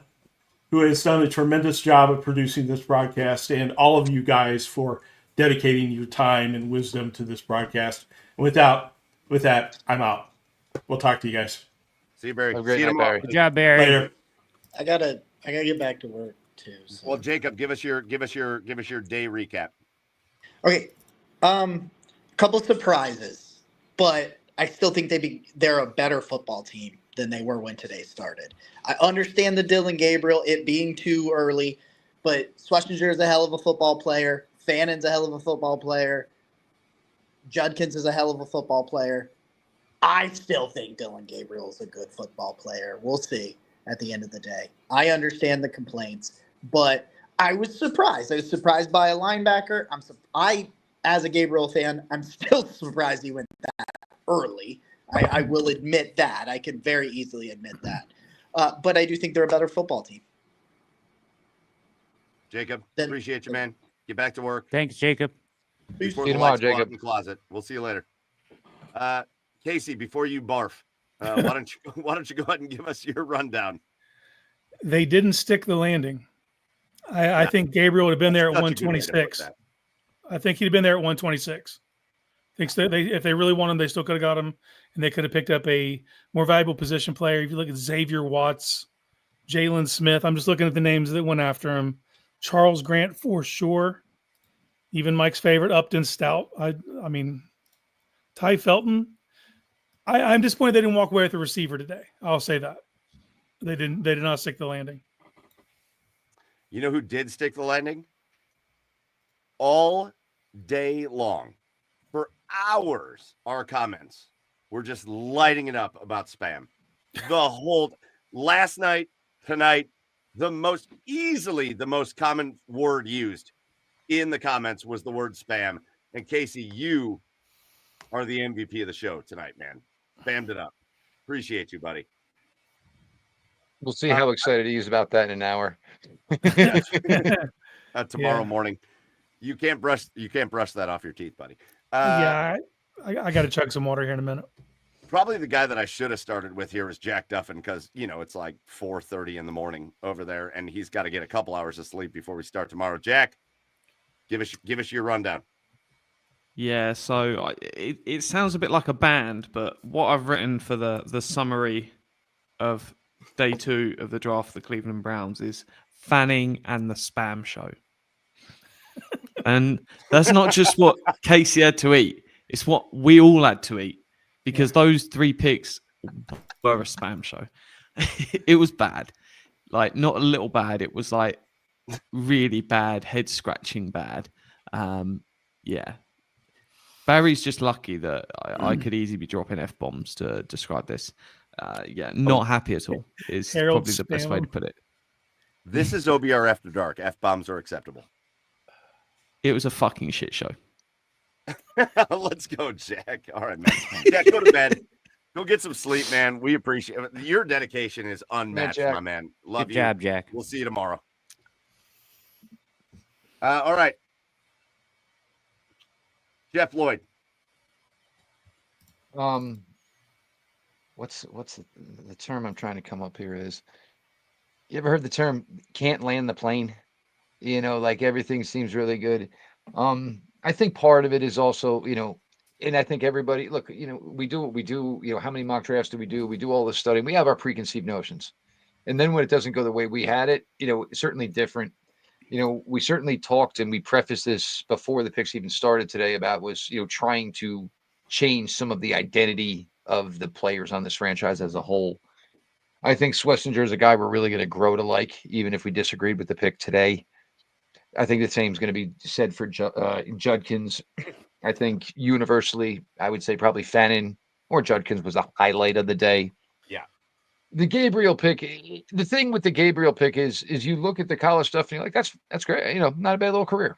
Do you think he brings anything to this organization other than, putting on his 7 1/8 baseball hat and holding a clipboard for somebody else? It feels like it's a nothing pick, to that effect. And look, it could turn out to pay dividends down the line, obviously. And I agree, Oh, shit. and how many times did we say this today? They were highly looking at taking an edge rusher or a wide receiver who had some cornerback potential at number 2. We're going to go into day 3. They have still not taken an edge rusher or a wide receiver. So definitely, the whole can't land the plane. Look, obviously it was a great time. We'll be back here tomorrow. To all the over 6,000 people who were here. You guys are stinking amazing. Seriously. I'm going to get some sleep because I just didn't get enough. I'll do an episode early in the morning. I'll have that up for you guys. Figure like the same time I had one up here today. But a blast. I mean, you got 4 more picks tomorrow. And look, with every draft class, how do you do it? You judge it by the entire, totality of the class. Hopefully you can find, a rabbit in a hat tomorrow that maybe changes, I think Barry's meh, I think, is kind of pretty much universally kind of everybody right now. Casey, don't make that sound because you don't know what's going to come out. But for everybody else, obviously a great time here. Again, appreciate everybody here. Obviously, all the OBR community, and who knew spam would bring 6,500 people out on a Friday night, right? Bam. Good night, Jeff. Pete Smith. Everybody good. I would just describe the whole thing as poor process. I can live with I live with the idea that they got 3 good football players. Unfortunately, they had 4 picks. And I'm left with the idea that Kevin Stefanski is the one saying that I'm going to make Dylan Gabriel work. And it's eerily reminiscent to Hugh Jackson saying, "Trust me" on Cody Kessler. Where this is one of those things where you have to believe that the head coach had a huge say in this. I can't envision a scenario where Andrew Berry's just like, "Here, I'm giving you this, take it." So whatever you think of Kevin Stefanski, ultimately he's the one saying, "I want this guy."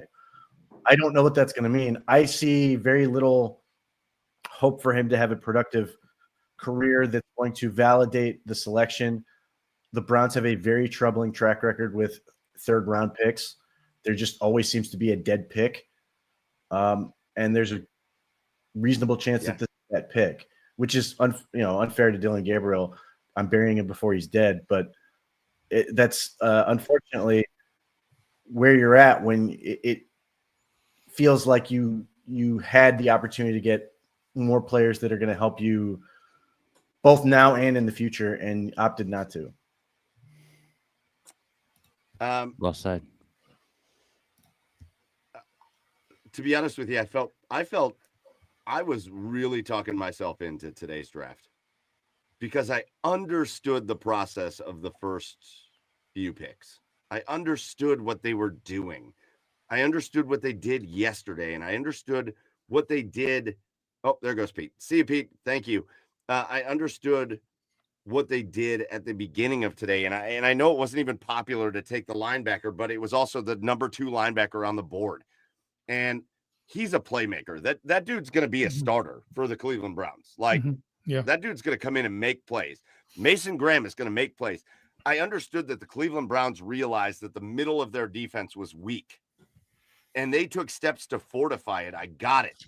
Even though we weren't taking the highest value positions, I understood it. And then when you took Quinshon Judkins, even though I think a lot of people like Travion Henderson better, I understood it. I understood what they were doing there because I think Judkins brings maybe a little bit of a different element to the team than what Travion Henderson would bring. And I got it. And I certainly understood Harold Fannin. And that to me is the highlight pick of the day because he fits so well. And finally, there's an explosive element, and Judkins even brings you that.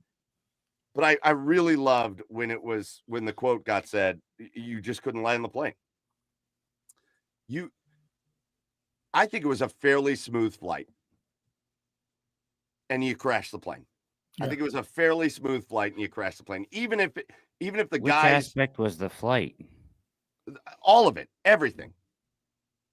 From the trade to Mason Graham to Schwesinger to Judkins and Fannin, and I think you had a fairly smooth flight because I think you drafted guys that are going to help you. And then I don't understand. And maybe Dylan Gabriel, he's the Big Ten MVP. He's a 2024 All-American quarterback. There's a lot of awards and accolades that go with Dylan Gabriel. But I don't understand making that pick at that point If you would have taken Dylan Gabriel in the 6th round, I would have given you a high five and said, let's see if anything could happen. But at 94, when you had wide receivers on the board, when you had Xavier, listen, you spent the whole first part of this draft trying to fortify the middle of your defense, and you have Xavier Watts just sitting there at 94, who is ranked as one of the best safeties in this draft. I do not understand. It's like they saw Jalen Milroe go and they thought, well, we got to get our quarterback. Yeah. You didn't have to. And it's that sickening feeling where you can sell yourself on everything else, but when the last thing you see is that's tough. That's tough. And again, the Browns, again, the draft got shifted up a little bit tomorrow. So now they have one pick in the 5th, 6th, and 7th round. So their first time they're picking is 126 tomorrow. And I think they could have, I think if they would have walked up to the podium tonight, guys, at the end of that draft and said, we're taking Xavier Watts, I think we walk out of here going, okay. Mm-hmm. Maybe you didn't love everything they did tonight, but you can understand what they did. I just read off 20 names that I would have been fine with. The 10 before him and the 10 after I would have all been fine with. You could justify all of those picks. I do not understand. I'm gonna do it. I'm dropping it because Jack did. I don't fucking understand punting a 3rd round pick. I don't understand that. Yeah, it makes no sense. I'm with you. The only thing I can say is, to Pete's point, it feels like, as a Stefanski honk, this hurts because it feels like it's obviously a Stefanski pick, right? And they shouldn't, at this point, if you're invested in taking the quarterback next year, why does he even have to make a pick here? Right? Like let's pick a player that helps the team and then address it tomorrow sometime. Because to your point, Case, Dylan would have been there at 126 more than likely. So, I mean, if that's who they had to have.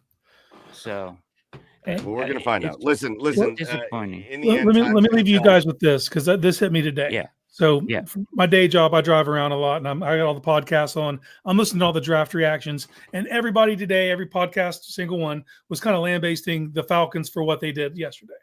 Mm-hmm. We did that a year ago, mm-hmm. and it worked out. Like, Mm-hmm. we spent the day after the Falcons picked Penix going, WTF. You know what I mean? Yeah. And then it's bad process. You can still say it's bad process, but it worked out. And so I'm going to hold off on ridiculing them for what they did yesterday, double dipping, getting another edge rusher, giving up a first to do it. It feels like a terrible process, but it could work out. So we don't know. Like this feels like a crazy reach. It feels unnecessary. It felt like something they didn't have to do. I'm just going to hold off on killing them for it. That's something you could get excited about, though. Trading up to get 2 elite edge rushers. You know what I mean? Like, that's something you could get excited about.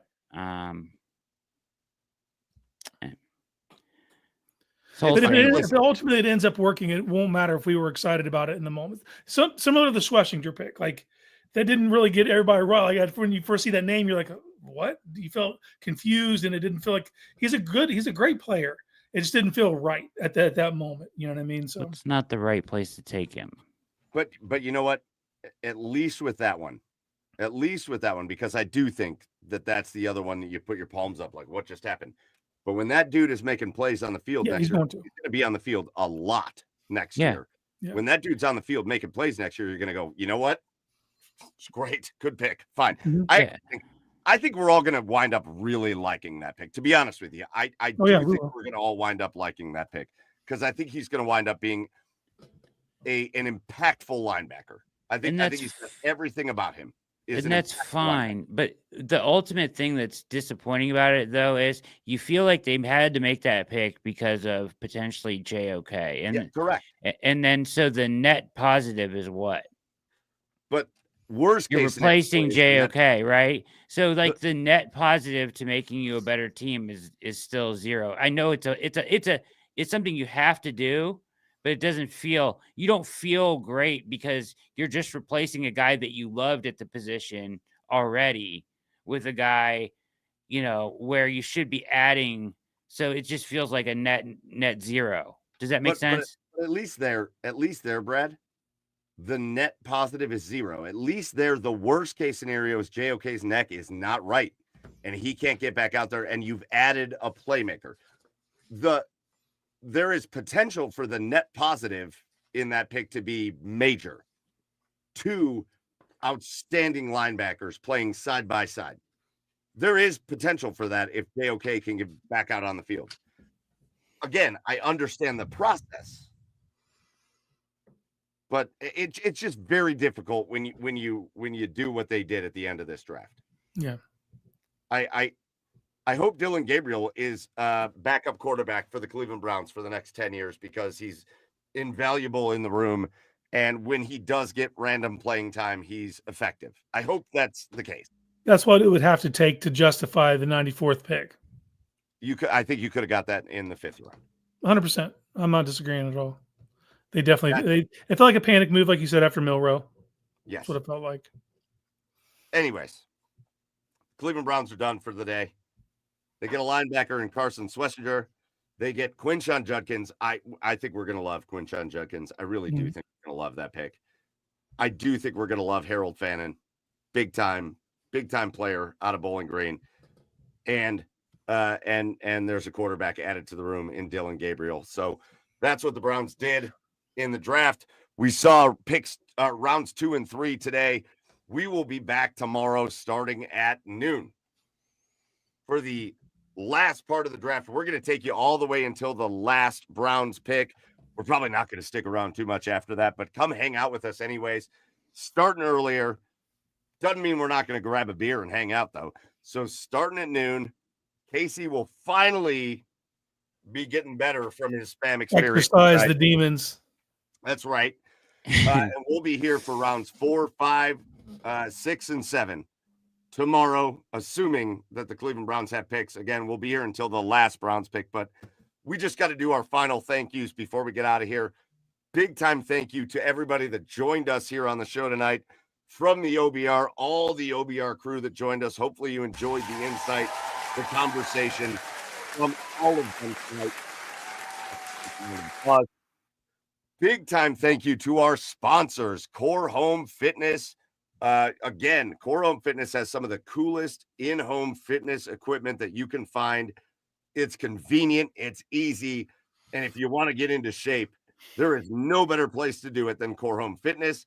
And also our buddy OG Philly and 11 Creative, our shirts, our hats, everything that is OBR branded is coming from Philly at 11 Creative. You can't go wrong with doing business with Philly. Contact him at scott@11-creative.com for all of your marketing needs. But I will tell you, our biggest thank you goes out to every last one of you, all 6,529 people that joined us tonight, for jumping in, for hanging out with us for night 2 of the Draft Cave.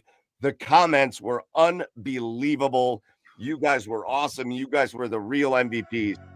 And every time we get on here to do this and you join us, it is an absolute privilege to cover the Browns for you guys. So thank you for joining us. That is going to do it. Get over to theobr.com and hit subscribe. Get over to, if you're watching us on YouTube or Twitch, make sure you're subscribing, following, and all of that. And we will be back for tomorrow, the last day of the 2025 Draft Cave, rounds 4 through 7. We'll see what the Browns do. Until then, that's Casey, that's Brad, I am Mike, and we'll see you tomorrow. Cheers. Go Browns, everybody.